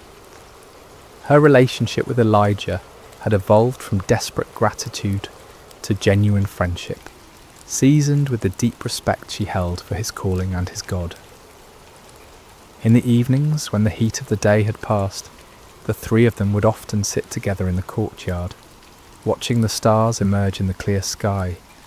Elijah would tell them stories of his people's history, of Abraham's faith, of Moses' courage, of David's psalms, and gradually the widow and her son came to understand that they were not merely recipients of divine charity, but participants in a story much larger than themselves. It was during one of these peaceful evening conversations that the boy first began to cough. At first it seemed like nothing, perhaps a bit of dust in the throat, or the dry air that had been their constant companion throughout the drought. The widow offered him water, and he drank gratefully, the coughing subsiding as quickly as it had begun. They thought nothing more of it, and continued their conversation about the time when Elijah had called down fire from heaven to consume a sacrifice on Mount Carmel. But the next morning the boy woke with a flush in his cheeks that spoke of fever rather than health. His mother noticed immediately, the way mothers always do, and pressed her palm to his forehead with the practised concern of one who had nursed many childhood illnesses. He was warm, not dangerously so, but enough to cause worry. "It's nothing serious," she assured Elijah when she saw the concern in the prophet's eyes. "Children often take fevers during the changing of seasons. I have herbs that will help, and with rest he'll be well in a few days." Elijah nodded, but something in his spirit was troubled. He had learned over his years of walking with God to pay attention to such stirrings, even when they seemed to contradict the evidence of his natural senses. Still, he kept his concerns to himself, and joined the widow in tending to the boy with all the skill and care they could muster. For 2 days the illness seemed manageable. The boy remained in bed, accepting the herbal teas his mother prepared, sleeping more than usual, but still able to sit up and take some nourishment. His fever rose and fell in the typical pattern of childhood ailments, and there were moments when he seemed almost his normal self, asking Elijah to tell him again about the ravens that had brought bread and meat to the brook Cherith. But on the third morning, something changed. The boy's breathing became laboured, and his fever spiked higher than before. His eyes, when he managed to open them, seemed to look through rather than at the people who bent over him with growing concern. The flush in his cheeks deepened to an alarming red, and his small body trembled with chills that no amount of blankets could warm. The widow worked with desperate efficiency, trying every remedy she knew. She brewed stronger teas from the herbs that had always worked before, applied cool cloths to bring down the fever, and held her son close when the chills made him shake uncontrollably. But despite all her efforts, his condition continued to deteriorate. Elijah found himself in a terrible position. He was a prophet, accustomed to speaking with divine authority about the will of God, yet here he felt helpless in the face of a child suffering. He prayed earnestly, seeking guidance, seeking healing, seeking any word from the Lord about what was happening and why. But the heavens seemed silent, offering no immediate answer to his urgent petitions. By the fourth day, the boy could barely keep his eyes open. His breathing had become so shallow that both his mother and Elijah found themselves leaning close, just to assure themselves that he was still alive. The widow had not slept in 2 nights, maintaining a constant vigil beside her son's bed, and the strain was beginning to show in every line of her face. Perhaps, she said to Elijah, during one of the boy's brief periods of peaceful sleep, perhaps we should send for the physician from the next town. I know we have little to pay him with, but surely the physicians have no more power over this illness than we do, Elijah replied gently. This is not a sickness that earthly medicine can cure. The words hung between them, carrying implications that neither wanted to fully acknowledge. If earthly medicine could not help, if the herbs and treatments that had always worked before were proving useless, then they were facing something beyond the normal course of illness and recovery. They were facing the possibility that God might be calling this beloved child home. On the 5th morning, as the sun rose with its customary indifference to human suffering, the inevitable happened. The widow, who had dozed fitfully in her chair beside the bed, was awakened by a silence that was somehow more alarming than any sound could have been. She looked at her son and knew immediately that something fundamental had changed. His face, which had been flushed with fever, was now pale and still. His chest no longer rose and fell with the rhythm of breathing. The boy was gone. The widow's scream of anguish pierced the morning air, a sound so raw and primal that it seemed to tear through the very fabric of hope itself. She gathered her son's lifeless body into her arms, rocking back and forth as tears streamed down her face. "What have you done to me, O man of God?" she cried, turning to Elijah with eyes blazing with grief and accusation. "Have you come to bring my sin to remembrance and to kill my son?"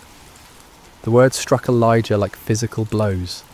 Here was a woman who had trusted him, who had shared her last meal based on his promise, who had opened her home to him for months. And now, in the presence of God's prophet, her only child lay dead. Without a word, Elijah gently took the boy from his mother's arms. "Give me your son," he said quietly, and despite her grief, something in his tone made her release her hold on the child. Elijah carried the boy to the upper room where he had been staying, laying him carefully on the bed. Then he fell upon his face before God, crying out with all the passion of his prophetic calling. "O Lord my God, have you also brought tragedy on the widow with whom I lodge, by killing her son?" 3 times Elijah stretched himself upon the child, calling out each time, "O Lord my God, I pray, let this child's soul come back to him." The silence that followed seemed to stretch into eternity. Then, like the first breath of dawn, after the longest night, the boy's chest rose. His eyes fluttered open, clear and bright, and he looked up at Elijah with wonder. "Teacher?" he whispered, his voice weak but unmistakably alive. Elijah gathered the boy in his arms, his own eyes wet with tears of joy and gratitude. "Come," he said, "let us go to your mother." When the widow saw her son walking down the stairs, alive and whole, she fell to her knees. "Now by this I know that you are a man of God," she declared through her tears, "and that the word of the Lord in your mouth is the truth." The miracle at Zarephath teaches us profound truths that echo through the ages. First, we learn about faith in scarcity, how the widow trusted God's promise, even when her cupboards were bare and death seemed certain. Her willingness to give from her need rather than her abundance shows us that God often asks us to step forward in faith before we can see how he will provide. Second, we see the power of obedience before understanding. The widow didn't need to comprehend how flour and oil could multiply.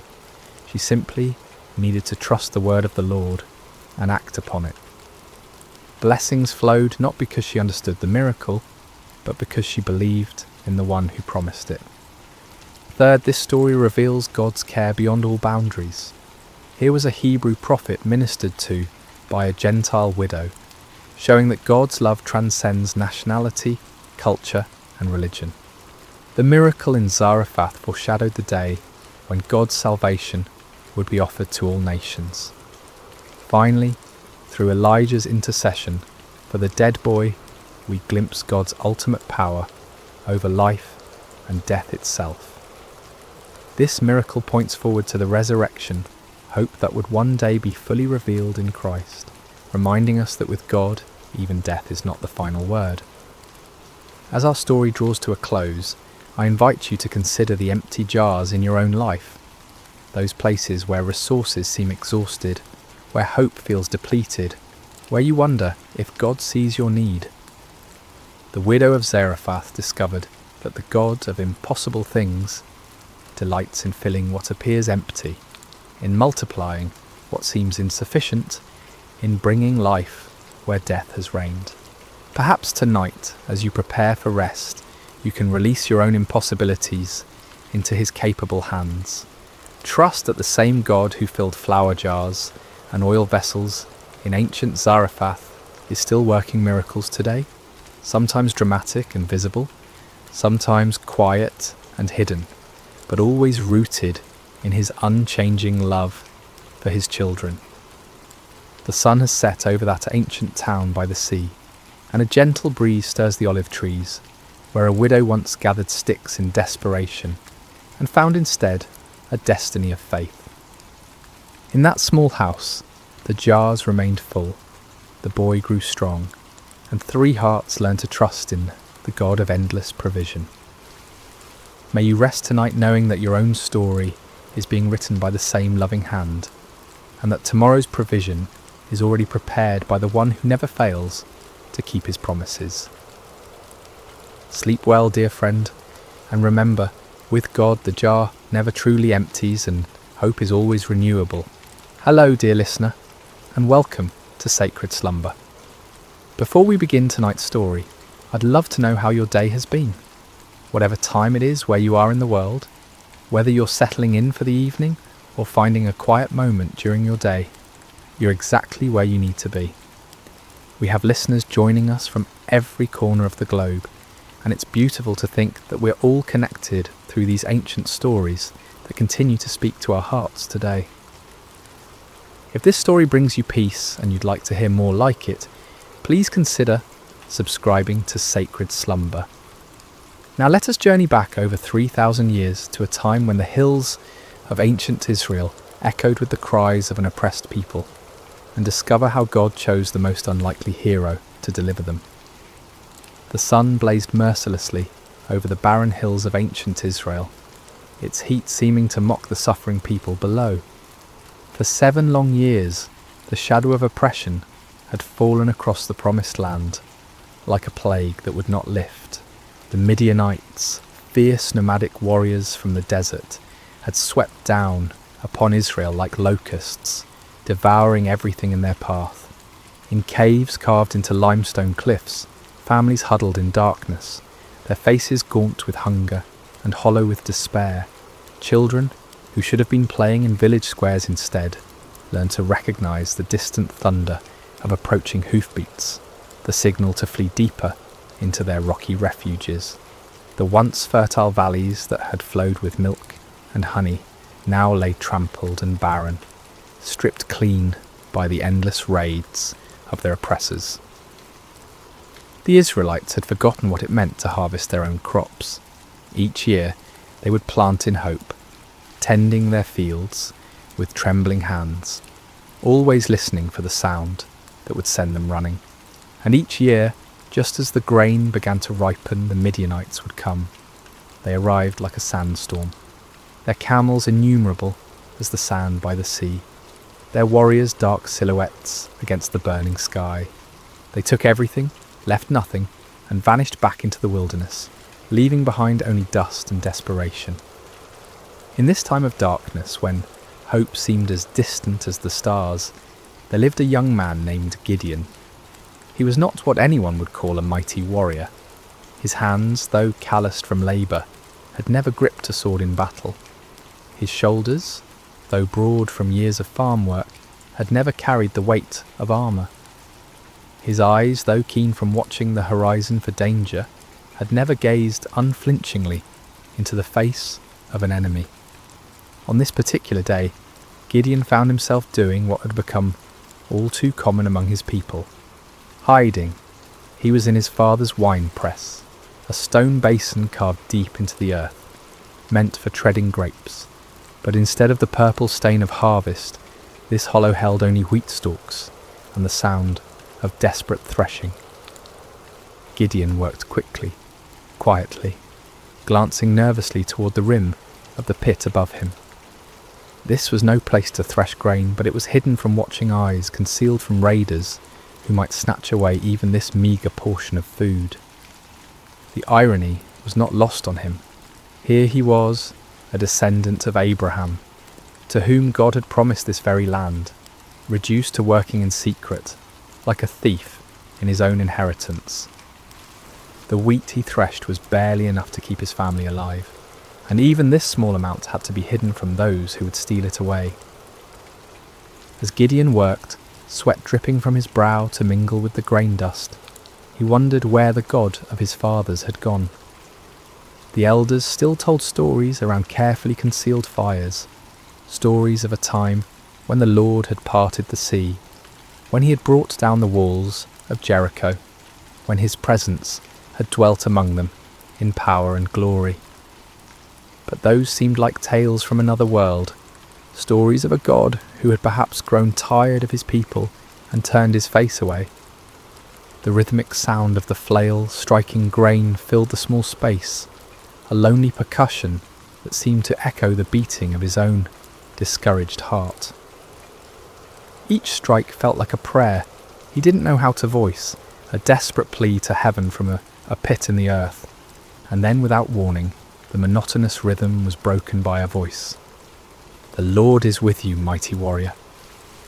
Gideon's flail froze mid-swing. His heart hammered against his ribs as he spun around, expecting to see a Midianite soldier who had discovered his hiding place. Instead he saw a figure sitting beneath the oak tree above the winepress, a man whose presence seemed to make the very air shimmer with an otherworldly light. The stranger's words echoed in Gideon's mind. Mighty warrior? Him? The man who threshed wheat in secret, who started at shadows, who had never held anything more dangerous than farming tools? Surely this visitor was either mocking him or mistaken about who he was addressing. Gideon climbed slowly from the winepress, his legs unsteady, not from exertion, but from the strange presence of this visitor. The man beneath the oak appeared ordinary enough, yet something in his bearing, something in the way the light seemed to gather around him, spoke of anything but ordinary humanity. "Pardon me, my lord," Gideon said, his voice betraying his confusion and fear. "But if the Lord is with us, why has all this happened to us? Where are all his wonders that our ancestors told us about when they said, 'Did not the Lord bring us up out of Egypt? But now the Lord has abandoned us and given us into the hand of Midian.'" The words tumbled out of him like water breaking through a dam. 7 years of bottled frustration, 7 years of unanswered prayers, 7 years of watching his people suffer, while heaven remained silent. If this stranger claimed the Lord was with them, then where was the evidence? Where was the God who had once fought for Israel, with fire and earthquake, with angel armies and miraculous interventions? The figure beneath the oak tree regarded him with eyes that seemed to hold depths of understanding far beyond human measure. When he spoke, his voice carried an authority that made the ground beneath Gideon's feet feel somehow more solid, as if reality itself paid attention to his words. "Go in the strength you have and save Israel out of Midian's hand. Am I not sending you?" Gideon felt his knees nearly buckle. Save Israel? Him? The man who hid in wine presses, who jumped at the sound of the wind through the barley? This had to be some terrible mistake, some cosmic error in judgment. "Pardon me, my lord," he said again, his voice barely above a whisper. But how can I save Israel? My clan is the weakest in Manasseh, and I am the least in my family." It was true. His family held no position of honour among the tribe. They owned no great flocks, commanded no respect in the councils of the elders. Gideon himself was the youngest son, the one who tended to mundane tasks while others made important decisions. He was nobody special, nobody who mattered, nobody whom anyone would follow into battle. But the mysterious visitor seemed unmoved by these protests. "I will be with you," he said simply, "and you will strike down all the Midianites, leaving none alive." The promise hung in the air between them, impossible and overwhelming. Gideon's mind reeled as he tried to comprehend what was being asked of him.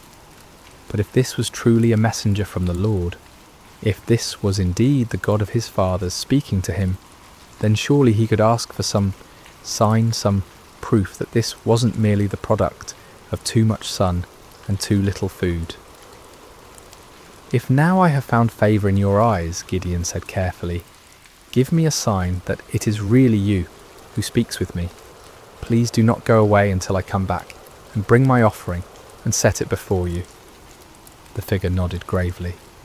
"I will wait until you return." Gideon hurried to his house, his heart pounding with a mixture of terror and desperate hope. He prepared what he could offer: a young goat, unleavened bread made from precious flour, broth to complete the meal.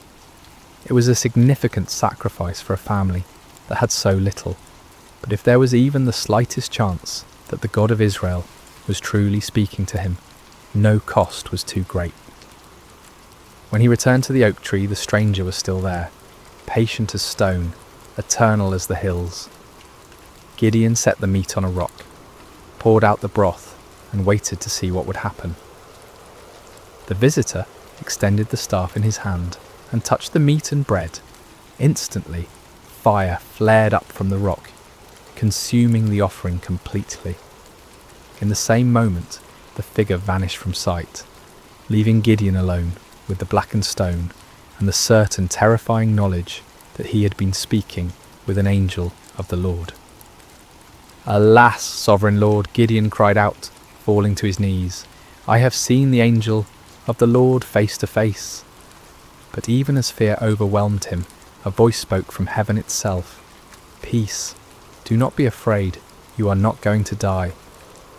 Gideon built an altar there and called it "The Lord is Peace," but peace was far from what he felt in his heart. That very night, the Lord spoke to him again, commanding him to tear down his father's altar to Baal and cut down the Asherah pole beside it. It was to be his first act of obedience, his first step toward the impossible task that lay ahead. Under cover of darkness, accompanied by 10 servants, Gideon did as he was commanded. They worked quietly, dismantling the stone altar and chopping down the wooden symbol of false worship. In their place, Gideon built an altar to the Lord and offered a bull as a sacrifice, using the wood from the Asherah pole as fuel for the fire. When morning came, the men of the town discovered what had been done. Their rage was immediate and fierce. They demanded that Joash, Gideon's father, bring out his son to be killed for destroying the altar of Baal, but Joash surprised everyone, including his son, with his response.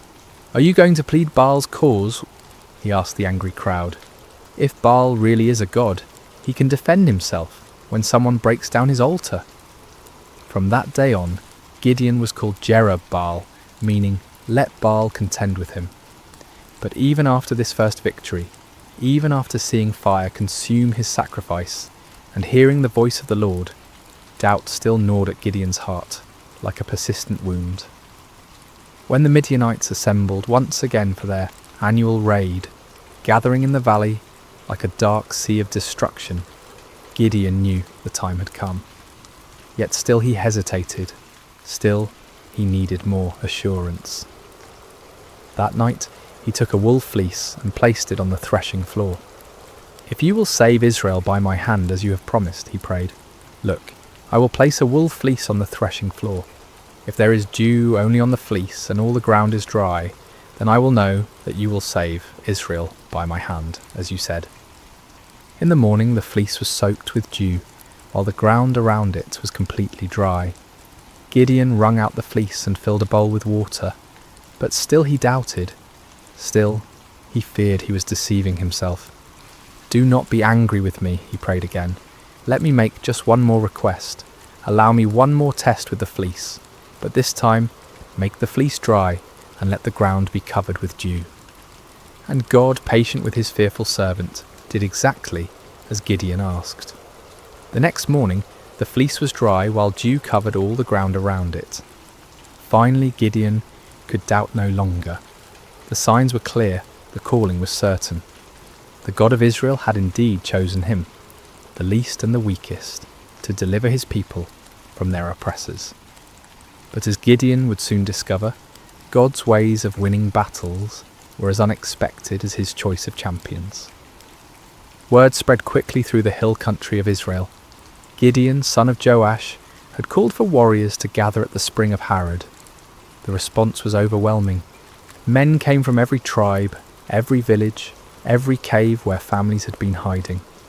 They came carrying whatever weapons they could find. Old swords passed down from fathers, farming implements that could serve as spears, slings and stones gathered from riverbeds. 32,000 men answered the call. It was a significant force, larger than any army Israel had mustered in years. As Gideon looked out over the sea of faces, weathered by years of oppression, but now bright with hope, he felt a stirring of confidence. Perhaps this task wouldn't be as impossible as it had seemed. But even as he counted his forces, Gideon knew they were still vastly outnumbered. In the valley below, the Midianites and their allies spread across the landscape like a plague of locusts. Their camels were indeed as numerous as the sand on the seashore. Their warriors a dark tide that seemed to stretch to the horizon. Conservative estimates put their numbers at over 100,000 fighting men, but some said there were twice that many. Gideon was contemplating these daunting odds when the Lord spoke to him once again, and the words he heard made his blood run cold. "You have too many men," the Lord said. "I cannot deliver Midian into their hands, or Israel would boast against me. My own strength has saved me. Now announce to the army, anyone who trembles with fear may turn back and leave Mount Gilead." Too many men. Gideon stared out at his army, then down at the vast enemy host in the valley. How could 32,000 be too many when facing such overwhelming odds? But the Lord's reasoning became clear.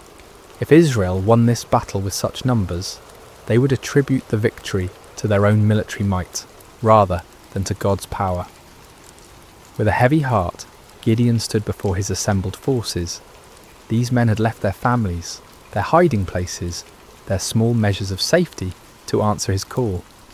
Now he had to tell some of them to go home. "Men of Israel," he called out, his voice carrying across the gathered warriors. "The Lord has spoken to me. Anyone among you who is afraid, anyone who trembles with fear, may return to his home. There is no shame in this. Go in peace." A murmur rippled through the crowd. Some men looked relieved, others confused, still others ashamed. But slowly, surely, men began to step forward, to gather their belongings, to turn away from the camp. What started as a trickle became a stream, then a flood. By evening, 22,000 men had departed for their homes, leaving only 10,000 behind. Gideon watched them go with a mixture of understanding and dread. He couldn't blame them for their fear, not after 7 years of running and hiding, but now his army was less than a third of its original size, facing an enemy that seemed to grow larger with every passing hour. Surely now the Lord would be satisfied with the numbers. Surely now they could plan their attack, develop their strategy, prepare for battle. But as the sun set over the camp, painting the sky the colour of blood, the voice of the Lord came to Gideon once more. "There are still too many men," the Lord said. "Take them down to the water, and I will thin them out for you there." Gideon felt as if the ground was shifting beneath his feet. Still too many? 10,000 men were still too many to face 100,000? What kind of battle was the Lord planning? The next morning Gideon led his remaining men down to the spring of Harod. The water was clear and cold, bubbling up from underground sources that had never failed, even in the driest years. The men were thirsty from the march and eager to drink. Separate those who lapped the water with their tongues, as a dog laps from those who kneel down to drink, the Lord instructed. Gideon watched carefully as his men approached the water. Most of them, weary and relieved to finally rest, knelt down and put their faces directly to the stream, drinking deeply. But a few, perhaps more cautious or alert, cupped water in their hands and lapped it quickly while keeping their eyes up, watching for danger. When the test was complete, Gideon counted with growing amazement and terror. Only 300 men had lapped the water like dogs. 300 out of 10,000. 300 to face the multitudes of Midian. With the 300 men that lapped I will save you and give the Midianites into your hands, the Lord said. Let all the others return home.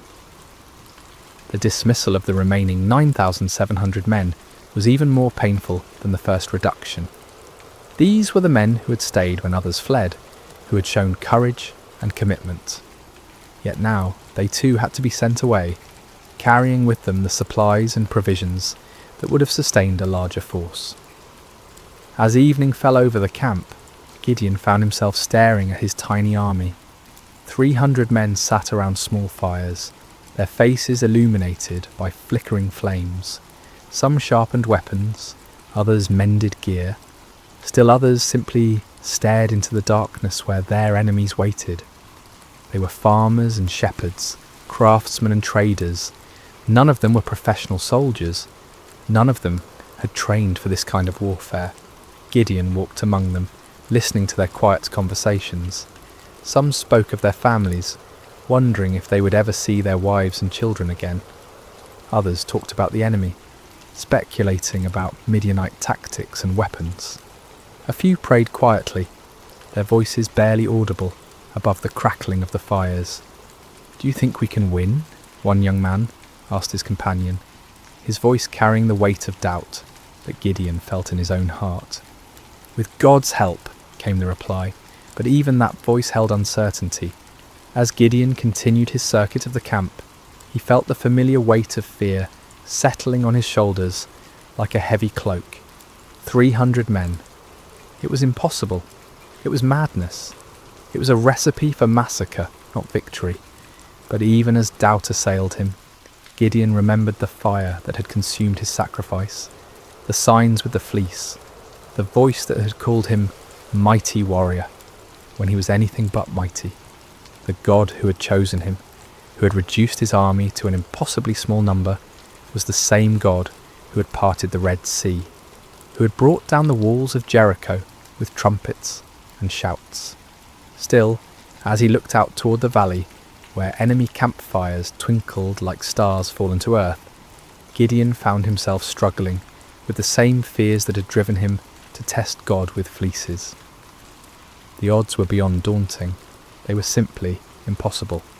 But perhaps, he thought with growing understanding, that was exactly the point. Sleep eluded Gideon that night. He tossed on his simple bedroll, listening to the sounds of his small army around him. Some of the men snored peacefully, displaying a faith or fatalism that he envied. Others, like himself, shifted restlessly, no doubt contemplating the impossibility of what lay ahead. As the night deepened, the Lord spoke to him once more. "Get up, go down against the camp, because I am going to give it into your hands. If you are afraid to attack, go down to the camp with your servant Purah and listen to what they are saying. Afterward, you will be encouraged to attack the camp." The Lord knew him well, Gideon realized. He was indeed afraid, terrified beyond measure. The offer to scout the enemy camp was exactly what his anxious heart needed. Taking his servant Purah, a young man who had served his family faithfully for years, Gideon crept away from the Israeli camp under cover of darkness. The descent into the valley was treacherous in the darkness. They picked their way carefully between rocks and thorny bushes, each step taking them closer to the vast enemy encampment. As they drew near, the sheer scale of the Midianite army became even more overwhelming. Their campfires stretched as far as the eye could see in every direction, creating a galaxy of light in the darkness of the valley floor. The smell hit them first, thousands of camels, horses and men, creating a pungent mixture that hung heavy in the still night air. Then came the sounds, snoring, quiet conversations, the shuffling of animals, the occasional clank of weapons or armour. It was like approaching a vast, slumbering beast that could wake at any moment and devour them. Gideon and Purah crept to the edge of the camp, staying low among the rocks and scrub brush that dotted the valley floor. The nearest tents were only a few dozen yards away, their dark silhouettes outlined against the glow of dying fires. Guards moved slowly through the camp, but their attention was focused inward, watching for disturbances among their own people rather than looking outward for threats. As they settled into their hiding place, Gideon heard voices from a nearby tent. Two men were talking in low tones, their conversation carrying clearly in the still night air. "I had the most disturbing dream," one man was saying. "I dreamed that a round loaf of barley bread came tumbling into the Midianite camp. It struck the tent with such force that the tent overturned and collapsed." His companion was quiet for a moment before responding, and when he did, his voice was heavy with foreboding. "This can be nothing other than the sword of Gideon, son of Joash the Israelite. God has given the Midianites and the whole camp into his hands." Gideon felt as if lightning had struck him. Here in the heart of the enemy camp, these soldiers were talking about him, about his victory, about their own defeat. The dream was clearly a sign from God. A simple barley loaf, representing humble Israel, would overturn the mighty tent of Midian. He grasped Purah's arm, and together they crept back through the darkness, toward their own camp. But now the impossible seemed possible. Now the 300 seemed not like a pitifully small force, but like the perfect instrument of God's power. The enemy was already defeated in their hearts. All that remained was to make that defeat a reality. Back in the camp, Gideon woke his sleeping warriors. "Get up," he whispered urgently.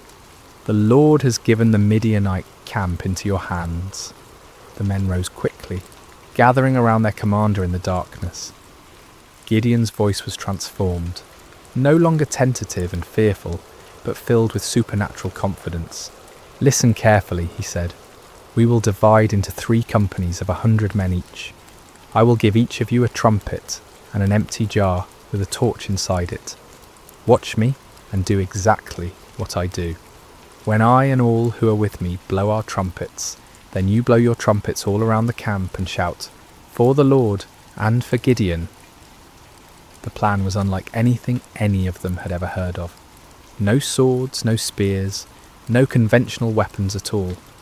Just trumpets, empty pottery jars and torches. It seemed almost like madness, but there was something in Gideon's voice, something in his bearing, that convinced them this was indeed the Lord's strategy. The men moved quickly and quietly to gather the supplies they would need. Clay jars were found and emptied. Torches were prepared and placed carefully inside, so that their light was completely hidden. Each man took a trumpet, though few of them had any experience with such instruments. The plan didn't require musical skill, however, only the ability to make noise. As the first company prepared to move out, Gideon looked at his men one final time. These farmers and shepherds, these ordinary men who had answered an extraordinary call, were about to attempt something that would be remembered for generations to come. They were terrified. He could see it in their faces, but They were also determined. They had come too far to turn back now. "Remember," Gideon said quietly, "we are not fighting this battle alone. The Lord goes before us. Trust in him, follow my lead, and we will see the salvation of Israel this very night." The 3 companies spread out in the darkness, moving carefully around the perimeter of the enormous enemy camp. It took time to get into position, with each group having to navigate difficult terrain while carrying their unusual equipment. But finally, just as the middle watch began, just as the guards were changing and the camp was at its most vulnerable, Gideon's company reached their position on one side of the valley. He looked across the vast sea of tents and fires, knowing that his other 2 companies were in position on the other sides. Somewhere out there in the darkness, 200 other men were waiting for his signal, trusting him to lead them in this impossible venture. Gideon raised his trumpet to his lips, lifted his jar with its hidden torch, and prepared to find out whether the God of Israel would indeed fight for his people. The moment had come. 300 men were about to challenge an army of over 100,000, armed with nothing but faith and the most unusual weapons in the history of warfare. The fate of Israel hung in the balance, suspended in the darkness between doubt and faith, between human impossibility and divine power. The signal came like thunder splitting the night sky. Gideon's trumpet blast echoed off the hills surrounding the valley, a piercing note that seemed to come from heaven itself.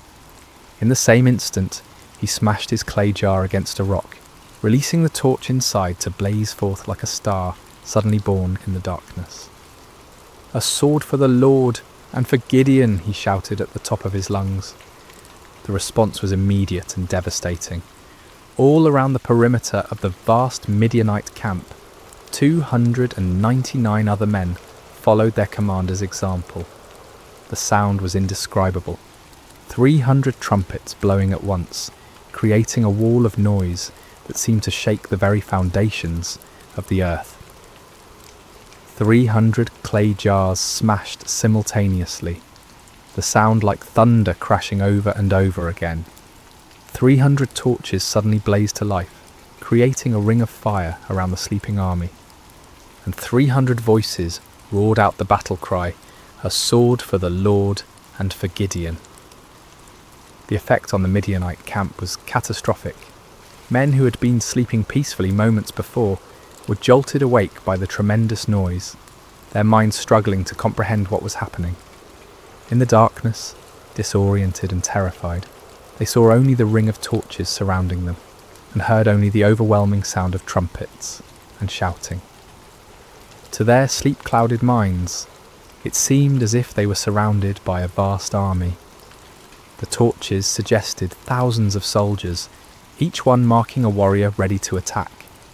The trumpets spoke of organised military might, of disciplined forces moving in coordinated assault. The unified battle cry indicated an enemy confident of victory, sure of their superior strength. Panic spread through the camp like wildfire. Men stumbled from their tents, grabbing weapons, looking desperately for officers to tell them what to do.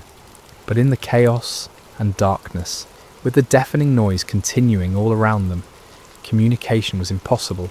No one could hear orders over the sound of 300 trumpets. No one could see clearly through the confusion of flickering torches and deep shadows. "We're surrounded," someone screamed. "The whole Israeli army is here," shouted another. "We're all going to die," cried a third. The panic was contagious, spreading from tent to tent, from company to company, until the entire vast army was in the grip of terror. Men began running in all directions, some trying to escape what they perceived as encirclement, others attempting to mount some kind of defence against an enemy they couldn't see or understand. In their confusion and fear, the unthinkable began to happen. Midianite soldiers, unable to distinguish friend from foe in the chaos, began attacking each other. A man running through the darkness looked like an enemy soldier. A voice shouting commands in the confusion sounded like the voice of an Israeli warrior. Every shadow could be hiding an attacker. Swords were drawn not against the 300 Israelites on the perimeter, but against fellow Midianites. Spears were thrust not at the enemy, but at allies who had become indistinguishable from foes in the panic and darkness. The great army that had terrorized Israel for 7 years was turning on itself, destroying itself in its fear and confusion. Gideon and his men maintained their positions around the camp, continuing to blow their trumpets and brandish their torches, watching in amazement as their enemies did the work of destruction for them. It was the most extraordinary battle any of them had ever witnessed, a battle won without striking a single blow, a victory achieved through terror rather than traditional warfare. As the chaos in the camp intensified, the Midianites began a massive retreat. Those who could find their camels or horses fled toward the Jordan River and beyond. Others ran on foot, abandoning their weapons, their supplies, their wounded comrades, in their desperate attempt to escape what they believed was certain annihilation. But Gideon was not content to simply watch his enemies flee. As the first light of dawn began to creep over the eastern hills, he sent messengers throughout the hill country of Israel, calling on his countrymen to join the pursuit. "Come down against the Midianites," the messengers proclaimed, "and seize the waters of the Jordan ahead of them as far as Beth-barah." The response was immediate and enthusiastic. Men who had been hiding in caves for 7 years suddenly found themselves called to active pursuit of their oppressors. They came streaming down from the hills, like water released from a dam, energized by the news that the mighty Midianite army was in full retreat. The men of Ephraim were particularly effective, seizing the fords of the Jordan River and trapping many of the fleeing enemy forces. They captured and killed Oreb and Zeb, 2 of the Midianite leaders, bringing their heads to Gideon as proof of their victory. Meanwhile, Gideon and his original 300 men continued the pursuit of the main enemy force. They crossed the Jordan River, following the fleeing armies eastward into the deserts. Despite their exhaustion, despite having had no sleep and little food, they pressed on relentlessly. The psychological impact of the night's events had completely broken the spirit of the Midianite alliance. Armies that had seemed invincible just hours before were now scattered bands of demoralized fugitives. The camels that had been as numerous as sand by the seashore were now obstacles to rapid flight rather than instruments of swift attack. Gideon's small force continued to grow as more Israelites joined the pursuit. Men from Naphtali, Asher, and all of Manasseh took up arms and chased the fleeing enemy. What had begun as an impossible battle for 300 men had become a nationwide uprising, a complete reversal of 7 years of oppression. The fleeing Midianites tried to regroup at Succoth and Penuel, but the local officials, perhaps fearing retaliation, refused to provide them with food or assistance. Gideon's pursuit was relentless, driving them ever deeper into the wilderness, further from their base of operations, further from any hope of mounting a counterattack. Finally, in the desert east of the Jordan, Gideon caught up with the remnants of the great army. Zebah and Zalmunna, the 2 kings of Midian, were there with about 15,000 men, all that was left of an army that had once numbered over 100,000. Even this reduced force vastly outnumbered Gideon's 300, but their spirit was completely broken. The final battle was swift and decisive. The Midianite army, already demoralized and exhausted, offered little resistance. Zebah and Zalmunna were captured alive, bringing to an end the 7-year reign of terror that had plagued Israel. As the sun set on that remarkable day, Gideon found himself looking out over a battlefield strewn with the evidence of complete victory. The mighty army that had seemed invincible just 24 hours earlier was destroyed. The The kings who had terrorized his people were prisoners. The oppression that had driven Israel into caves and hiding places was broken forever. It had all begun with 300 men, 300 trumpets, 300 torches, and faith in a God who specializes in impossible victories. The journey back to Israel was unlike anything the land had seen in generations. What had begun as a desperate flight by 300 terrified farmers had become a triumphant procession that seemed to grow with every mile.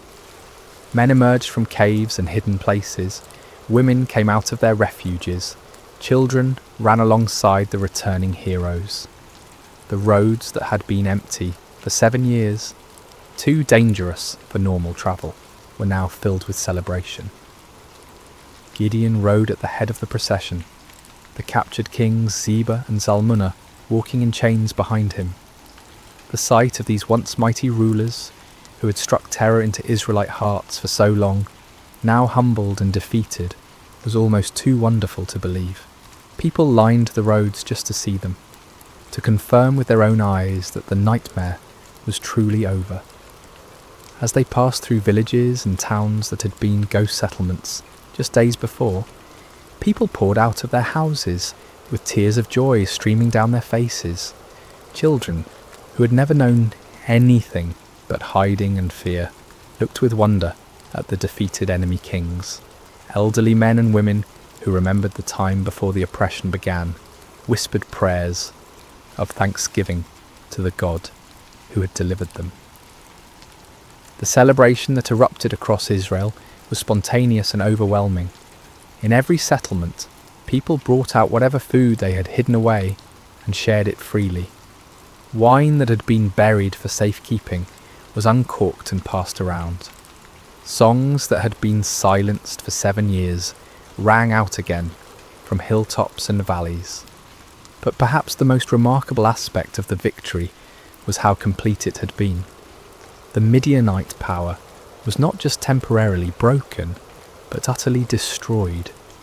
Their military organisation was shattered, their leadership eliminated, their will to fight completely crushed.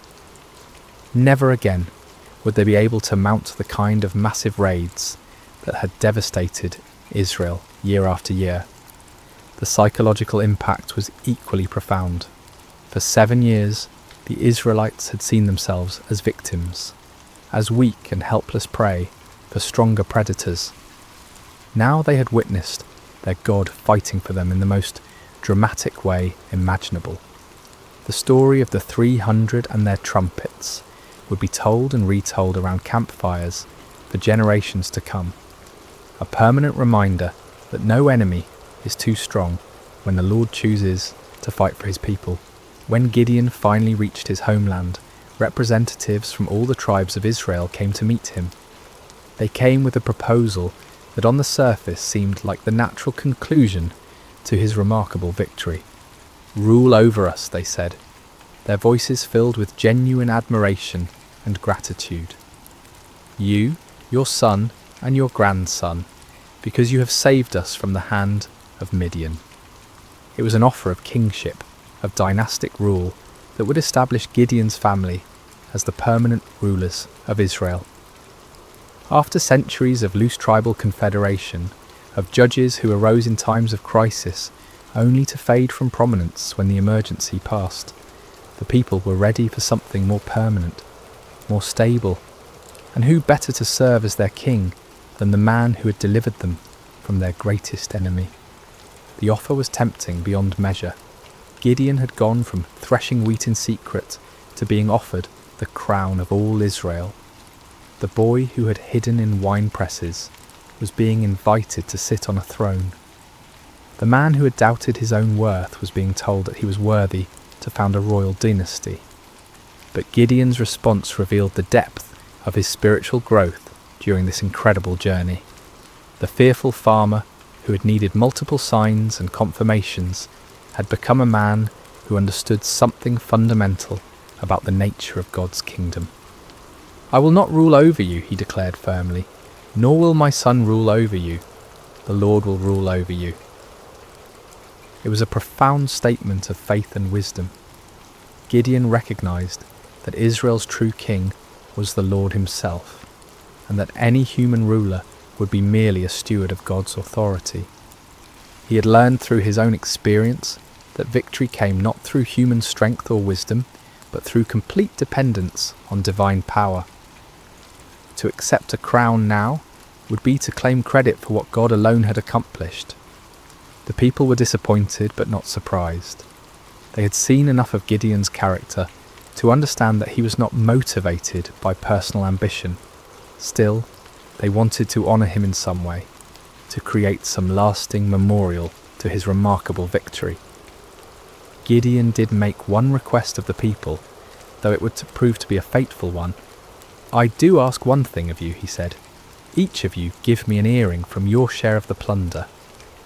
The Midianites, like many desert peoples, wore gold earrings, and the spoils of victory included a considerable amount of such jewellery. The Israelites were happy to comply with this modest request. They spread out a garment, and each man threw a gold earring onto it. When all the contributions were gathered, the weight of the gold was 1,700 shekels, an enormous fortune by the standards of the time. In addition to the earrings, there were ornaments, pendants, and purple garments worn by the Midianite kings, as well as chains from their camels' necks. With this gold, Gideon made an ephod, a ceremonial garment similar to what the high priest wore. His intentions may have been pure, perhaps wanting to create a memorial to God's victory or a way for the people to seek divine guidance. But the results were tragic. All Israel prostituted themselves by worshipping it there, and it became a snare to Gideon and his family. The very man who had torn down his father's altar to Baal, who had refused the crown because only God should rule Israel, inadvertently created an object that led his people back into idolatry. It was a sobering reminder of how easy it is for even the most faithful to stumble, how quickly victory can turn to spiritual defeat. The golden ephod, created from the spoils of a battle won by faith alone, became a false god that drew the people's hearts away from the true God who had delivered them. Yet despite this failing, the primary result of Gideon's victory endured. The land had peace for 40 years during his lifetime. The Midianites never recovered from their devastating defeat. Other potential enemies, seeing what had happened to the mighty Desert Confederation, thought twice before threatening Israel. Gideon himself lived quietly on his estate, enjoying the respect of his people, but never again taking up the sword. He married and had many children, 70 sons from his various wives. One son, born to a concubine in Shechem, was named Abimelech, and he would later bring great trouble to Israel in his quest for the power his father had refused. When Gideon died at a good old age, he was buried in the tomb of his father Joash in Ophrah of the Abiezrites. His death marked the end of an era, the passing of a man who had embodied both the highest faith and the deepest human frailty. As we reach the end of this ancient story, told now across thousands of years and countless retellings, the lessons of Gideon's life continue to resonate with profound relevance. His journey, from fearful farmer to victorious leader, speaks to truths that transcend time and culture, offering wisdom for anyone who has ever felt inadequate for the tasks before them. The first and most striking lesson is how God chooses his instruments. When the angel called Gideon a mighty warrior while he hid in a wine press, it seemed like either a mistake or a cruel joke. Gideon was none of the things we typically associate with great leaders. He wasn't brave, wasn't confident, wasn't from an important family, wasn't trained in warfare or politics. By every human measure, he was spectacularly unqualified for the task ahead. Yet this was precisely why God chose him. The Lord deliberately selects the weak to confound the strong, the foolish to shame the wise, the lowly to humble the proud.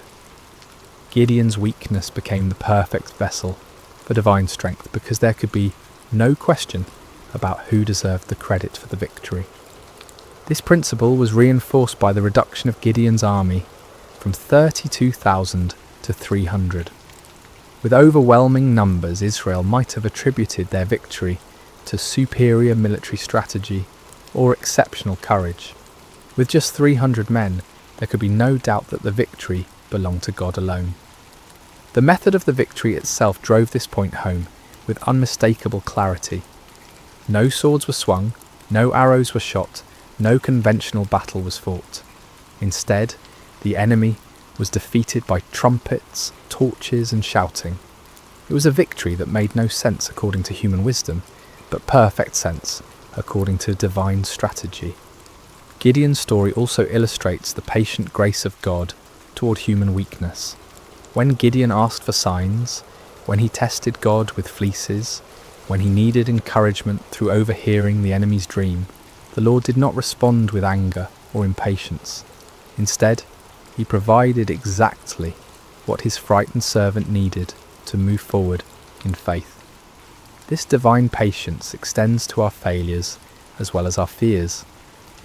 Even when Gideon created the golden ephod that led Israel into idolatry, even when his victory was tainted by this spiritual stumble, God's larger purposes were not thwarted. The peace that came to Israel lasted for 40 years, and the story of Gideon's faith continued to inspire future generations. Yet Gideon's failure with the ephod serves as a sobering warning about the subtle nature of spiritual pride. The man who had refused a crown could still fall into the trap of creating an object that drew worship away from God.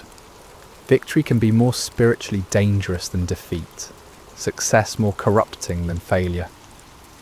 Even those who have experienced God's power in extraordinary ways must remain vigilant against the pride that can grow from their very victories. The story also reveals the importance of recognizing God's sovereignty in our circumstances. When Gideon questioned why God had allowed the Midianite oppression, he was struggling with one of humanity's oldest questions: why does a good God permit suffering?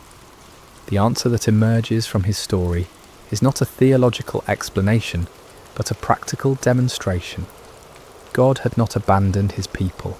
He was preparing to deliver them in a way that would reveal his power and restore their faith. Sometimes what looks like divine absence is actually divine preparation. The 7 years of oppression created the conditions that made Israel ready to trust completely in God rather than in their own strength. Without that desperation, they might never have been willing to follow 300 men with trumpets against an army of over 100,000. Gideon's reluctance to accept the crown offers another crucial lesson about the nature of true leadership.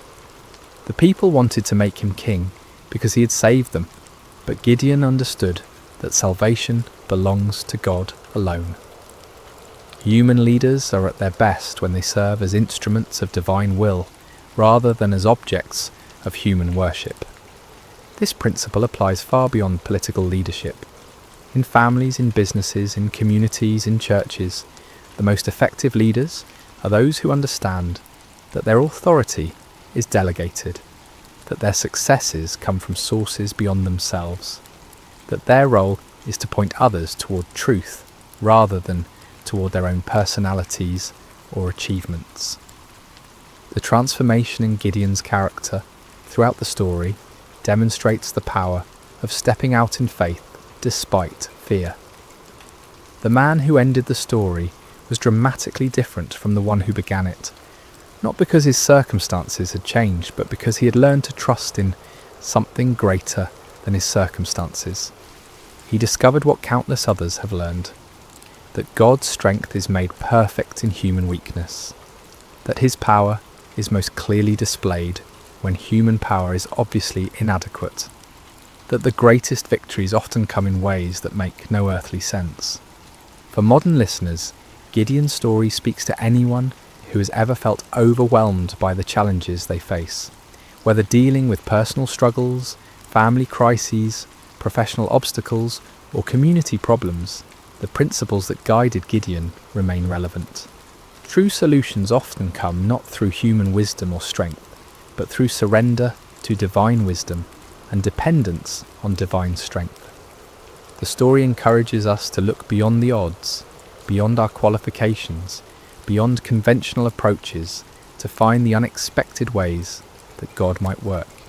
It reminds us that He specialises in impossible situations, that He delights in using unlikely people, that He often works in ways that confound human expectations. At the same time, Gideon's story warns us about the ongoing nature of spiritual vigilance. Victory is not a destination, but a stepping stone.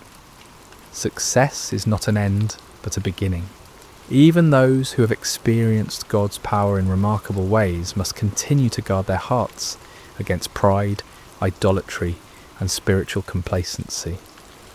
The golden ephod that became a snare to Gideon serves as a perpetual reminder that our greatest spiritual dangers often arise not from our failures, but from our successes, not from our weaknesses, but from our strengths, not from what we lack, but from what we have achieved.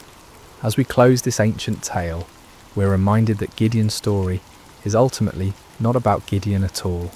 It's about a God who sees potential where others see only weakness, who creates strength from surrender, who wins victories through the most unlikely means. It's about divine love that persists through human doubt, divine patience that endures human testing, divine power that works through human frailty. The trumpets that shattered the midnight silence in that valley so long ago continue to echo through the centuries, calling each generation to trust in something greater than themselves, to step forward in faith despite their fears, to discover that the God who delivered Israel through 300 men with torches is still in the business of impossible victories.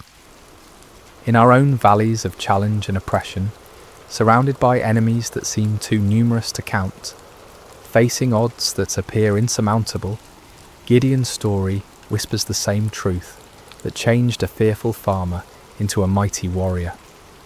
The Lord is with you, and in Him even the weakest can become strong. Even the smallest can achieve great things. Even the most unlikely can be used for extraordinary purposes. The battle belongs to the Lord, and in Him, victory is always possible. And so we end where we began, with a simple truth that transcends time and circumstance. When God chooses to fight for His people, no enemy can stand, no odds are too great, and no victory is impossible. The story of Gideon continues to unfold in every generation, in every heart that learns to trust, not in human strength, but in divine power, not in earthly wisdom, but in heavenly guidance, not in what we can see, but in what God can do. May this ancient story find new life in modern hearts. May its lessons take root in contemporary soil, and may its timeless truths continue to inspire faith, courage, and hope in all who hear it. For the God who called Gideon from his hiding place continues to call ordinary people to extraordinary purposes, continues to choose the weak to confound the strong, and continues to win impossible victories through the most unlikely means. The story of Gideon is, in the end, the story of all who learn to trust in something greater than themselves. It is the story of divine love that never gives up, divine power that never fails, and divine grace that transforms fearful hiding into mighty victory. This has been the story of Gideon and the battle against Midian, shared with you tonight through sacred slumber. May it bring you peace, may it strengthen your faith, and may it remind you that no challenge is too great when faced with divine help. Sleep well, dear listener, and may your dreams be filled with the trumpets of victory and the light of hope that never dies. Picture this: a young widow standing at a crossroads, dust swirling around her feet as she faces the most important decision of her life. Behind her lies everything familiar: her homeland, her people, her gods. Ahead stretches an uncertain path toward a foreign land, with a grieving mother-in-law who has nothing left to offer but heartache. Most would choose the safety of the familiar. But Ruth, she chose love over security, loyalty over convenience, and in that single moment of breathtaking faithfulness, she stepped into a story that would echo through eternity. What if I told you that in the midst of hardship, one small act of kindness could change the course of history? The Book of Ruth isn't just another ancient tale gathering dust on library shelves. It's a masterpiece of hope, painted against the darkest canvas of human loss. This isn't a story of mighty warriors or thundering prophets. There are no plagues here, no walls crumbling at the sound of trumpets. Instead, we find something far more profound: the quiet power of unwavering devotion and the gentle hand of divine providence working through ordinary people making extraordinary choices. In a world that often celebrates the loud and flashy, Ruth's story whispers a different truth. It tells us that loyalty can triumph over loss, that kindness can overcome cruelty, and that sometimes the most powerful force in the universe isn't found in earthquake or fire, but in the still, small voice of love, choosing to stay when everything else falls apart. This is a tale of hope, peace, and God's gentle provision. A story that begins with death and ends with life, starts with emptiness and concludes with abundance, opens with despair and closes with joy so profound it reverberates through generations. The beauty of Ruth's narrative lies not in its complexity, but in its simplicity. It's a story anyone can understand because it touches the universal human experiences of loss, love, loyalty, and redemption. Yet beneath this surface simplicity runs a current so deep it connects the heart of ancient Moab to the throne of David, and ultimately to a manger in Bethlehem, where another story of divine love would unfold centuries later. The story begins not with triumph, but with tragedy. Not in the promised land, but in foreign territory. Naomi, whose name ironically means pleasant, finds herself in the bitter reality of compound grief that would break most spirits entirely. She had left Bethlehem during a famine with her husband Elimelech and their 2 sons, Mahlon and Chilion, seeking survival in Moab, a land that was both geographically close to Israel and spiritually distant from its God. What started as a temporary sojourn became permanent residence when Elimelech died, leaving Naomi a widow in a foreign land. In ancient times, widowhood wasn't just a personal tragedy, it was an economic and social death sentence. Women had little legal standing, no inheritance rights, and depended entirely on male relatives for protection and provision. Yet Naomi found a glimmer of hope when her sons married Moabite women, Orpah and Ruth. These marriages, while controversial by Israelite standards, brought companionship and the promise of grandchildren who would carry on the family name. But hope proved fleeting. After about 10 years in Moab, both sons died, leaving 3 widows to face an uncertain future together. The Hebrew text doesn't elaborate on how they died. Perhaps disease, perhaps accident, perhaps the simple harsh realities of ancient life. What matters isn't the how, but the devastation that followed. Naomi found herself stripped of everything that defined her identity: wife, mother, provider, protector. She was a living emblem of loss, carrying nothing but grief and 2 foreign daughters-in-law who had their own mourning to bear. When news reached Moab that the famine in Bethlehem had ended, Naomi made a decision, born of both hope and desperation. She would return to her homeland, to her people, to whatever remained of her former life. It was a journey of approximately 50 miles, but it might as well have been to the moon for all the security it promised. She was returning not as the confident woman who had left with her family, but as a broken widow with empty hands and an empty womb, carrying nothing but memories of better days. The moment of truth came when it was time to say goodbye. Standing at the border between Moab and Israel, Naomi turned to her daughters-in-law with words that revealed both her love for them and her own despair. "Go back," she urged them, "each of you to your mother's house. May the Lord show kindness to you, as you have shown to your dead and to me." It was a release tinged with blessing, an act of selfless love that put their welfare above her own companionship. Orpah, after much weeping and embracing, made the practical choice. She kissed Naomi goodbye and returned to her people and her gods. History doesn't judge her for this decision. It was sensible, even wise by worldly standards. She was young enough to remarry, to find security and happiness in familiar surroundings. Her choice was understandable, logical, and completely reasonable. But Ruth made a choice that defied every rational calculation. When Naomi urged her to follow Orpah's example, Ruth responded with words that have echoed through millennia, words that capture the very essence of covenant love. "Don't urge me to leave you or to turn back from you. Where you go, I will go, and where you stay, I will stay. Your people will be my people, and your God my God. Where you die, I will die, and there I will be buried. May the Lord deal with me, be it ever so severely, if even death separates you and me." This wasn't a momentary burst of emotion. It was a deliberate, irrevocable commitment. Ruth wasn't just choosing to accompany Naomi. She was choosing to abandon everything familiar for everything unknown. She was trading the security of her homeland for the uncertainty of being a foreign widow in Israel.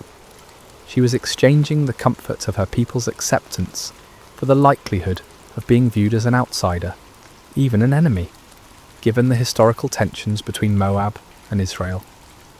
Most remarkably, Ruth was choosing Naomi's God over her own family deities.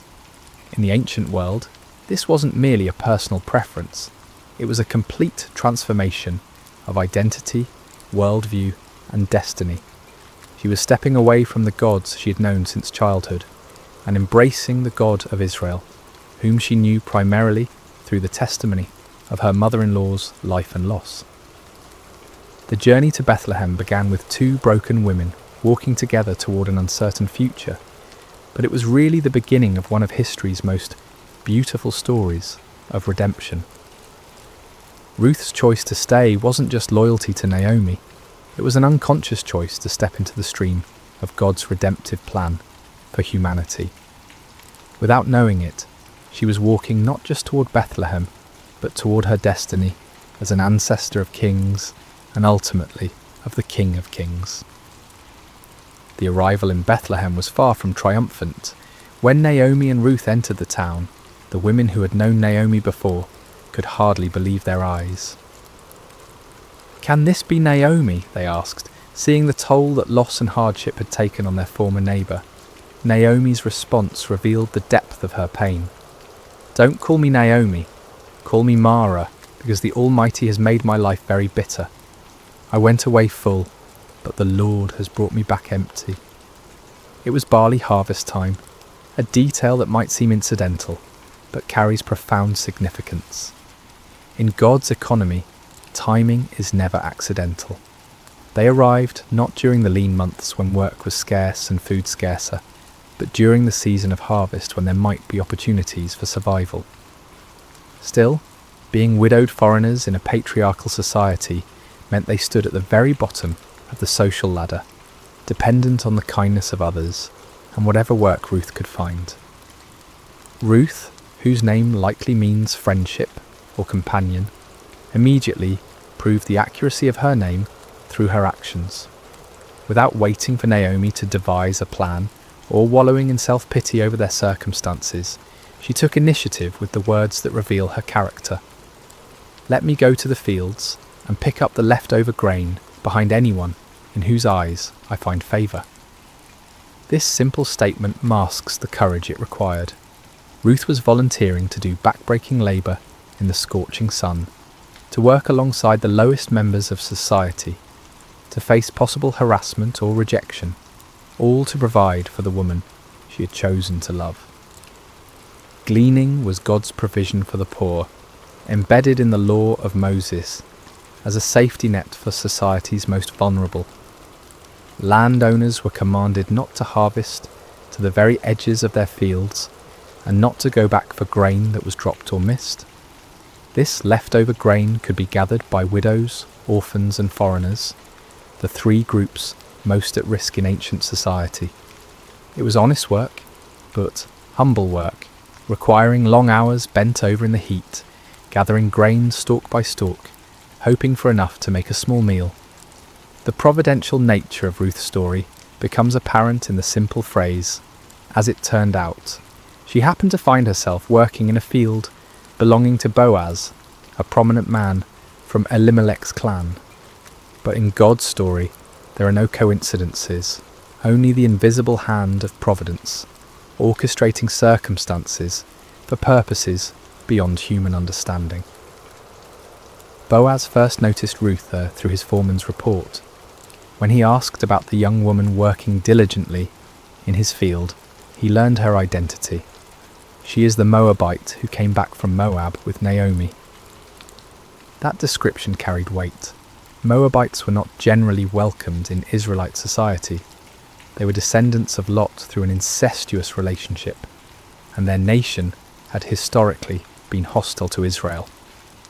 For Ruth to be identified first by her nationality rather than her name suggests the social barriers she faced.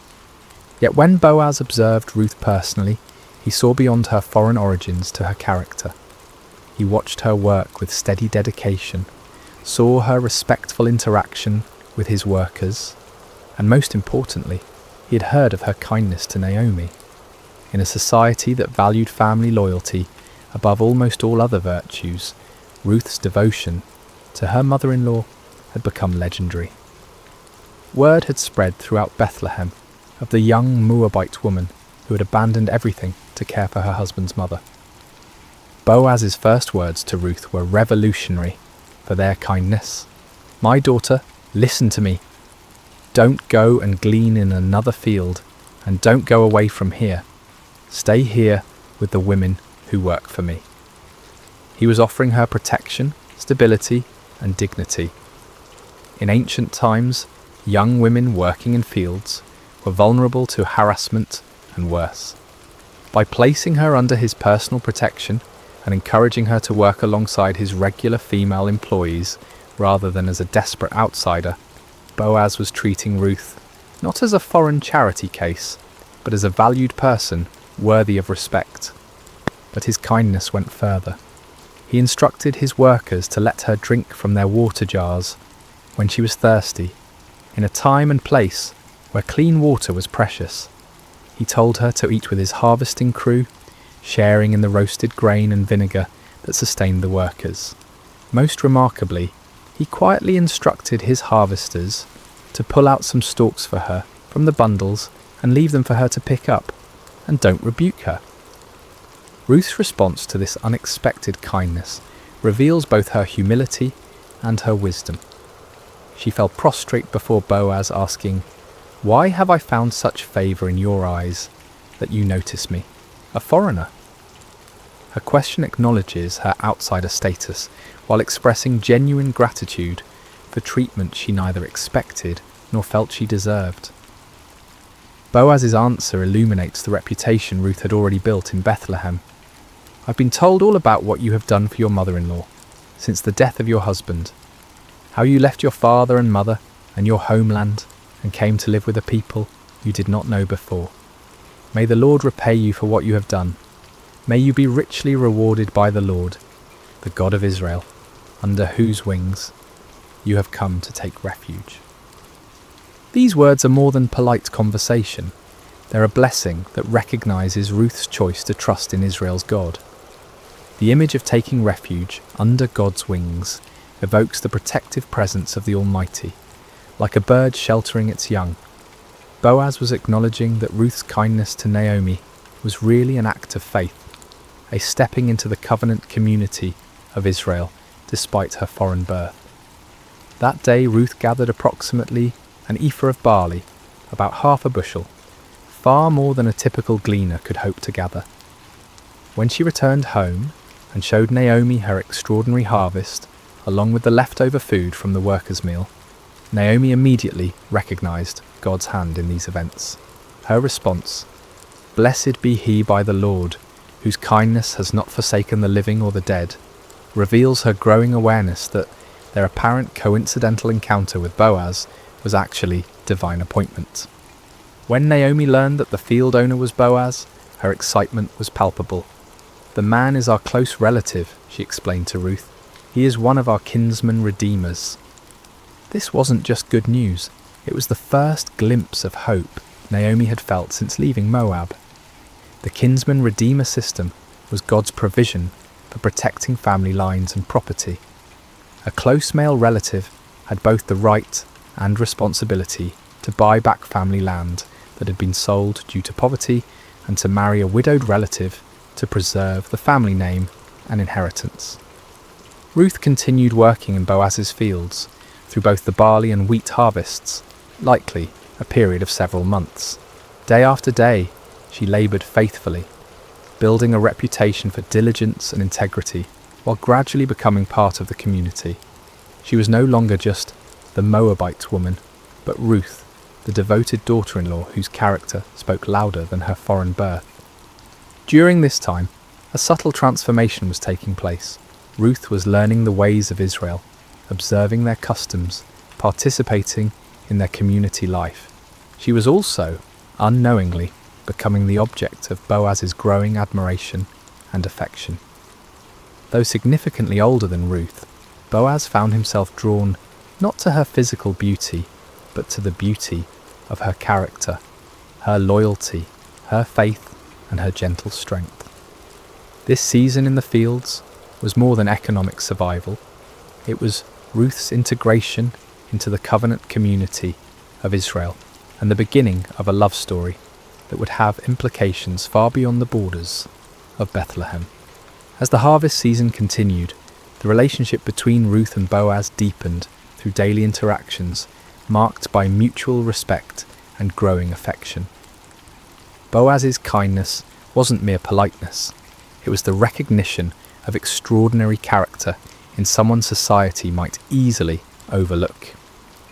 Every morning when Ruth arrived in his fields, every conversation they shared, every protective gesture he made, was weaving a tapestry of love, built on a foundation of honour and integrity. Naomi, meanwhile, was experiencing her own transformation. The bitterness that had defined her return to Bethlehem was gradually giving way to something she hadn't felt in years: hope. Watching Ruth's faithful service and witnessing Boaz's unprecedented kindness toward her daughter-in-law, Naomi began to see the hand of God moving in their circumstances. The woman who had declared herself empty was beginning to see the possibility of fullness once again. It was Naomi who first recognized what Ruth, in her humility and focus on daily survival, might have missed. Boaz's interest was more than benevolent concern for a hard-working gleaner. His protection of Ruth, his generous provisions, his public praise of her character, all pointed to something deeper. In a culture where marriages were often arranged for economic and social advantage, here was a man of standing choosing to honour a foreign widow, not for what she could bring him, but for who she was. The harvest season was also a time of community celebration. The successful gathering of crops meant survival for another year, and the people of Bethlehem marked these occasions with festivals and gatherings. During these celebrations, Ruth would have had opportunities to observe Israelite customs, to learn their songs and stories, to better understand the God she had chosen to follow. She was becoming not just a resident of Bethlehem, but a true daughter of Israel. Boaz's generosity during this time went far beyond legal requirements or social expectations. The law required landowners to allow gleaning, but it didn't require them to ensure the gleaners found substantial amounts. When Boaz instructed his workers to intentionally drop extra grain for Ruth, he was going above and beyond duty into the realm of love. When he invited her to share meals with his workers, he was treating her as family rather than charity case, The other workers in the field would have noticed this special treatment. In small communities, nothing goes unobserved, and Boaz's obvious favour toward Ruth would have been the subject of much discussion. Yet the narrative suggests this talk was positive rather than scandalous. Ruth's reputation for integrity and Boaz's character as a righteous man meant their growing relationship was viewed with approval rather than suspicion. During these months, Ruth was also learning about the God of Israel through observation and experience. She saw how the law protected the vulnerable, how the community cared for its members, how even foreigners could find acceptance when they showed faithfulness.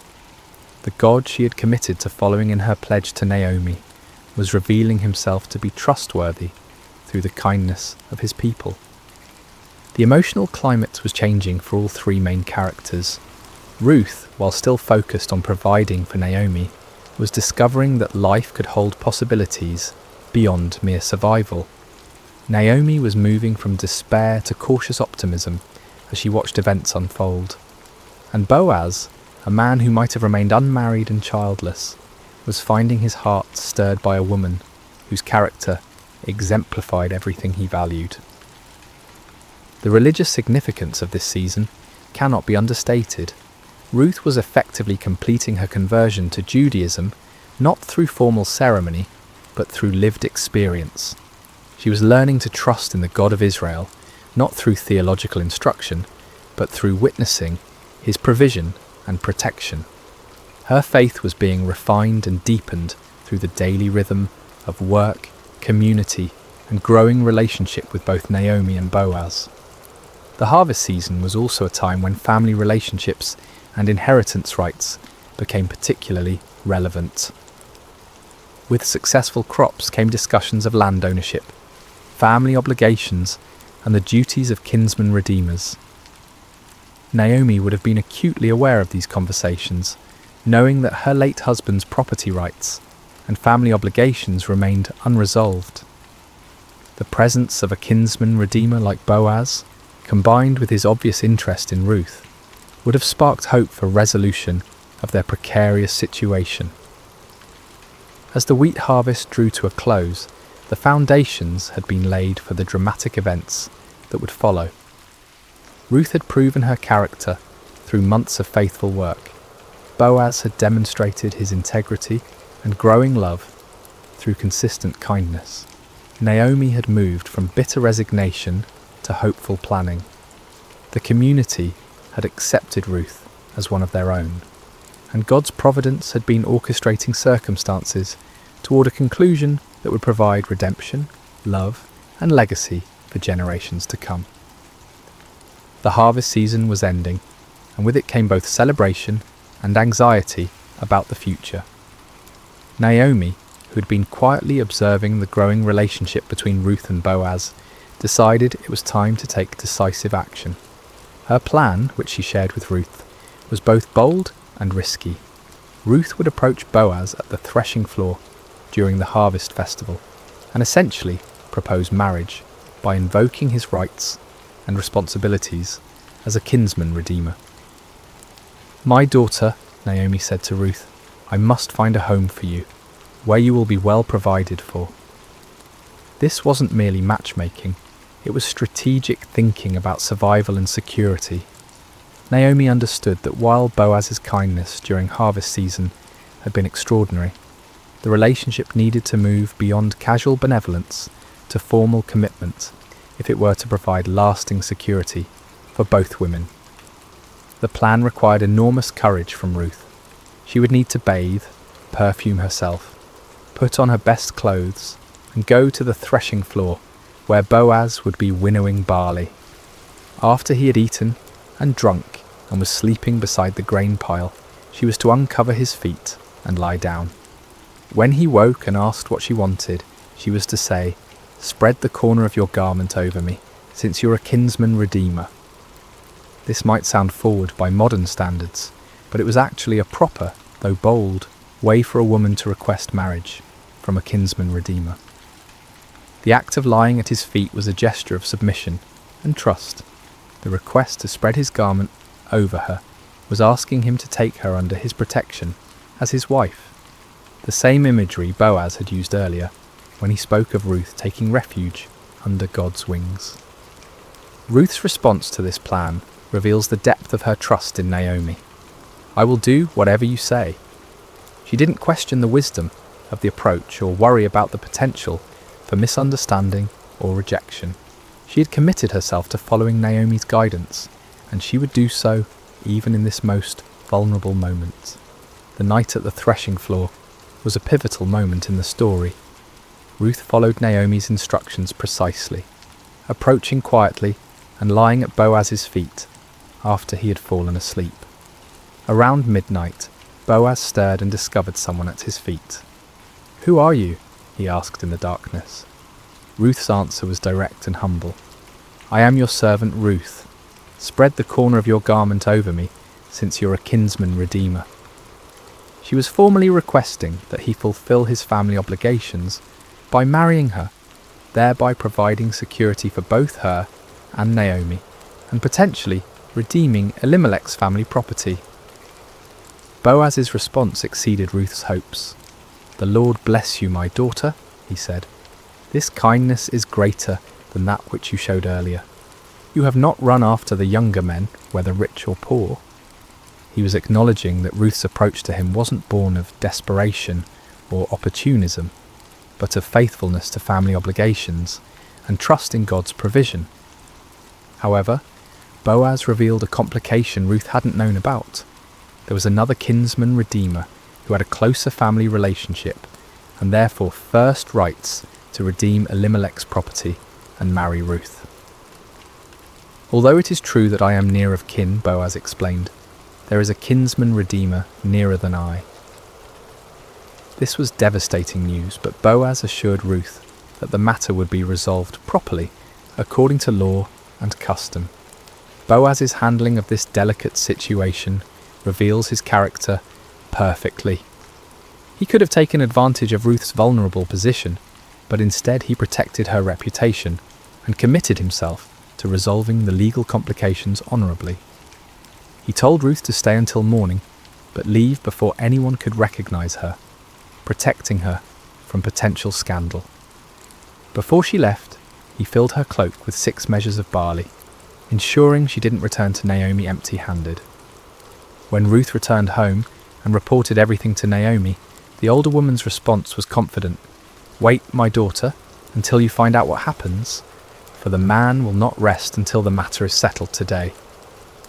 Naomi knew Boaz well enough to trust that he would handle the situation with integrity and dispatch.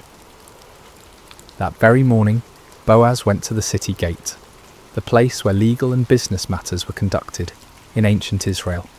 He sat down and waited for the other kinsman redeemer to pass by. When the man appeared, Boaz called him over and assembled a group of 10 elders as witnesses for the legal proceedings that would follow. The negotiation was masterful. Boaz began by telling the man about a piece of land that had belonged to their relative Elimelech, which Naomi was selling. According to law, the nearest kinsman redeemer had first rights to purchase the property to keep it in the family. The man was interested until Boaz explained the complete package. "On the day you buy the land from Naomi," Boaz said, "you also acquire Ruth the Moabite, the dead man's widow, in order to maintain the name of the dead with his property." This changed everything. Purchasing the land was one thing, but marrying Ruth meant taking responsibility for supporting her and Naomi, and any sons born to Ruth would inherit the redeemed property rather than being part of the Redeemer's own family line. The closer kinsman declined. "Then I cannot redeem it because I might endanger my own estate. You redeem it yourself. I cannot do it." His refusal, while disappointing for him personally, was providential for Ruth and Boaz. To formalise the transaction, the man took off his sandal and gave it to Boaz, the customary way of transferring rights in Israel. Boaz then made a public declaration before the assembled witnesses. "Today you are witnesses that I have bought from Naomi all the property of Elimelech, Kilion, and Mahlon. I have also acquired Ruth the Moabite, Mahlon's widow, as my wife, in order to maintain the name of the dead with his property, so that his name will not disappear from among his family or from his hometown." The witnesses responded with a beautiful blessing. "We are witnesses. May the Lord make the woman who is coming into your home like Rachel and Leah, who together built up the house of Israel. May you have standing in Ephrathah and be famous in Bethlehem. Through the offspring the Lord gives you by this young woman, may your family be like that of Perez, whom Tamar bore to Judah." This blessing was prophetic in ways the speakers couldn't imagine. They were comparing Ruth to the matriarchs of Israel and expressing hope for the continuation of significant family lines. Their mention of Perez was particularly significant, as Perez was an ancestor of Boaz and would be an ancestor of David and ultimately Jesus. The marriage between Ruth and Boaz was celebrated throughout Bethlehem. Here was a love story that had captured the community's imagination. The virtuous foreign woman and the honourable landowner, brought together by providence and confirmed by their own choices of faithfulness and integrity. Their wedding was not just a personal celebration, but a community affirmation of God's goodness and the power of loyal love. Ruth, who had come to Bethlehem as a destitute foreign widow, was now the wife of one of the town's most respected men. Naomi, who had returned empty, was now provided for and honoured as the mother-in-law of a prominent family. Boaz, who might have remained childless, was married to a woman whose character and beauty had won his heart. The redemption was complete, financially, socially, emotionally, and spiritually. The marriage of Ruth and Boaz represented more than the happy ending to a beautiful love story. It was the beginning of a legacy that would reshape history. Their union produced a son named Obed, whose birth brought completion to the themes of redemption and restoration that had woven throughout the narrative. When the women of Bethlehem saw Naomi holding her grandson, they declared, "Naomi has a son," acknowledging that through Ruth's faithfulness, Naomi's line would continue. The birth of Obed was celebrated as divine vindication of Ruth's loyalty and God's faithfulness to his people. The same women who had witnessed Naomi's bitter return to Bethlehem now rejoiced with her in this ultimate reversal of fortune. "Praise be to the Lord, who this day has not left you without a kinsman redeemer," they told Naomi. "May he become famous throughout Israel. He will renew your life and sustain you in your old age. For your daughter-in-law, who loves you and who's better to you than 7 sons, has given him birth."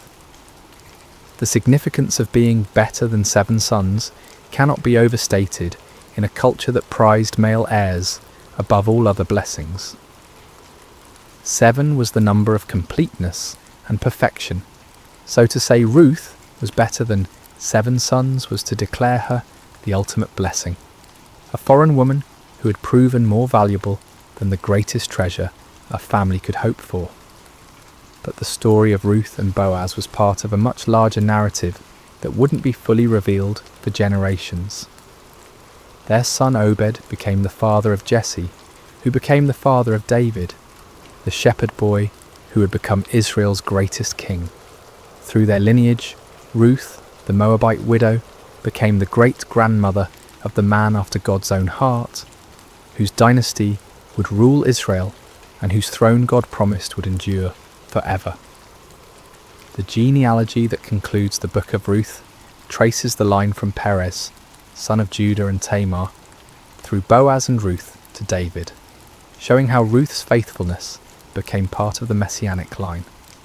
What began as a simple act of loyalty to a grieving mother-in-law ultimately contributed to God's plan for redeeming all humanity. Ruth's decision to stay with Naomi and adopt Israel's God placed her squarely in the centre of salvation history. This foreign woman, who could have been excluded from the covenant community, instead became one of only 4 women mentioned in Matthew's genealogy of Jesus, along with Tamar, Rahab and Bathsheba. Each of these women had unusual circumstances that made their inclusion remarkable, but Ruth's story is particularly beautiful because it demonstrates how God's love extends beyond ethnic and national boundaries to embrace all who respond to him in faith. The legacy of Ruth extends beyond genealogy to the realm of character and faith. Her story became a teaching tool for generations of Israelites about the power of loyal love, the Hebrew concept of hesed that encompasses devotion, faithfulness, and sacrificial commitment. Ruth embodied hesed in her relationship with Naomi, and Boaz demonstrated it in his treatment of Ruth. Their marriage was built on this foundation of covenant love that mirrors God's relationship with his people. Ruth's integration into Israelite society also established an important precedent for how foreigners could be welcomed into the covenant community. Her acceptance wasn't based on her ethnicity or social status, but on her character and faith. She proved that nationality was less important than loyalty, that birth circumstances mattered less than personal choices, and that God's family was open to all who chose to belong to it. The story of Ruth also demonstrates God's providence in the seemingly ordinary events of life. There were no dramatic miracles in Ruth's story, no parting of seas or walls falling down, yet God's hand guided every step. The timing of their arrival during harvest season, the chance encounter with Boaz's field, the availability of the kinsman-redeemer laws, the other redeemer's decision to decline his rights. All of these coincidences work together to create the perfect conditions for redemption and blessing. For Naomi, Ruth's legacy meant the restoration of everything she thought she had lost forever. Through Ruth's son, Naomi's family line continued, her security was assured, and her later years were filled with joy instead of bitterness. The woman who had asked to be called Mara, bitter, was now surrounded by the sweetness of new life and hope. For Boaz, marrying Ruth brought fulfillment he might never have expected. Instead of remaining childless, he became the father of a son who would carry on his name and values. His kindness to a foreign gleaner was rewarded with a love that enriched his life and extended his influence through generations. For Bethlehem and the wider community, Ruth's story became a testament to the power of character over circumstances. Her reputation for faithfulness outlasted her foreign origins, and her descendants would bring honour to the very town where she had once worked humbly in the fields. The house of bread, Bethlehem's meaning, became truly blessed through the presence of this woman who had chosen loyalty over security. The themes of Ruth's story, loyalty rewarded, faithfulness blessed, love conquering prejudice, and providence working through ordinary events, would resonate throughout Scripture and human experience. Her example of sacrificial love prefigures the ultimate sacrifice that would come through her descendant, Jesus, who would demonstrate the same kind of loyal love on a cosmic scale. Ruth's legacy teaches us that small acts of faithfulness can have eternal consequences, that God's plans often work through unlikely people in unexpected ways, and that the greatest blessings sometimes come disguised as difficult choices. Her decision to stay with Naomi seemed like the harder path, but it led to blessings she could never have imagined. As we close the pages of Ruth's story, we're left not with the thunderous echoes of conquest or the dramatic flourishes of miracle, but with something far more profound, the quiet certainty that love endures, that faithfulness matters, and that God's gentle hand guides even the most ordinary moments toward extraordinary purposes. Ruth's tale doesn't shout at us, it whispers truths that settle into our hearts, like seeds waiting for the right season to bloom. The beauty of Ruth's narrative lies in its accessibility. We may never face exile in a foreign land or need to glean in harvest fields, but we all encounter crossroads where we must choose between security and loyalty, between what's easy and what's right. Ruth's story reminds us that these moments, when we choose love over convenience, faithfulness over comfort, are the building blocks of legacy. In our contemporary world, where relationships are often disposable and commitment is seen as restriction rather than strength, Ruth's devotion to Naomi offers a counter-narrative. Her famous words, "Where you go, I will go, and where you stay, I will stay," weren't just poetry. They were a life philosophy that valued connection over independence, loyalty over self-preservation. In an age of radical individualism, Ruth models radical commitment.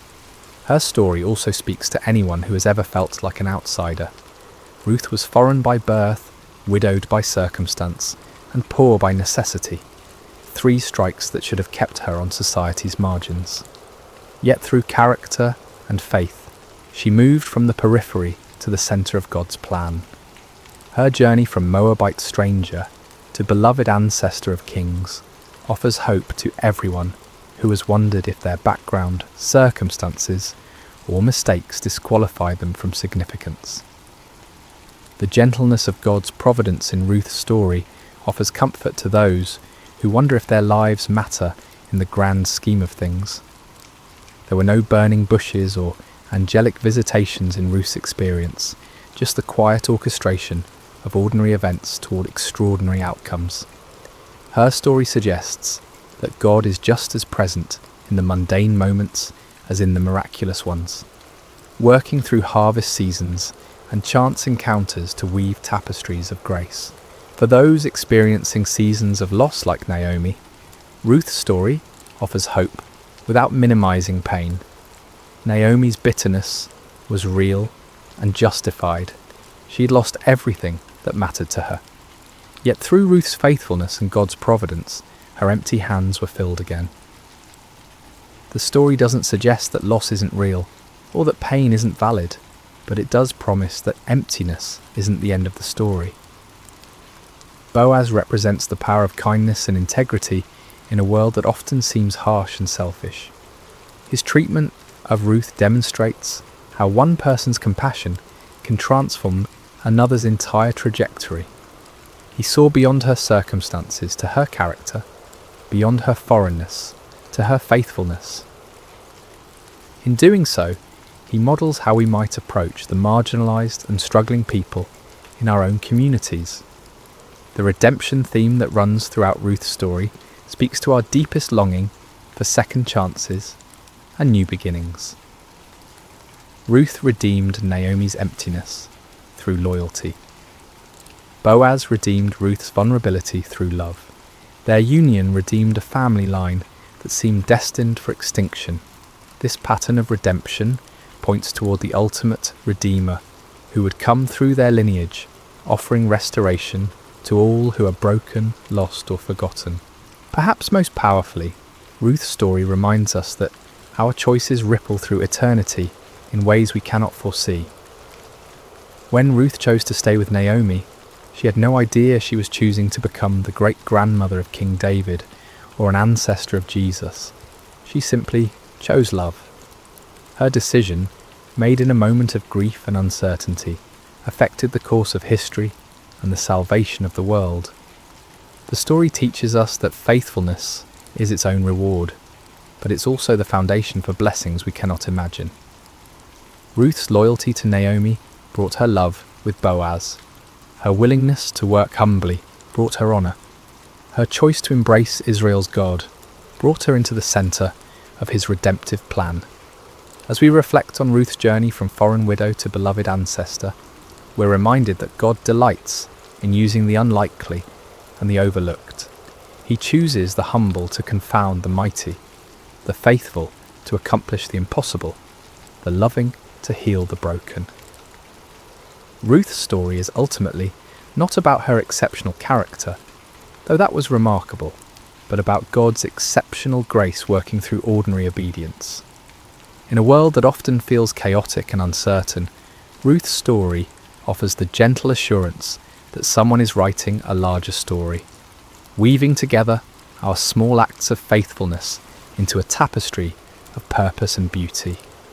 Every choice to love instead of abandon, to stay instead of leave, to serve instead of demand, becomes part of a narrative larger than ourselves. The final truth Ruth's story whispers to our hearts is perhaps the most beautiful of all. Sometimes the smallest acts of love carry the weight of eternity. A foreign woman's decision to care for her grieving mother-in-law became part of the story that leads to Christmas morning and the cross of Calvary. Her simple faithfulness participated in God's plan to redeem not just a family, but a world. Ruth's legacy lives on not only in the genealogies of Scripture, but in every act of sacrificial love, every choice of loyalty over convenience, every decision to stay when leaving would be easier. Her story continues in our stories when we choose, as she did, to let love be our guide and faithfulness be our strength. In the end, Ruth teaches us that we don't need to be heroes to be heroic. We don't need to be perfect to be used by God. And we don't need to see the whole staircase to take the next step of faith. Sometimes, all that's required is the courage to say, like Ruth, "Where you go, I will go," and trust that the God who guided her steps will guide ours as well. The gentle hope of Ruth's story rests in this beautiful truth. In God's economy, no act of love is ever wasted, no gesture of faithfulness ever forgotten, and no choice to follow him ever in vain. Sometimes the smallest acts of love carry the weight of eternity, echoing through generations and touching the very heart of God's redemptive plan for humanity.